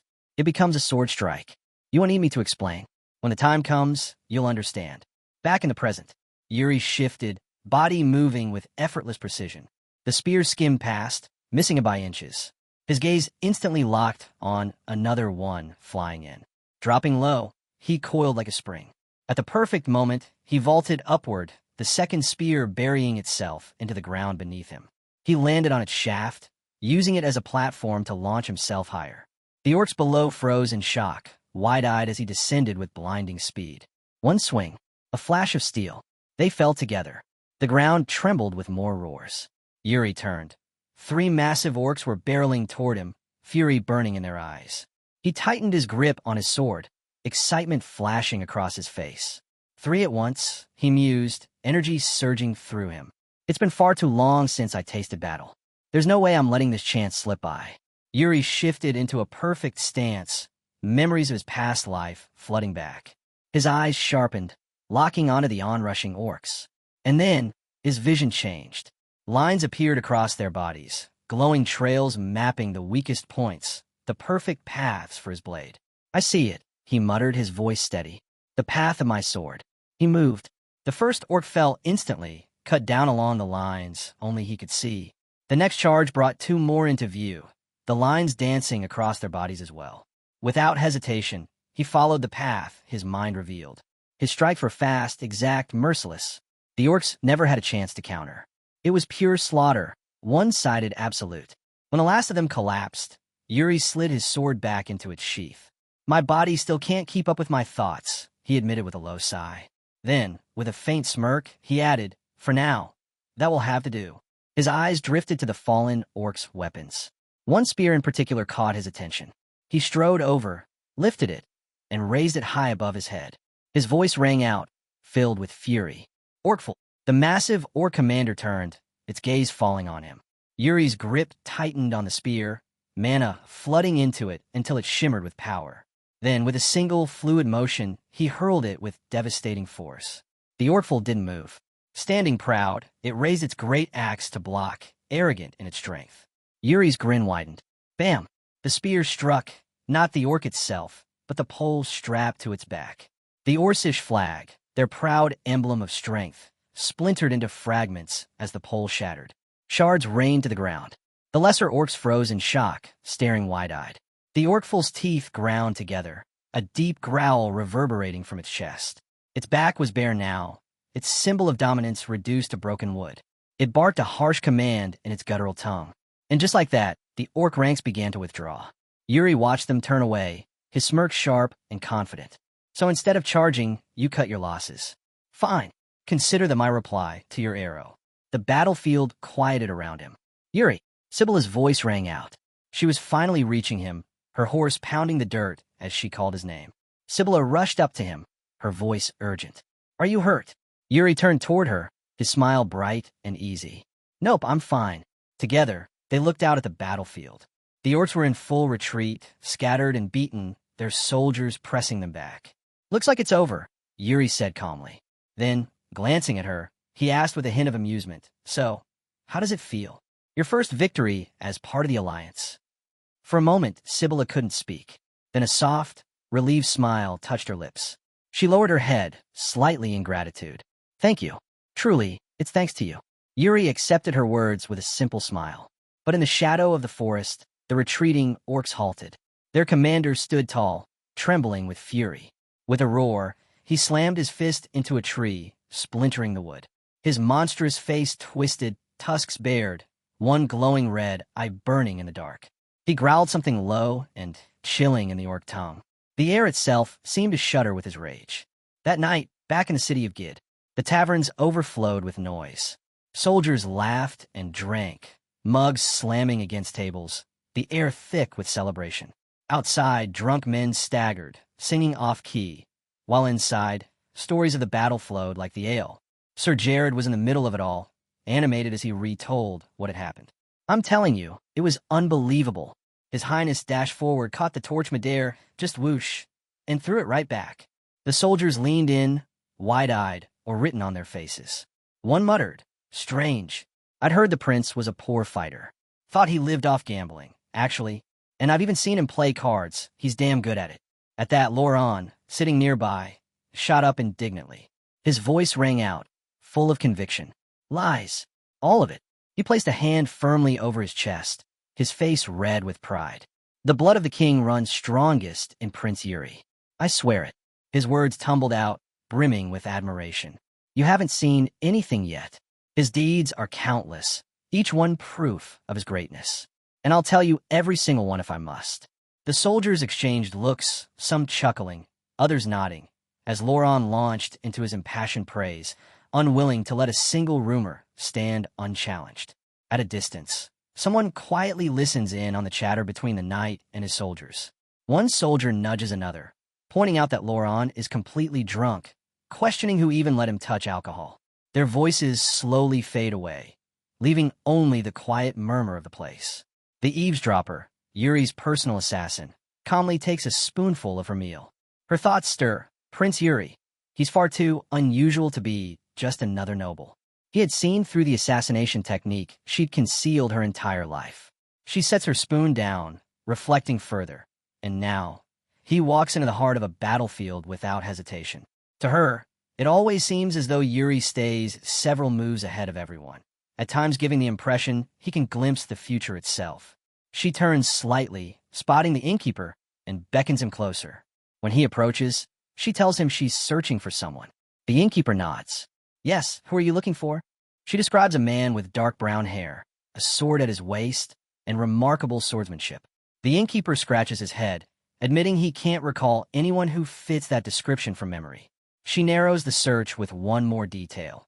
The man struggles with the continental language, carrying a noticeable accent. That jogs the innkeeper's memory. "Ah, now that you mention it, I'm not sure about the hair color, but I do recall a man who spoke awkwardly. He ordered risotto, asked for no spices, and wanted directions to Balshad." Taking in this information, the woman produces a silver coin and places it in his hand with a simple, "All right. Thank you for the information." The innkeeper chuckles, delighted but slightly flustered. "I wasn't expecting a reward, but since you insist, thank you, ma'am." She turns her gaze to the window, lost in thought. Balshad, that's where the Allied forces are gathering. Staring into the distance, she concludes silently. So, he's heading the same way as His Highness. I'll need to move quickly and find him first. A clear image forms in her mind, the back of the man she's searching for. She recognizes him instantly. One of the continent's 10 strongest, a swordsman from the east. After the battle at Gid, Prince Yuri Bryal and his soldiers press on toward their next destination. Each night, they set up camp, far more prepared this time, having learned from the Holy Kingdom's example. As the soldiers work, Yuri observes with approval. He turns to Sir Raymond, remarking that he's glad the men are already used to this routine. He had worried he might need to start from scratch. Sir Raymond, equally satisfied, replies that after setting up camp so many times, the soldiers' bodies simply remember what to do. Yuri praises him, saying it's thanks to Raymond's guidance, and that he's done an excellent job. Then, pointing ahead, The prince tells him he'll go scout around and leaves camp management in Raymond's hands. Raymond bows his head. Yes, your highness. Sometime later, Yuri walks alone through the forest.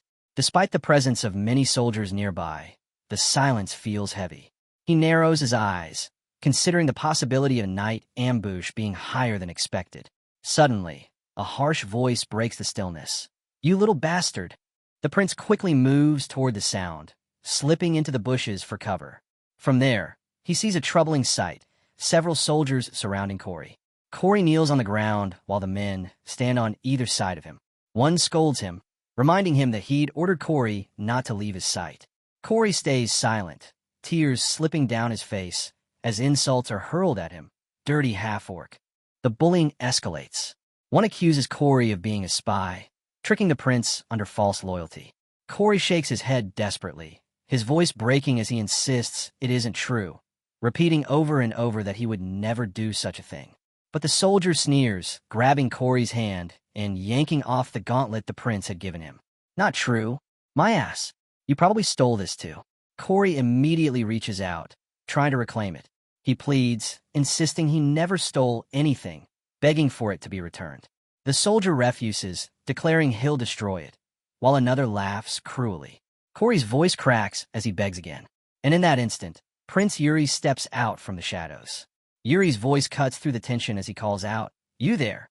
The soldiers freeze, turning to see him step forward. His eyes narrow as he demands, What are you doing here while everyone else is working hard to set up camp? The men stumble over their words, trying to excuse themselves. Your Highness, you see this guy here. But Yuri doesn't let them finish. His gaze sharpens into something that makes their knees tremble. It seems you didn't hear me clearly. I'll say it again. Get lost. The two soldiers snap upright, shouting, Yes, sir. They drop the gauntlet, scramble to their feet, and run off, yelling apologies as they disappear into the distance. Yuri turns his attention to Corey. Are you all right? He asks. Corey doesn't answer at first, only staring in shock. Finally, he picks up the fallen gauntlet, holds it close with his eyes shut, and whispers, Yes, thank you, your highness. The prince sits beside him, lowering his voice. Would you like me to punish those men? Corey shakes his head, a faint smile breaking through. No, it's fine. He adjusts his hood carefully, then continues. This is natural. People love beauty and despise ugliness. If you shield me, I'll only feel safe for the moment, but it'll push me further away from my dream. Curious, Yuri asks, And what dream is that? Corey hesitates, then answers firmly. I want to live among people, once I've earned their recognition. Yuri looks at him in silence, taken aback. Inwardly, he admits it's a dream that seems almost impossible. Yet, gazing at Corey, he resolves quietly. For now, he can remain with the soldiers under the pretext of serving as an orc language interpreter. But after this raid, he doesn't finish the thought. Instead, he gently pats Corey's head, ruffling his hair, leaving the boy stunned. Breaking the silence, Yuri asks, You're staying with Hernando right now, aren't you? Pardon? Yes, Corey replies. Then comes the unexpected. Learn magic from Hernando. Yuri tells him, his expression softening into a smile. If you want to live among the people, you'll need something special, skills that set you apart. Later that night, under a sky full of stars, the Bryal soldiers rest within their fully prepared camp. Inside a large tent, a council gathers. One of the men raises the pressing question. How much preparation has been done for a night ambush? Sir Raymond answers first, explaining that every supply depot has been covered with flame-retardant cloth, and that guards have been stationed around both the palisades and the barracks. Jared, clearly unconvinced, asks if all of this is really necessary. He points out that the prince has even assigned more soldiers than usual. Yuri leans forward, pointing at a section of the map. Calmly, he reminds them that they're deep within orc territory. If something happens here, it won't be out of the ordinary. We need to stay ahead. He warns them that the orcs might use fire once again, the same way they had against the Holy Kingdom. But before anyone can respond, a soldier bursts into the tent, his voice frantic. Your Highness, it's urgent. Breathless, he blurts out the news. The orcs are attacking. The atmosphere changes in an instant. Everyone bolts from the tent, worry tightening their expressions. Outside, the sight is grim. Flames engulf the camp as soldiers clash with orcs in the chaos. Yuri surveys the scene, his tone heavy. This is worse than I imagined. Before anyone can react further, a large barrel radiating strange, dark energy comes hurtling through the air. It crashes down right behind Yuri, detonating in a violent explosion. He spins toward the blast, staring in disbelief at the destruction it left behind. Exhaling sharply, he mutters, "I'm at a loss for words. Are the orcs using gunpowder now?" Hernando shakes his head. "That's no gunpowder. That's sorcery." The mana is distorted. Yuri clicks his tongue, shaking his head. "Blatant sorcery, right here. Honestly, I don't even know what to say. I'm sick of this." Still, he turns to Hernando with urgency. "What's our countermeasure?" Hernando studies the distorted energy, reading the mana hidden in the flames. Finally, he concludes, "These are pre-made bombs infused with sorcery. The orcs are just tossing them. The only way forward is to take out the ones throwing them." Yuri thinks for a moment, then raises his voice firmly, calling out to his officers. "Jared, Sir Raymond, disperse and take command of your units." Yuri channels his mana, bright blue energy flowing into his blade until it shines with raw intensity. His voice cuts through the roar of the fire and the chaos around him as he issues his orders once more. "Jared, Sir Raymond, disperse and take command of your units." Then mana surges higher, not stopping at his sword. It spreads, cloaking his entire body in a radiant azure glow. His eyes narrow, his focus sharp. Raising his weapon, he declares, "In the meantime, I'm going to see the face of the one behind this little stunt." He turns to Hernando, the air trembling with power. "Which way is this sorcery coming from?" Without hesitation, Hernando thrusts his hand outward, pointing firmly. "That way." Yuri stomps the ground, the impact cracking the earth beneath his boots. "All right, I'll be back." With that, he launches forward, the explosive force of his mana propelling him like a thunderbolt. His figure tears through the night, leaving only a trail of blue light behind. When he arrives, his eyes lock on the figure waiting ahead. An orc stands unmoving, a flag planted defiantly on its back. Recognition flashes instantly. It's the same one whose flag Yuri had broken before. The pole is crudely patched together with cloth, a mark of defiance. Fury boils in his chest at the sight. He charges without pause, his anger driving his every step. But the orc does not move. It stares at him, solid and unyielding, like a slab of stone. That stillness, that arrogance, only feeds Yuri's rage. He roars, his voice booming, his blade blazing like a spear of blue light. "Was it you?" His sword thrusts forward, aimed to pierce through. But in the final instant, the orc's hand snaps back, fingers gripping the handle of its massive axe.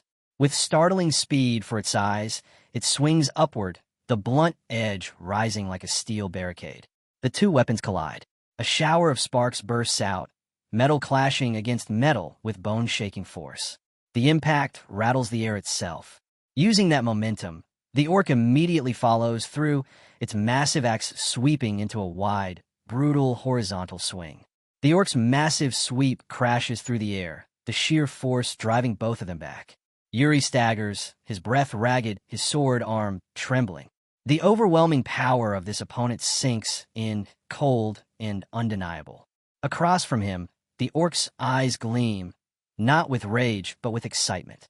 Yuri narrows his gaze, realizing something critical. These aren't clumsy swings. This orc has fought countless battles before. The orc raises its enormous axe again, preparing another crushing strike. Yuri calculates quickly. He doesn't like it, but he has to create distance. The weapon comes down with a roar, and he barely slips back in time, the blade slamming into the ground where he stood a heartbeat ago. But the orc doesn't relent. Its attacks rain down in a relentless flurry, each swing powerful enough to shatter stone. Yuri dodges and weaves, refusing to meet even one strike head-on. Finally, the orc gathers its strength, winding up for a wide, devastating sweep. This time, Yuri knows there's no way to avoid it. Planting his feet, mana floods his body and blade. With a guttural sound tearing from his throat, he meets the swing head-on. Steel collides with steel in a thunderous spark, the impact vibrating through the air. But Yuri doesn't just block. He redirects, channeling the force into his own slash. The two powers crash together, and both fighters are driven back, once again staring across the gap between them. Yuri steadies his breathing, eyes locked on his opponent. There's respect in his stare now, mixed with a sharp edge of danger. Quietly, he admits it to himself. You're on a different level than the others. His lips curl into a predatory grin. All right, then, let's see what you've got. In an instant, his body erupts with mana. Blue light engulfs him completely, sword blazing like a comet. He rockets forward, a streak of azure fury. The orc answers in kind, its massive form flaring with dark purple mana. Its axe gleams, shrouded in that sinister glow. It makes the first move, a brutal swing cutting through the air. Yuri leaps high, the strike screaming past beneath him. He lands in a slide, momentum carrying him forward, ready to strike. But then his eyes widen. The orc isn't just strong, it's controlling mana. Step by step, it advances, the dark aura wrapping tighter around its form. Its gaze burns with ferocity, its march unstoppable. Yuri exhales slowly, disbelief slipping from his lips. I should have realized this when I first heard they were using sorcery. His mind flashes back to the explosions, his question about gunpowder, Hernando's steady reply echoing again.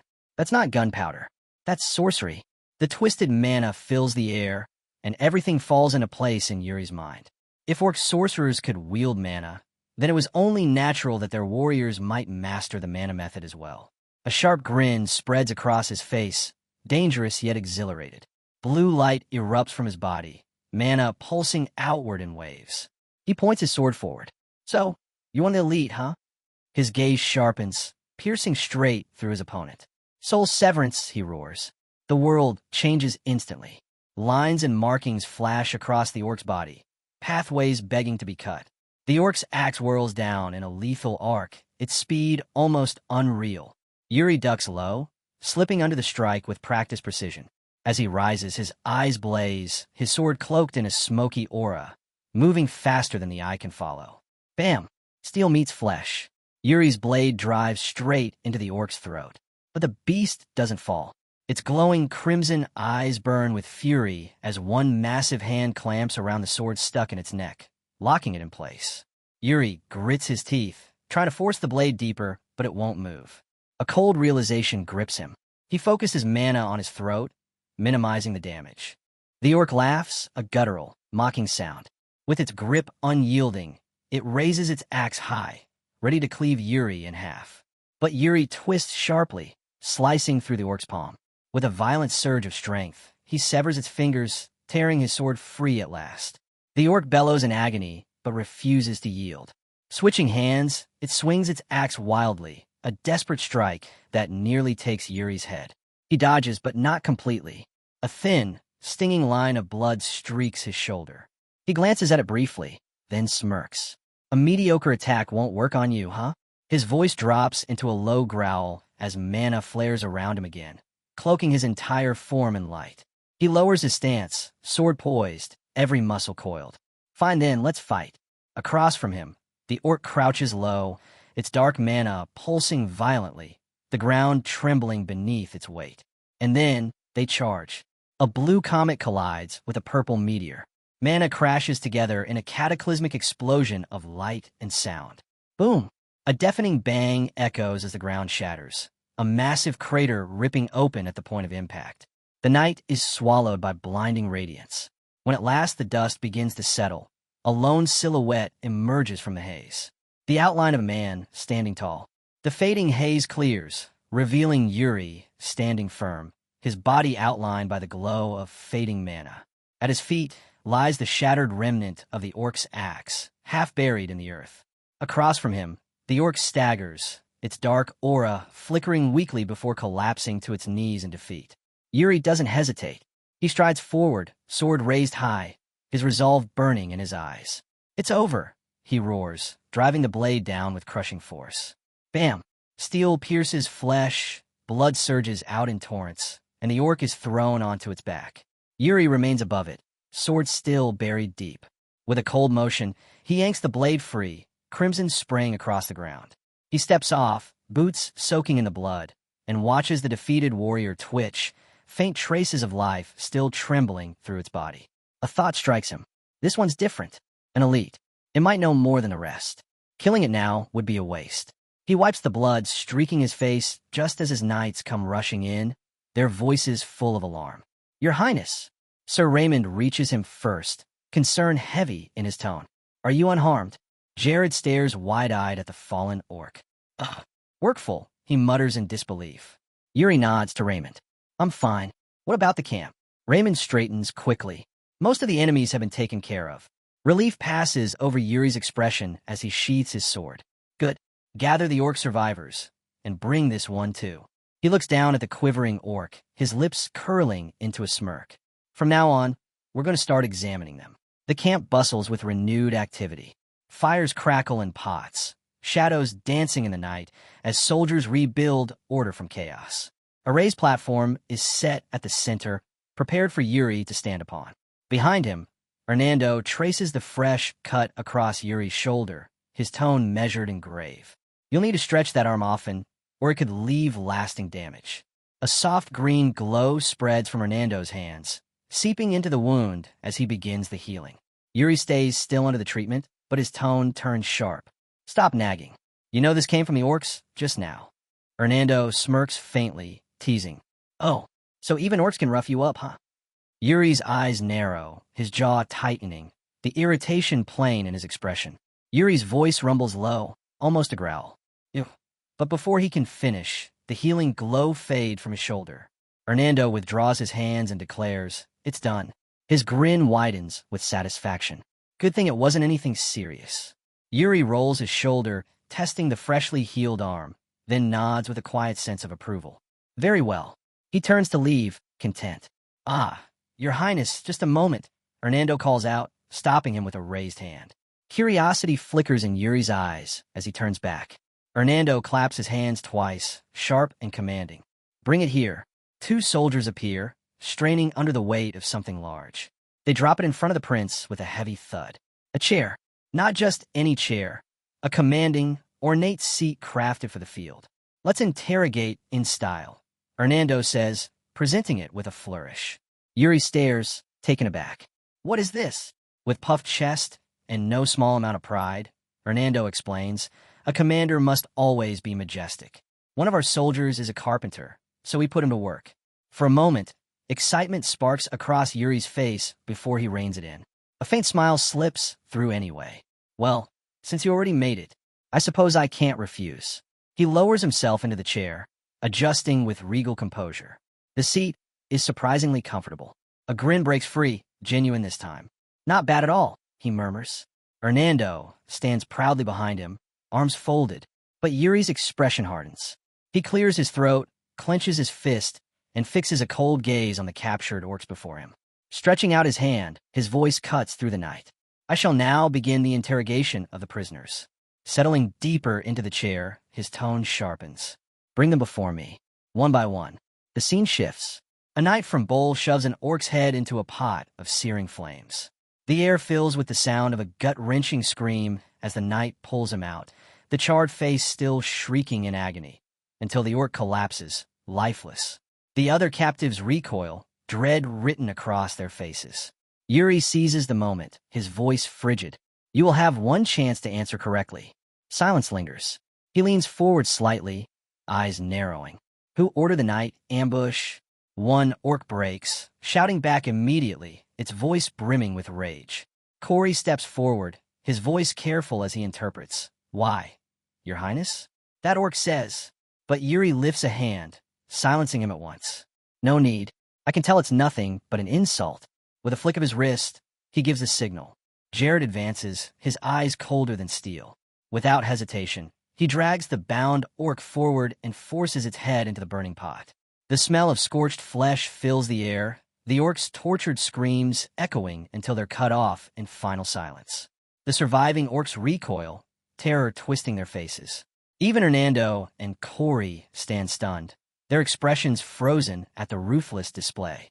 Yuri, unmoved, addresses the prisoners, his tone flat. I will only ask each of you once. Above his head, a dagger forms, shaped by his mana and infused with water. It hovers in the air, spinning lazily under his control. Depending on your answer, he continues coldly, I may grant you a painless end. He gestures, and the dagger whirls downward. It pierces the charred corpse of the burned orc, extinguishing the lingering flames. Jared stares in shock at the sight. Jared, Yuri calls, his voice even. Move the body aside. As Jared obeys, Another orc suddenly shouts, its voice loud and desperate. Yuri turns, curiosity flickering across his face. What did he say, Corey? Corey swallows before replying. He says they know nothing. They're just soldiers. The orc tilts its head toward the Orkville, sticking its tongue out mockingly before adding more. Corey interprets again, voice heavy. He says the one who gave the order was the Orkville. He begs to be spared, and for the Orkville to be punished instead. The Orkville's face twists in shock at the betrayal. Yuri lets out a short laugh, standing from his chair. At least one of you is trying. His expression hardens as he approaches the Orkville. This ambush, he says firmly, leaning in, was ordered by Oka. The name hits like a hammer. The Orkville freezes, dumbstruck.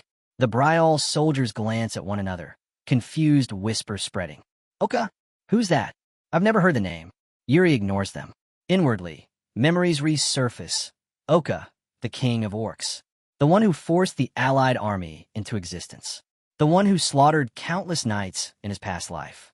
That monster must be eliminated at all costs. Behind him, Corey speaks up nervously. Your Highness, the Orkville is asking if you'd truly spare him if he answers honestly. Tell him I will. Yuri replies without hesitation. Corey turns back to communicate. Silence blankets the camp as everyone watches, waiting. Then Corey looks back at the prince, his face pale. Your Highness, the Orkville demands your oath. Yuri's eyes widen, shock flickering across his face. What? Corey steels himself and explains. He says breaking one's oath to attack an opponent would shatter his honor completely. Yuri's lips curl into a faint smile, his voice calm, yet laced with excitement. So, this one has faced plenty of humans before. To think an orc who worships only strength would dare speak of honor. His eyes narrow, the thrill unmistakable. With a more serious tone, he turns to Corey. Tell him fine. I'll take the oath. Before Corey can respond, Jared bursts out. Your Highness, what will you do after releasing him? His voice shakes with outrage. But Yuri doesn't flinch. His tone is steady. It's all right, Jared. Calm yourself. Then, fixing his gaze on the Orkville, he continues, so is this ambush ordered by Oka? Yes, Corey translates, his voice heavy. More precisely, the command was delivered through his tribe leader, who said it came from Oka himself. Yuri leans forward, his voice sharp. And what about us? How did you learn the route of the Allied forces? The Orkville growls out a reply, and Corey translates again. Oka has a way of getting the information, but he doesn't know how. Yuri's mouth opens for another question, but Jared suddenly raises his hand. Wait, that means Oka discovered our route himself and gave the order for the ambush. Correct. Yuri exhales heavily. Yes, and most likely, Oka did the same with the Holy Kingdom incident. His expression hardens as he turns back to the Orkville. This is the last question. How strong is Oka? The Orkville falls silent, staring blankly ahead. Then, slowly, a grin spreads across its face, before twisting into manic laughter. The sound grows louder, unhinged, until the entire camp is ringing with its madness. It spits out words, and Corey stiffens, trembling as he interprets. He says, even a dozen orcs like himself would stand no chance against Oka. His voice cracks. He swears Oka is stronger, fiercer than anything in this world. The soldiers exchange uneasy looks, dread creeping into their expressions. Their nerves are beginning to break. Yuri notices instantly. His tone sharpens, cutting through the fear. Oka may be strong, but remember this, awareness is power. He slips a hand into his pocket, pulling out a gleaming artifact that catches the firelight. Its glow reflects in the Orkville's wide eyes. Yuri smirks, cruel and mocking. You see, humans are far more vicious and far more cunning than you could ever imagine. He waves the artifact, the light flashing across the orc's vision. Oh, you want to fight? His smirk deepens. I was considering keeping that oath, but look at you, ready to charge right at me.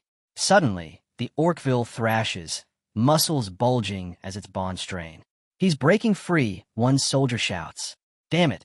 Another yells, swords being drawn in a rush of steel. The Orkville finally tears free of its bindings, stomping hard against the ground to fuel its charge. With a deafening roar, it launches forward, fist clenched like a hammer. Stop him, someone cries out. But Yuri doesn't flinch. Instead, a sly, cunning smile curves across his lips. In an instant, the knights swarm the raging orc, forcing it back down. Blades glint in the firelight as they pin it in place. Among them stands Loran, his eyes like ice, sword poised to strike at the slightest command. Yuri's voice cuts through the chaos, calm and merciless. How unfortunate! You speak of honor, yet you are utterly unworthy of it. The Orkville freezes, sensing the truth in his words. One wrong move, and death would come instantly. Yuri turns his back on the creature, his steps steady and unhurried. Without a glance, he gives the order. Kill him. Lauren's blade arcs in a ruthless slash across the orc's chest. Blood sprays out, painting the ground. The prince never looks back, his eyes cold as stone as he walks away. Behind him, all three knights carve their judgment into the Orkville's body, spilling its life until the earth runs red. After the attacks by orcs, a lot of men were injured. To cure them, a camp was set up, and many of the injured were screaming and calling for help, while the priest of Brial was continuously healing the patients one by one with healing magic. Everyone was calling for his help as they knew that he would heal them. The priest didn't even hesitate at all, and one by one, he healed everybody. While he was healing on one side, Hernando suggested to him that he should take care of the patient on the other side first, as he could handle this side on his own.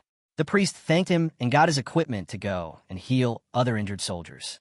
While the priest was healing the injured ones, Corey came in holding the bucket full of water, and it looked really heavy for Corey. The priest thanked him for his help and asked him to step back a little bit. Then the priest cast a spell on the bucket of water. There was a golden, shiny aura all over the bucket, and Corey was so surprised watching it. The priest told him that it was just some normal water, but after his incantation, he could sense a strange aura from the water. The priest asked Corey to use the water to clean the injured wounds and told her that it was now holy water and would cleanse their wounds. Corey, without wasting any more time, went to do what he was asked. While many patients called the priest to come and look at their injury first, and the priest, without wasting more time, went towards them to look after their wounds. For Corey, it was a new thing. He hadn't seen the magic of humans before. He even saw the priest using his magic on the person whose face was first frowning because of the pain, but it quickly turned calm. Corey was all amazed by the magic, and his eyes sparkled as he saw the wounds getting healed up in no time. After a long night, Corey, the priest, and Hernando sat outside the camp, all tired up. Hernando looked happy as the situation was settled to some extent.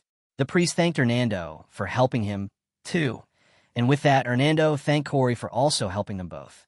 But Corey was a simple creature. He said that he did nothing much, just the things within his strength.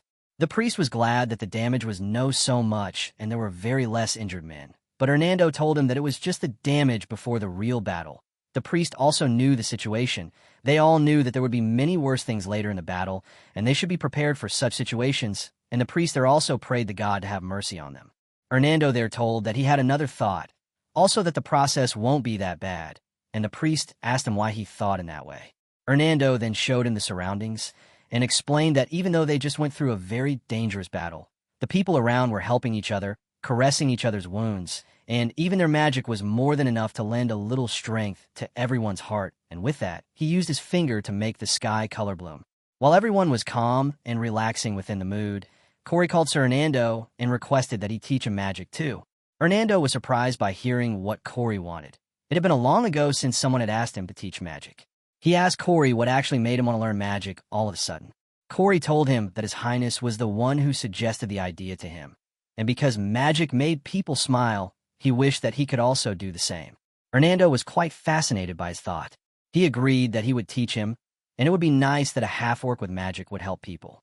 Next morning, the Highness was sitting around the camp, when suddenly a guard came to notice him that some Empire Knights had come to visit, and they claimed to meet with him.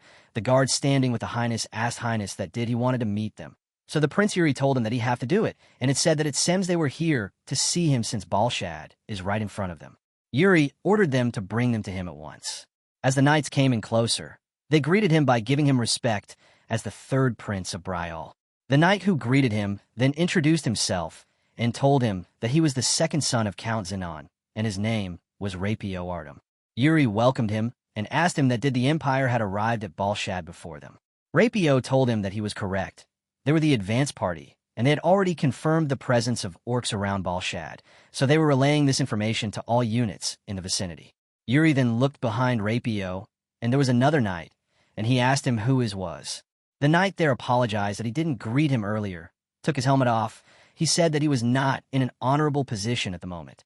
Yuri was smiling, looking at his face. He recalled that he knew him from his previous life. He remembered him as the symbol of his past that he would like to forget. It was Graham Hartfall, the Knight of the Empire. Then Graham told his name to him and gave respect to the prince and explained that he had lost his title of knight. Yuri was imagining his previous life, which he had to beg for mercy in front of him to preserve his life. Yuri told Graham that it was nice to meet him as a knight, but Graham told him that he should refrain from addressing him with such honorifics, as he was not a knight right now. Yuri asked him if he had lost his title as a knight. He was currently serving in this war without a title. Graham replied that yes, he was, and it was quite embarrassing for him. But Rapio, standing there, calmed him and said that he did nothing wrong at all. He just met a wrong senior. Rapio said that there were no other knights who were as widely renowned as Graham was. Yuri was smiling inside his mind. He had heard that Graham lost his knight title for a certain reason from the Empire, but he had never imagined meeting him like this in the Allied force. He thought that the man who was more upright and knightly than anyone else he knew was now questioning his own worthiness and doubting his chivalry. Then Yuri replied that he had heard a lot of things about Graham, and it was an honor to he met him. Upon hearing, Graham thanked him and said that he was nothing and just did his duty. As the talk was getting more interesting, Yuri offered Graham that he could come to Bryall if he wanted. After knowing what happened with Graham, Yuri asked him to come with him to Bryall. It was a great gesture from Yuri. In Yuri's mind, he hated the Knights of the Empire, but Graham was different for him. In his past life, Graham spared his life and let him go free, and he thought that for freeing him, he had to pay a price for it all by himself. Yuri told him that he could join him in Bryall, and he promised that he would treat him well. But Graham smiled at him and declined his offer. Yuri was not shocked. He knew he would say that, and he told Graham that it was okay and that he respected his decision. Now, Yuri and his army had arrived at the gates of Balshad. It was a huge gate, but a small kingdom. It was actually the assembly point of the Allied forces. Yuri told Hernando that it was a bigger place than he had expected. Hernando, too, was surprised to see it for the first time. It was a large city that was located in the middle of a plain. Yuri was quite excited. He was questioning that the gate was too huge, and he believed that it was made for magic, and also thought that the Duke of Balshad would be a mage for generations. Hernando told him that the family who rules Balshad had produced outstanding mages for generations. But Hernando also told Yuri the Highness to watch out in the place, or he will be devoured if he lets his guard down by the Mage Duke. Yuri imagined in his mind that the Duke would be an old man with his rough and arrogant behavior. He did not even have a good feeling about the situation he was going to get into. As the gates were lifted, they all entered, and Yuri was quite anxious to find out sooner or later what kind of person Duke would be. They were all welcomed in Balshad and were invited to a party in a fancy hall. There, a beautiful girl came in front of them and welcomed them and told them that she was the Duke of Balshad, Mary Rose Entree. Hernando and Yuri whispered that this was not an old man, but a girl. Hernando told him that the generation switch had happened not too long ago, so this was the situation. Mary Rose came and greeted Yuri, and in respect, she even sat with him. She was quite fascinated by seeing him as the third prince of Bryall, but Yuri told her that he was the commander in charge of the Bryall soldiers, Yuri Bryall.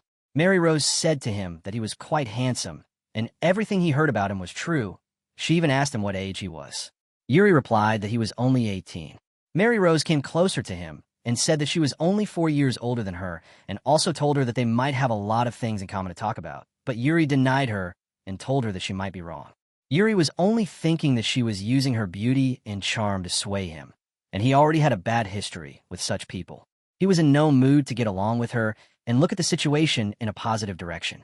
He replied to her that age had nothing to do with common thoughts.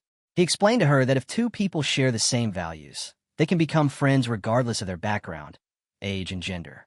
Mary Rose listened to him, and she stood up and started to make an announcement. She told that to the Knight of Bruzen that the esteemed guests sitting with her are the prince and the knight are from the nation of knights, Bryall, and they'll be fighting along each other against the same enemy in the battle. She told them all that they should take some time and know each other well. Jared was confused, and he whispered to Hernando why she was doing that all of a sudden, but Hernando replied to him that he wasn't sure, but there would not be a bigger motive. She was just making friends. Jared asked him again why Bruzen, as Bruzen was only a small nation located on the outskirts of the continent. Listening to him, This time Yuri replied. He said that not only are there a lot of seamen in that country, since it is located near the ocean, but they are also adamant and strong. Then a man stepped forward and introduced him to Yuri, the third prince of Bryal, that he was the commander in charge of Bruzen, Jonathan Eagle. He asked Yuri to let him pour a cup for him, and Yuri respected him. But Yuri was egoistic and mocked him. He said that this was unexpected what he was seeing right now, and asked if he was sure that it was wine he was pouring in the glass. He added some insult in his words, too. He said that such fine liquor doesn't suit a place as rural as Bruzen was. He said that he was impressed that they knew a lot about it. Jonathan listened to him, but his men behind got angry and told him that because they were from countryside, doesn't mean everyone had to look down on them. He even tried to get closer to Yuri in anger, but his friends stopped him. Jonathan then stopped him and asked Yuri that should he take the words he said for them as a taunt toward Bruzen. Yuri replied that he can take it like that, but what will he do? He questioned him that did they wanted him to apologize for his disrespect towards them. But Jonathan was calm, and he replied that there was no need to do such a thing. While everyone was looking at them talking, and the situation had already heated up a lot, Jonathan told him that he took the insult in two cases. One is that the third prince of Bryal is a rowdy scoundrel, like the rumors say, or the second, that he was testing them to see if they were truly fit to ally with him. The men behind Jonathan again got angry that he was testing them, and so he wanted to teach him a lesson. Yuri then stood up and said that there was nothing more dangerous than having an untrustworthy ally on the battlefield, and so he questioned them. Well, they would be able to prove themselves. Jonathan replied to him that they can, and elaborated that the knight must prove his own worth through his sword. Mary Rose listened to their debate, and, without wasting any time, she offered to allow her to guide them to the training ground at once. Now, in the training ground, both nations' knights were standing in front of each other to start the fight, while Yuri, Jonathan, and Mary Rose sat in the audience seat to see what the result would be. Mary Rose asked Yuri that he had picked a fight on purpose, but she was not going to stop it, and was also selfish, and now she had something to watch also. Yuri was quite intelligent. He told her that it was not him who started it, but it was she who knew this would happen from the beginning and still called each of us to know each other in the first place. But she said that she did that, but Yuri was the one who took advantage with a second thought. Now Yuri had only one thought in his mind. He wanted Bruzen to prove their skills because there was something else he wanted to confirm at any cost. In his future, one of the men from Bruzen will be given a title that is bestowed upon the strongest of the continent, like his father. There is a list of the 10 strongest men, in which one of them was from the Bruzen. Yuri just wanted to confirm and know about it in advance. Now 2 knights are going to have a fight. They both greeted each other. One was Proin, and the other was Loran from the Bryal Nation. They both were now ready to have some fun, and everyone's eyes were on them. But Yuri was waiting for the magic to happen, and he was looking forward to learn from the duel. Across the sprawling continent teeming with life, the title of 10 strongest stood as a symbol of true might, a recognition reserved for those standing just below the summit of power. Their names alone could halt armies, bridging nations and silencing conflicts. High above the training arena, Prince Yuri watched from his seat, his eyes locked on the field below. The duel was moments away. He leaned back slightly, lost in thought. Building ties with those who carried great potential, he mused, was a wise investment. After all, many lasting friendships began with a clash of blades. On the opposite side of the field stood Roland Flandre, Knight of Bryal, his stance steady, every movement disciplined. Facing him was Prion of Brussen, a smirk curling across his lips as he swaggered closer. He claimed he'd heard of Roland before, some pampered prodigy with a few tournament wins that meant little beyond noble amusement. Dragging his sword along the dirt, Prion jeered, his tone sharp and dismissive, before lunging forward in a burst of motion. To him, Roland's polished style was nothing more than elegance without substance. But Roland didn't react. His focus never wavered. When Prion's blade cut through the air, it meant nothing but emptiness. Roland had already moved, his figure a blur behind him. A flicker of doubt crossed Prion's mind. Roland's movements were too refined, his control too exact.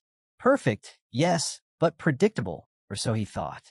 Gathering his strength, Prion charged again, convinced this would end the fight. It didn't.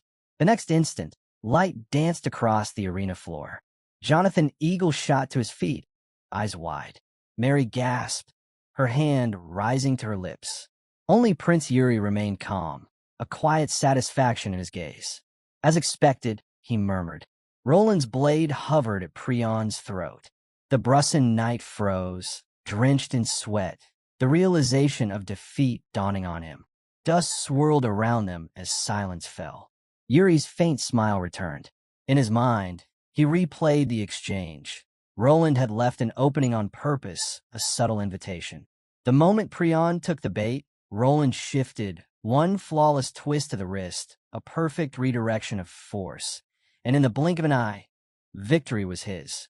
Yuri quietly acknowledged that Prion had fought with remarkable skill. Against most opponents, Roland's unmatched speed would have ended things in moments, but the Brussan knight's endurance had held strong. Even so, Lauren's sharp reading of the fight and flawless precision gave him the edge. With Bryle claiming the first win, Roland slid his sword back into its sheath, while Prion, breath heavy, drove his blade into the dirt. He managed a wry but sincere smile and extended his hand, conceding defeat with grace and praising Roland's strength. Roland clasped it firmly, returning the respect. The Brussan knights erupted in applause, their pride undimmed even in loss. Commander Jonathan, observing from the sidelines, commented that such mastery was only natural for a knight of Bryle, the nation famed for its warriors. Roland's skill had indeed proven exceptional. Prince Yuri, however, warned him not to take their opponents lightly.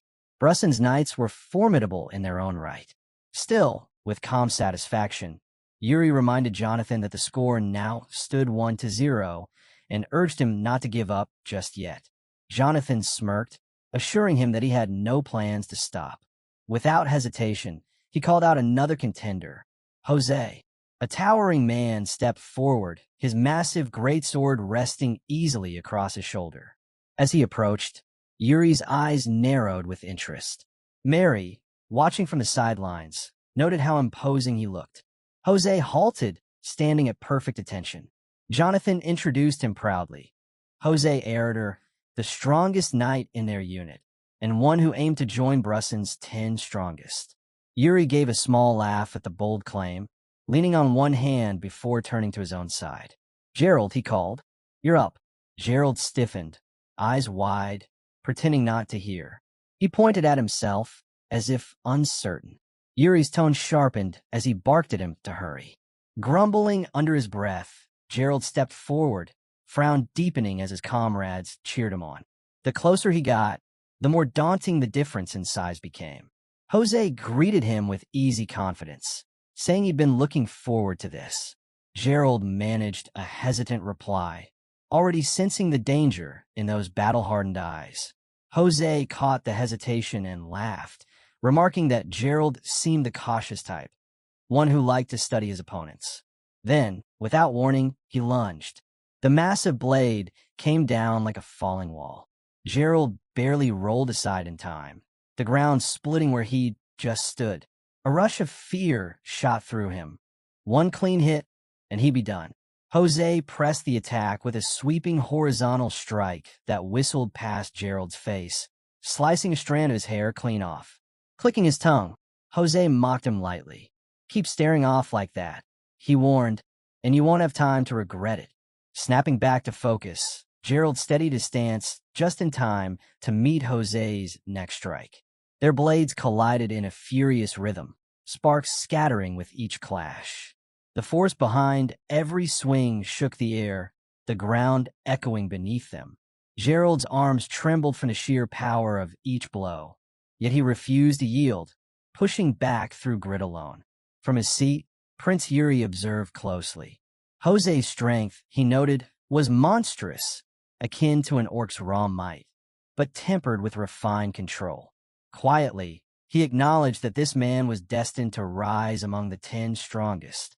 Then, with a sudden surge, Jose broke through Gerald's guard. His massive blade hooked Gerald's weapon aside, and in one swift motion, he lifted him clean off his feet before slamming him into the ground. The impact roared through the training field like thunder. Gerald groaned, struggling to push himself up, his body shaking from exhaustion. Before he could fully rise, a commanding voice called for the match to end. The duel was decided. Jose lowered his sword immediately and reached out a hand. "You've got endurance and spirit," he said. "If you last this long against me." Gerald managed a faint smile as he clasped the offered hand. "Then I'll take that as a lesson worth remembering." Prince Yuri stood, a satisfied grin on his face. "That evens the score," he announced. 1-1. Applause rippled through the spectators, echoing with respect for both knights who had given their all. Amid the cheers, Mary gently placed her wine glass down with a soft clink. Turning to Yuri, she smiled, her tone light but deliberate. "Well, Your Highness," she said, "it seems we're quite familiar now." Yuri chuckled, catching her meaning. "Trust between allies is always worth building," he replied smoothly. But Mary wasn't done. She rose gracefully, her steps slow and deliberate as she approached him. "Oh, I agree," she said, her voice teasing yet composed.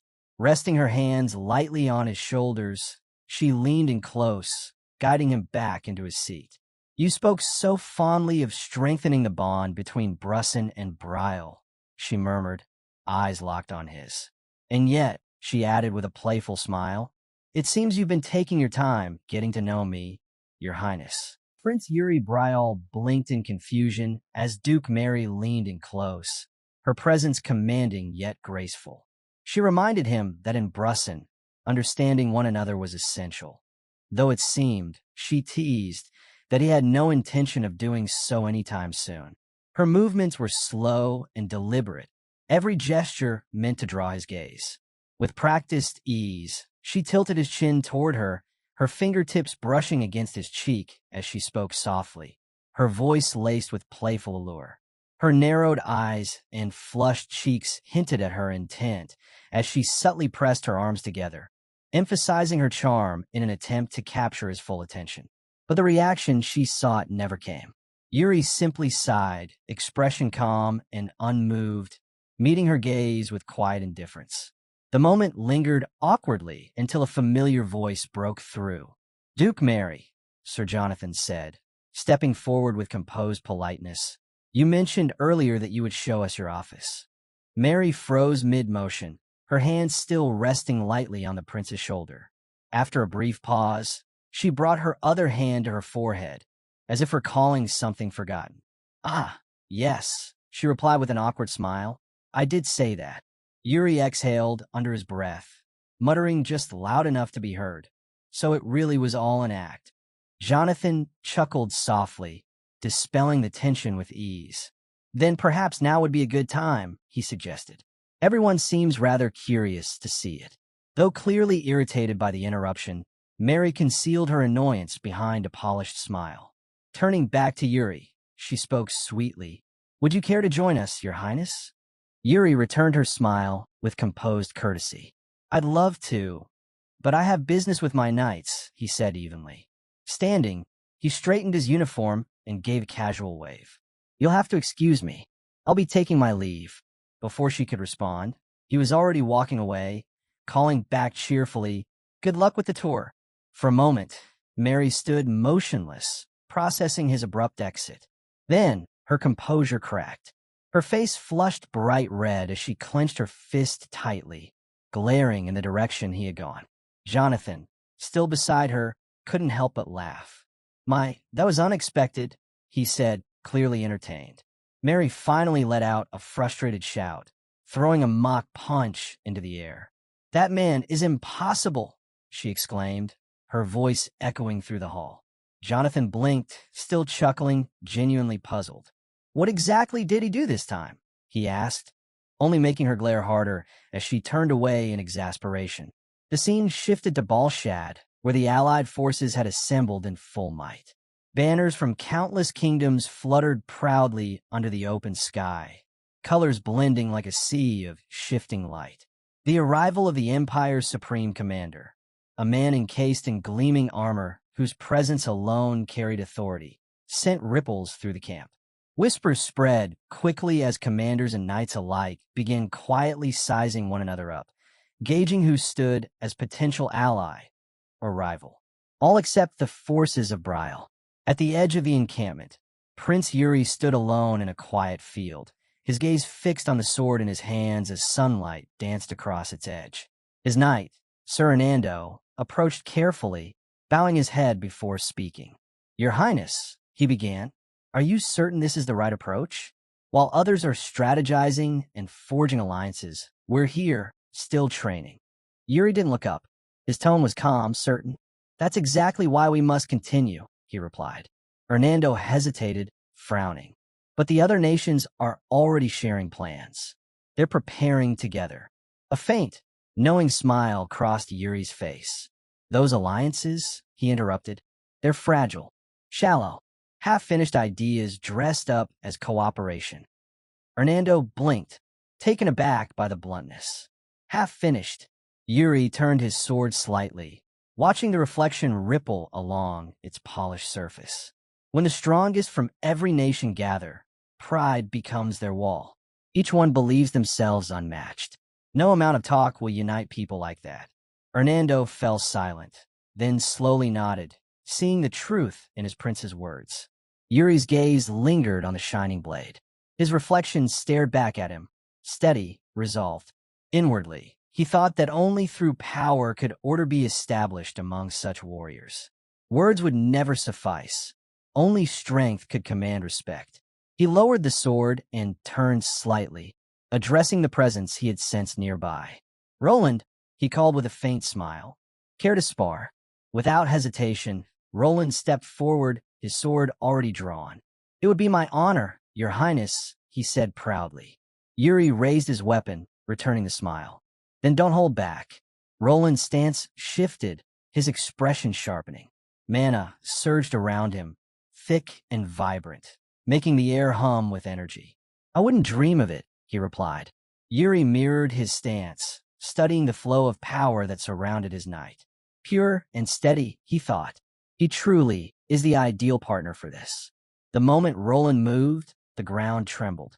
His blade cut through the air with explosive speed, colliding against Yuri's in a burst of sparks. The clang of metal rang out across the field. Without pause, Roland poured mana into his strikes, his movements growing faster and heavier, each blow flowing into the next like a storm gaining strength. Yuri met him head-on, the two blades flashing in rhythmic fury as their duel unfolded beneath the blazing afternoon sun. Prince Yuri moved with effortless grace, weaving past Roland's relentless thrusts. One strike came dangerously close, grazing the air near his side, but his expression never wavered. Each movement from Roland was immaculate, every strike precise and without hesitation.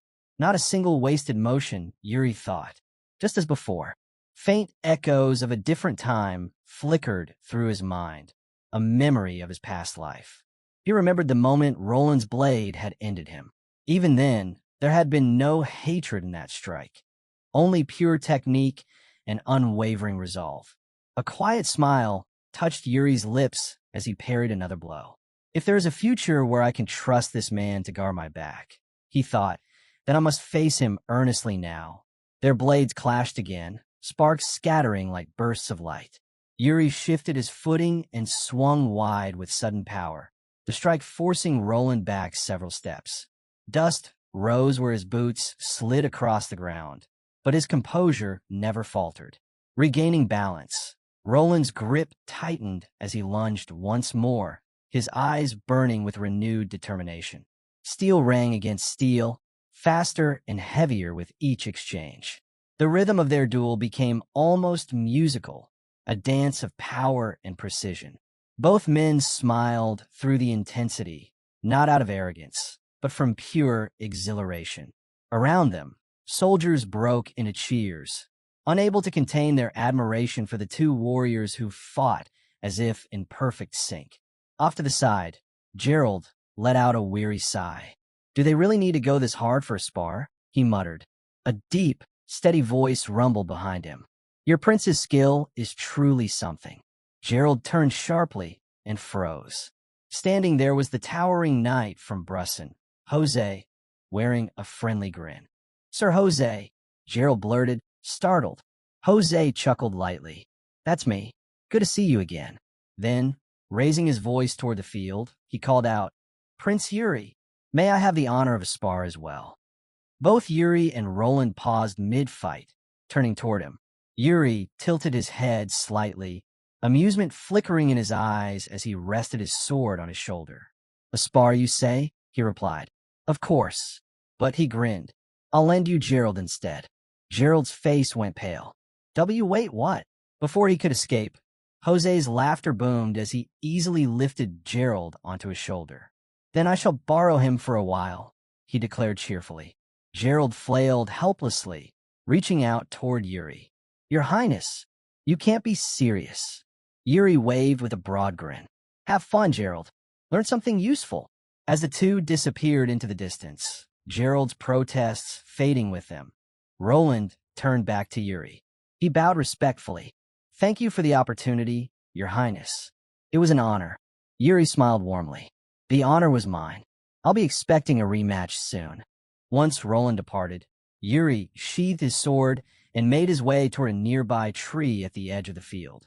The wide branches offered a cool, comforting shade. Settling beneath it, he exhaled softly, resting his back against the trunk. The sound of cheering knights and clashing swords still echoed faintly in the distance as he closed his eyes, letting the calm settle in after the storm. The quiet rustle of leaves filled the air as Prince Yuri sat beneath the shade, his gaze fixed on the horizon. After a long pause, his calm voice broke the stillness. "Any results?" From the darkness nearby, a soft presence emerged. Asana stepped forward, her movements fluid, her expression steady. "You've grown sharper, Your Highness," she remarked, her tone both respectful and approving. "But I'm still far more effective in the field." Yuri allowed a faint smile. "That's precisely why I rely on you. Now, what of the foreigner?" Her demeanor shifted instantly, professional and precise. "I've confirmed traces of his presence here in Balshad," she reported. Yuri's expression darkened slightly, his eyes narrowing as memories surfaced. The man from the East, one of the 10 strongest. In his previous life, that same warrior had stood against Orkua, fighting alone until the very end. The reason for his rebellion remained a mystery, but his strength was undeniable. Yuri exhaled slowly, thoughts turning over in silence. An enemy of Orkua could just as easily become an ally. "You've done well, Asana," he said at last, his voice quiet but firm. "We must locate him before the conflict begins. If we move too late, the chance will be lost." Asana bowed her head slightly. "Understood. I'll continue the search." As she stepped back into the shadows, Yuri's gaze grew distant. In his mind, the past bled into the present, visions of the foreigner's final moments. He could still see it clearly. The man impaled through the chest, body crushed between the fangs of a monstrous beast drenched in blood. Yuri's grip on his sword tightened, the reflection of the past burning behind his calm eyes. So that's how it ended, he thought grimly. In the war against Orkua, he was the one who surrendered his title among the 10 strongest. The wind stirred the branches above him, carrying with it the faint echo of resolve, cold, steady, and absolute. Once a prince of the empire, half-brother to the emperor, and now supreme commander of the allied forces, Ragnar Gustav Granzan. The name alone stirred vivid recollections in Prince Yuri's mind. He remembered it clearly, one evening from his past life, in a quiet, dimly lit room. The soft glow of lantern light flickered across 2 figures seated close together. "Yuri," a gentle voice whispered anxiously. "What if someone finds us like this?" It was Princess Irina of the Empire, his fiancée back then. Her face was warm with embarrassment, eyes darting nervously toward the door. Yuri had laughed softly, trying to calm her. "No one's around," he reassured her. "We're perfectly safe. I'll take full responsibility if anything happens." Her blush deepened at his words, though a small, shy smile broke through her nerves. Slowly, they leaned toward each other, the distance between them shrinking, breaths mingling as their cheeks flushed. Just as their lips were about to meet. "Do you two mind?" A flat, irritated voice cut through the air like a blade. Both froze instantly. There, sprawled carelessly on the couch nearby, was none other than Ragnar Gustav Granzin, Irina's uncle. His arm was draped lazily over his eyes, his tone more weary than angry. "If you're going to do that," he muttered, "find somewhere else." Irina's entire face turned crimson as she stumbled to her feet, stammering incoherently. Yuri, caught off guard, scrambled up as well, trying to compose himself, though his expression remained locked between shock and mortification. Lord Ragna, I didn't realize you were," Yuri began, but Ragna waved a hand dismissively before he could finish. "Enough noise," Ragna interrupted with a sigh, rubbing his temple. "You're giving me a headache." He swung his leg off the couch, standing up at last. His gaze shifted between the two before resting on Yuri. With one hand still resting lightly on Irina's head, he tilted his chin. "Tell me something," he said evenly. "Do you really like her?" The bluntness of the question left both speechless. "You uncle," Irina cried, her voice full of embarrassment. Of course I do," Yuri blurted, his composure completely gone. Ragna studied him for a moment, then exhaled deeply as if deciding the answer wasn't worth analyzing further. "Fine. Forget I asked," he muttered, waving a hand dismissively as he turned toward the door. "Do as you please, kid. You'll figure it out eventually." Without another glance back, he left the room, stretching and yawning as he disappeared down the hall, leaving Yuri and Irina frozen in awkward silence, faces still flushed from both the near kiss and the utterly disastrous interruption. Back in the present, a faint smile tugged at Prince Yuri's lips as the memory faded. Even from that single, awkward encounter in his past life, he had known Ragnar Gustav Granzain was no ordinary man. His composure, presence, and sheer weight of authority had been unmistakable. Now, that same man, the half-brother of the Emperor, the Lionheart Prince, and Supreme Commander of the Allied forces, was the one everyone awaited in the grand conference hall of Balshad Castle. The massive chamber buzzed with murmurs. Around the oval table sat commanders from every allied kingdom, their banners displayed proudly behind them. They whispered among themselves in hushed tones, curiosity and ambition thick in the air. Is he really the Emperor's brother? I've heard they say his strength rivals the old warlords of legend. A rare chance to speak with someone of imperial blood. Yuri watched the scene quietly from his seat, his arms crossed. Even now, he mused, they gossip like merchants at a market. Not a hint of discipline among them. Even in war, politics never dies. And then, without a single sound to mark his approach, Yuri felt a sudden presence behind him. It was so close, so sudden, that a cold drop of sweat ran down his back.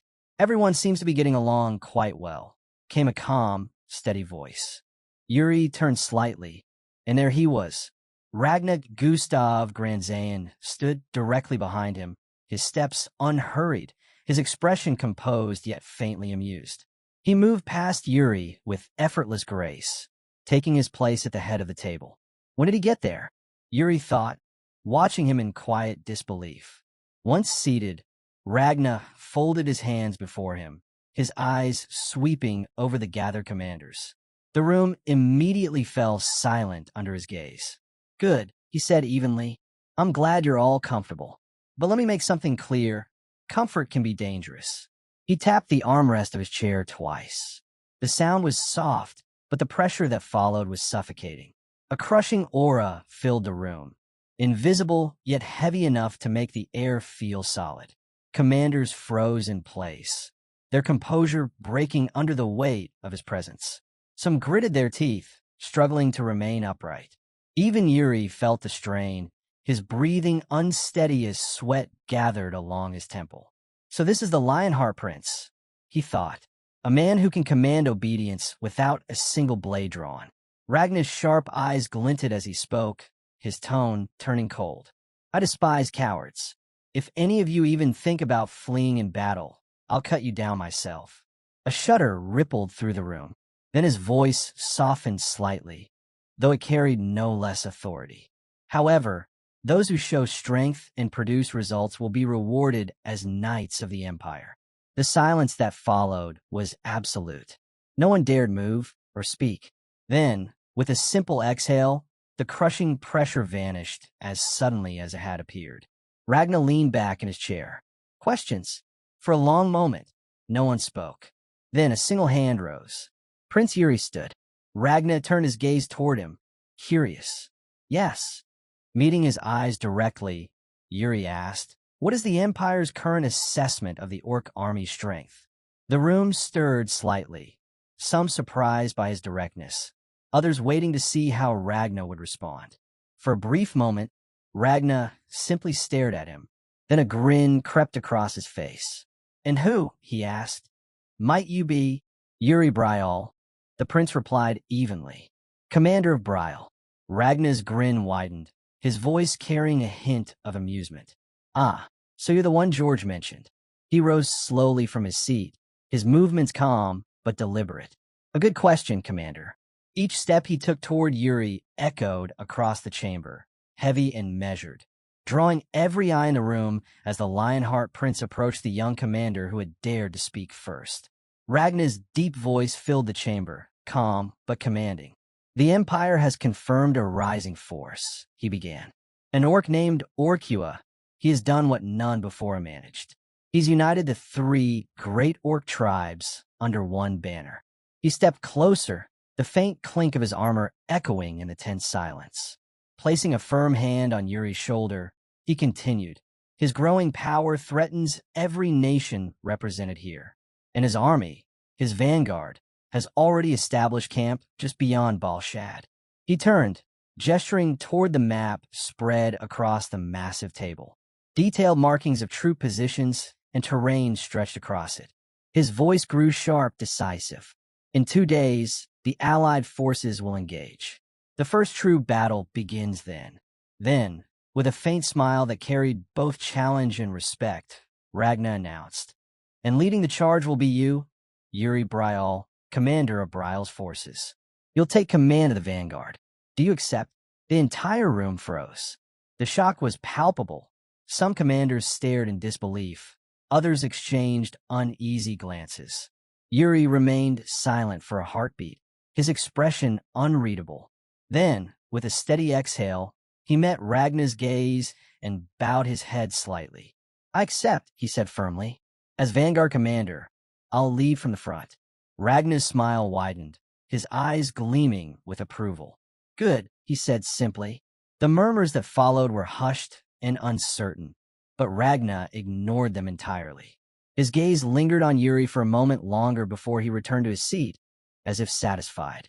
That night, beneath a canopy of stars, the camp was alive with quiet motion. The soft crackle of fires, the distant clank of armor, the low hum of soldiers speaking in murmurs. Yuri sat alone beside a fire at the edge of camp, the flames dancing in the reflection of his eyes. His mind wandered, caught between strategy and memory. Footsteps approached softly from behind. "What's got you looking so serious, Commander?" came a familiar, teasing voice. Yuri turned slightly to see Mary Rose Entree, the Mage Duke of Brusson. She smiled lightly as she stepped closer, the glow of the fire tracing the edges of her elegant silhouette. Settling beside him, she smoothed the hem of her dress before folding her hands in her lap. "I didn't expect to see you here," Yuri said, still watching the fire. "The camp isn't exactly suited for nobles." Mary chuckled.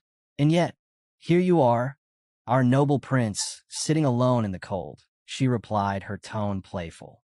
"You won the position everyone wanted so effortlessly, and still, you don't seem pleased." I had to see why.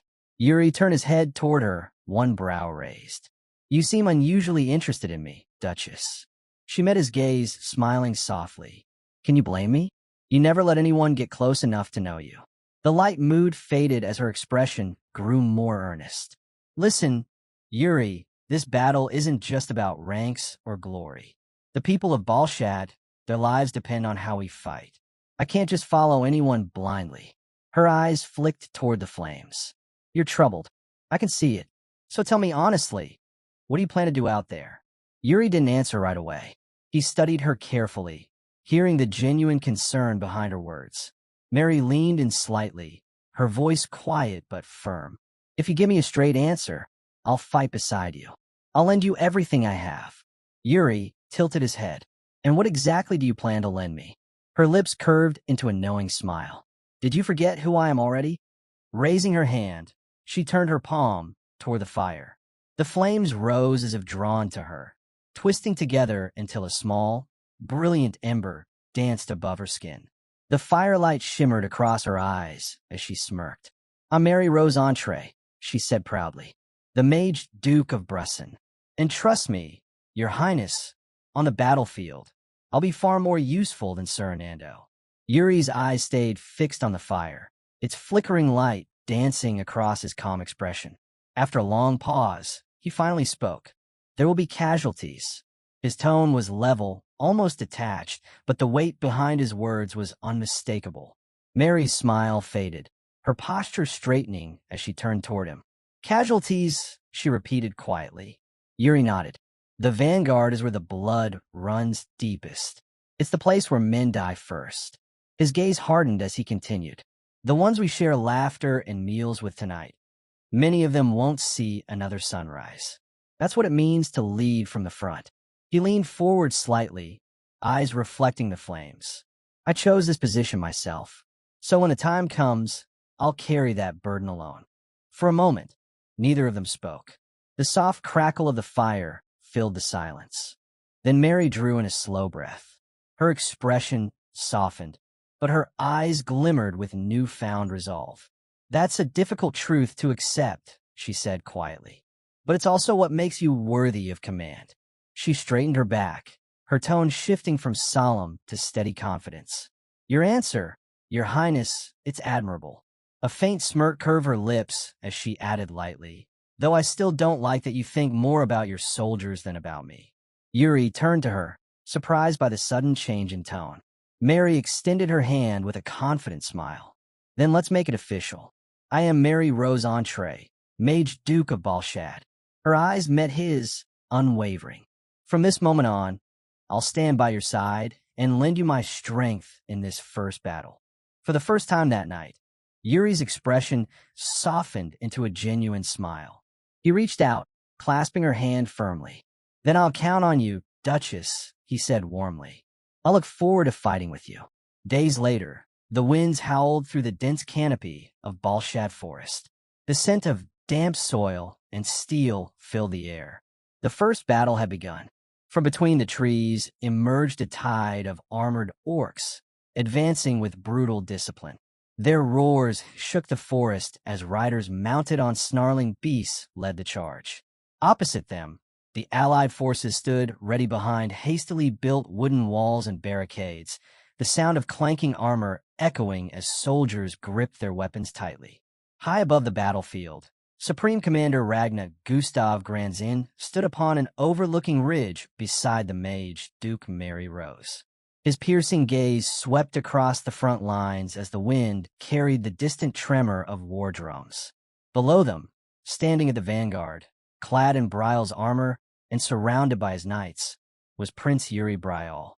His sword was drawn, his stance steady, his voice carrying across the ranks with unwavering resolve. Ready yourselves, he called out, his tone sharp and commanding. For those who stand with me, fight with pride. We are Brial's shield, and today we strike first. The thunder of weapons being raised answered him. The forest seemed to hold its breath as both armies braced for the clash that would decide the fate of Balshad's first battle. Commander Ragnar Gustav Granzin stood tall atop the ridge, his gaze locked on the distant battlefield where tension hung thick in the air. The banners of the Allied forces swayed violently in the wind as he spoke, his deep voice carrying authority across the command post. It's time, he declared. The vanguard will advance. He tilted his head slightly, his sharp eyes shifting to the figure standing just behind him, Mage Duke Mary Rose Entree. I must ask, Ragnar said calmly, what brings the Mage Duke herself to the front lines? You've never been one to attend battles personally. Mary smiled faintly, brushing a strand of hair from her face as the wind caught her cloak. I'm here on a special assignment, she replied smoothly. A personal request from someone I couldn't refuse. Ragnar studied her for a moment, but said nothing more. His attention turned back to the battlefield. On the front line, Prince Yuri Bryal sat astride his horse, spear gleaming under the gray sky. The thunder of hooves and the rattle of armor surrounded him. His knights stood ready behind him, every man steady, every breath synchronized. Raising his weapon high, Yuri's voice rang out, strong and resolute. All units ready. A unified roar erupted from his soldiers. Ready, commander. Yuri lowered his spear, his expression firm. Then we charge. The command ripped through the ranks, and in an instant, the Bryle vanguard surged forward. Their battle cry shook the forest as the earth trembled beneath their advance. Across the field, the orc army roared in answer, their own charge thundering to meet them head-on. The two forces raced toward one another like twin storms. Watching from above, Ragnar folded his arms, his gaze narrowing. Reckless, he muttered under his breath, charging so boldly. If he miscalculates even once, his brilliance will die with him. But before he could say more, Mary stepped forward, her staff in hand.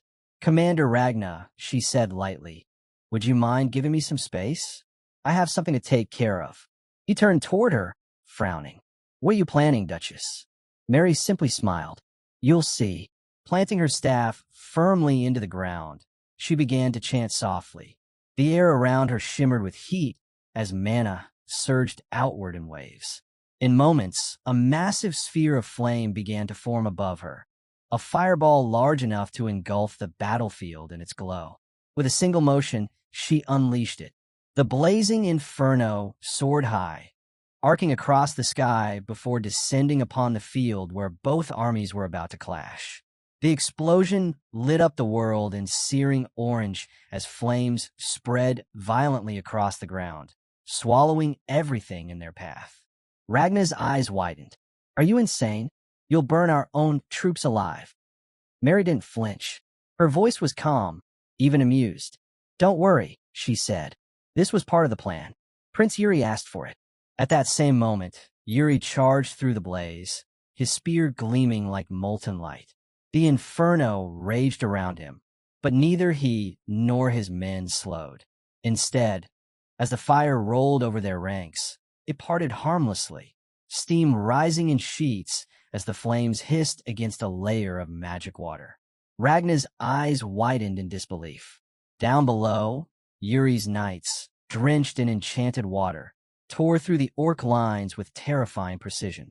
Their armor gleamed beneath the steam, their movements fluid and relentless. Orcs fell one after another, cut down before they could even raise their weapons. Yuri's spear flashed like lightning as he cut through the enemy ranks. Don't stop, he shouted, his voice cutting through the roar of battle. Keep pushing forward. Burn nothing but the enemy. The fire raged behind them, while the Bryle vanguard advanced like a storm of steel. Every orc that came within reach was struck down instantly, their formation collapsing under the relentless assault. High above, Ragnar stood frozen in stunned silence. He had seen countless battles, led thousands of men, but never a maneuver like this. To think, he planned all of it, he murmured. Fire and water, perfectly balanced. He turned a death trap into a weapon. Below, Yuri continued to lead from the front, his expression unyielding as his knights carved through the battlefield. The flames behind them roared like a living beast, but none of the soldiers slowed. The water shielding them shimmered like armor of light. The ground was littered with the fallen, orc after orc cut down without hesitation. Yuri's men, following his command to the letter, pressed forward mercilessly, their unity and precision turning chaos into dominance. And at the heart of it all rode Prince Yuri Bryal, spear in hand, his banner flying through the smoke, a commander who led not from behind, but through the fire itself. The soldiers stationed behind the front lines erupted in cheers as they watched Yuri and his knights carve through the orc ranks like a blazing tide. Their pride swelled at the sight. Bryle's knights were fighting at their very peak, their courage and unity unmatched. Truly the nation of knights, someone shouted, and the others echoed it in unison. The roar of approval spread like wildfire through the allied ranks. Seeing the orc formation breaking apart under Yuri's relentless charge, The supporting forces made a swift decision. "Now's the time," one commander called out. "Strike while their lines are open." With that, they too surged forward. The Knights of the Holy Kingdom charged ahead to reinforce Brile's advance, their banners fluttering beside Yuri's as both armies converged on the enemy. Steel and magic clashed, cries of battle filling the air as the orcs' formation collapsed completely. From the ridge above, Commander Ragnar Gustav Granzin watched the field with folded arms and a rare smile tugging at his lips. "Impressive," he muttered. Prince Yuri charged ahead, shattered the enemy's formation, and inspired his men to follow.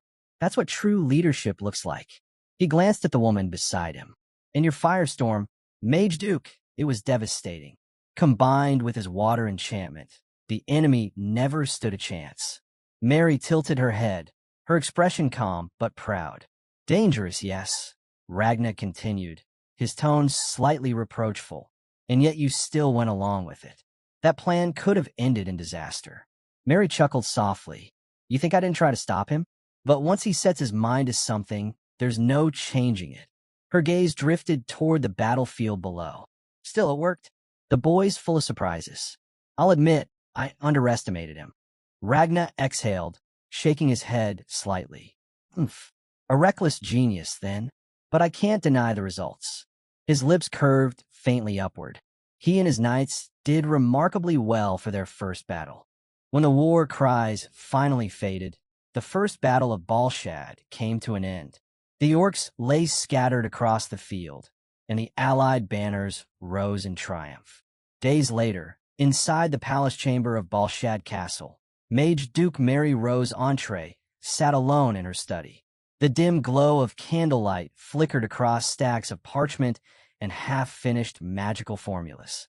Her quill moved swiftly, the soft scratch of ink the only sound in the quiet room. As she finished signing a report, the door creaked open. Without looking up, she spoke sharply. "I don't recall giving anyone permission to enter my room." A familiar voice replied casually, "You wound me, Mary. Is this how you greet your old student's teacher?" She looked up slowly to see Sir Hernando standing at the doorway, a relaxed smile on his face. "I suppose it must feel good," she said dryly, "seeing your student perform so well on the battlefield." Her tone held a faint edge. Hernando shrugged. "I'd say it feels natural, though I thought the Mage Duke of Balshad might at least ask how her old colleague is doing." Mary's eyes narrowed. "And I thought teachers didn't abandon their students in the middle of their training. What brings you back now, after all this time?" "Curiosity," Hernando said simply, stepping closer. "I came to see the progress of my former pupil, and perhaps yours as well." He glanced at the documents scattered on her desk. "So," he added, "how goes your research into the transcendental interpretation formula?" Mary leaned back in her chair, her irritation softening into quiet pride. "It's progressing better than expected," she said. "The formula can now bridge not just written languages, but also ancient magical scripts. With it, we could translate spells from forgotten eras." Hernando raised an eyebrow, clearly intrigued. "So you've managed to connect the formula with ancient magic itself?" Mary nodded once, setting her quill down. "Exactly. Soon, the barriers between old and modern magic will disappear." Her voice softened as she turned her gaze toward the window, where the moonlight illuminated Balshad's distant walls. "When that day comes," she murmured, "we'll finally understand the true language of the world." Hernando's eyes narrowed slightly with interest as he leaned closer to Mary's desk. "You've always had a way of simplifying the impossible," he said quietly. "But indulge me, explain it in detail. I want to hear how you managed to merge the transcendental formula with ancient magic." Mary didn't look up from her parchment. Her quill continued to move, smooth and deliberate. "And why?" she asked flatly. "Should I tell you anything?" Hernando chuckled under his breath. "Because I'm not asking for myself." That made her pause. Slowly, she lifted her gaze, studying him carefully. He met her eyes, his tone turning more earnest. "You care about Prince Yuri, don't you? I'm asking because your research might help him, his fate, to be specific." Mary's lips curved into a faint smile. "His fate, you say?" she murmured, her tone carrying a trace of amusement. Tell me, Hernando, is his destiny truly that important to you? Her eyes softened, but her voice grew quieter. Or have you forgotten? The Grand Wizards are forbidden to interfere with the flow of human history. Even you should remember that. Hernando's expression darkened slightly, but he nodded. I haven't forgotten, he said. Still, there are too many threads tangled around him already. Too many people reaching into his life. Even the Empire's commander has begun to move. Mary studied him in silence for a long moment, the candlelight reflecting in her eyes. Then, with a faint sigh, she turned her attention back to her papers. You always were too sentimental for a Grand Wizard, she said quietly. Hernando gave a small, knowing smile. Maybe so, but I'd rather be sentimental than watch history repeat itself. Elsewhere, the night was deep and still. The corridors of Balshad Castle were quiet, the air heavy with the distant hum of torches. Prince Yuri walked briskly through the hall, the echo of his boots the only sound until he reached the chamber where Commander Ragnar Gustav Granzan awaited him. The great doors opened with a low creak, and Ragnar stood by a large table strewn with maps and documents, his expression unreadable. Commander Ragnar, Yuri said with a respectful bow. I was told you summoned me. May I ask why at this hour? Ragnar didn't answer immediately. He rested one hand on the map, tapping a finger against a marked region to the east. His voice, when it came, was calm and deliberate. I have a mission for you, he said. A scout operation. Yuri straightened slightly, confused. A scouting mission? At this time of night? Ragnar's eyes flicked up, meeting his with an intensity that made the younger man pause. Yes, he replied. You'll understand the reasons soon enough. But for now, you'll take only a small unit and move under the cover of darkness. He pointed toward the marked area on the map, a deep stretch of forest where shadows seemed to bleed into the terrain itself. Your task, Ragnar continued, is to uncover what lies beyond that ridge. Reports suggest unusual movement in the woods. Whether it's orcs or something else entirely, we don't yet know. Yuri studied the map carefully, then looked up. Understood, Commander. I'll prepare immediately. But if I may ask, who will accompany me? Ragnar gave a faint smile, though his eyes remained sharp. That, he said, depends on who dares to follow you into the dark. The torches flickered, casting long shadows across the room as the weight of his words hung in the air. That's where we'll leave it for now. If you want to catch the next part, make sure to like the video and subscribe so you don't miss it.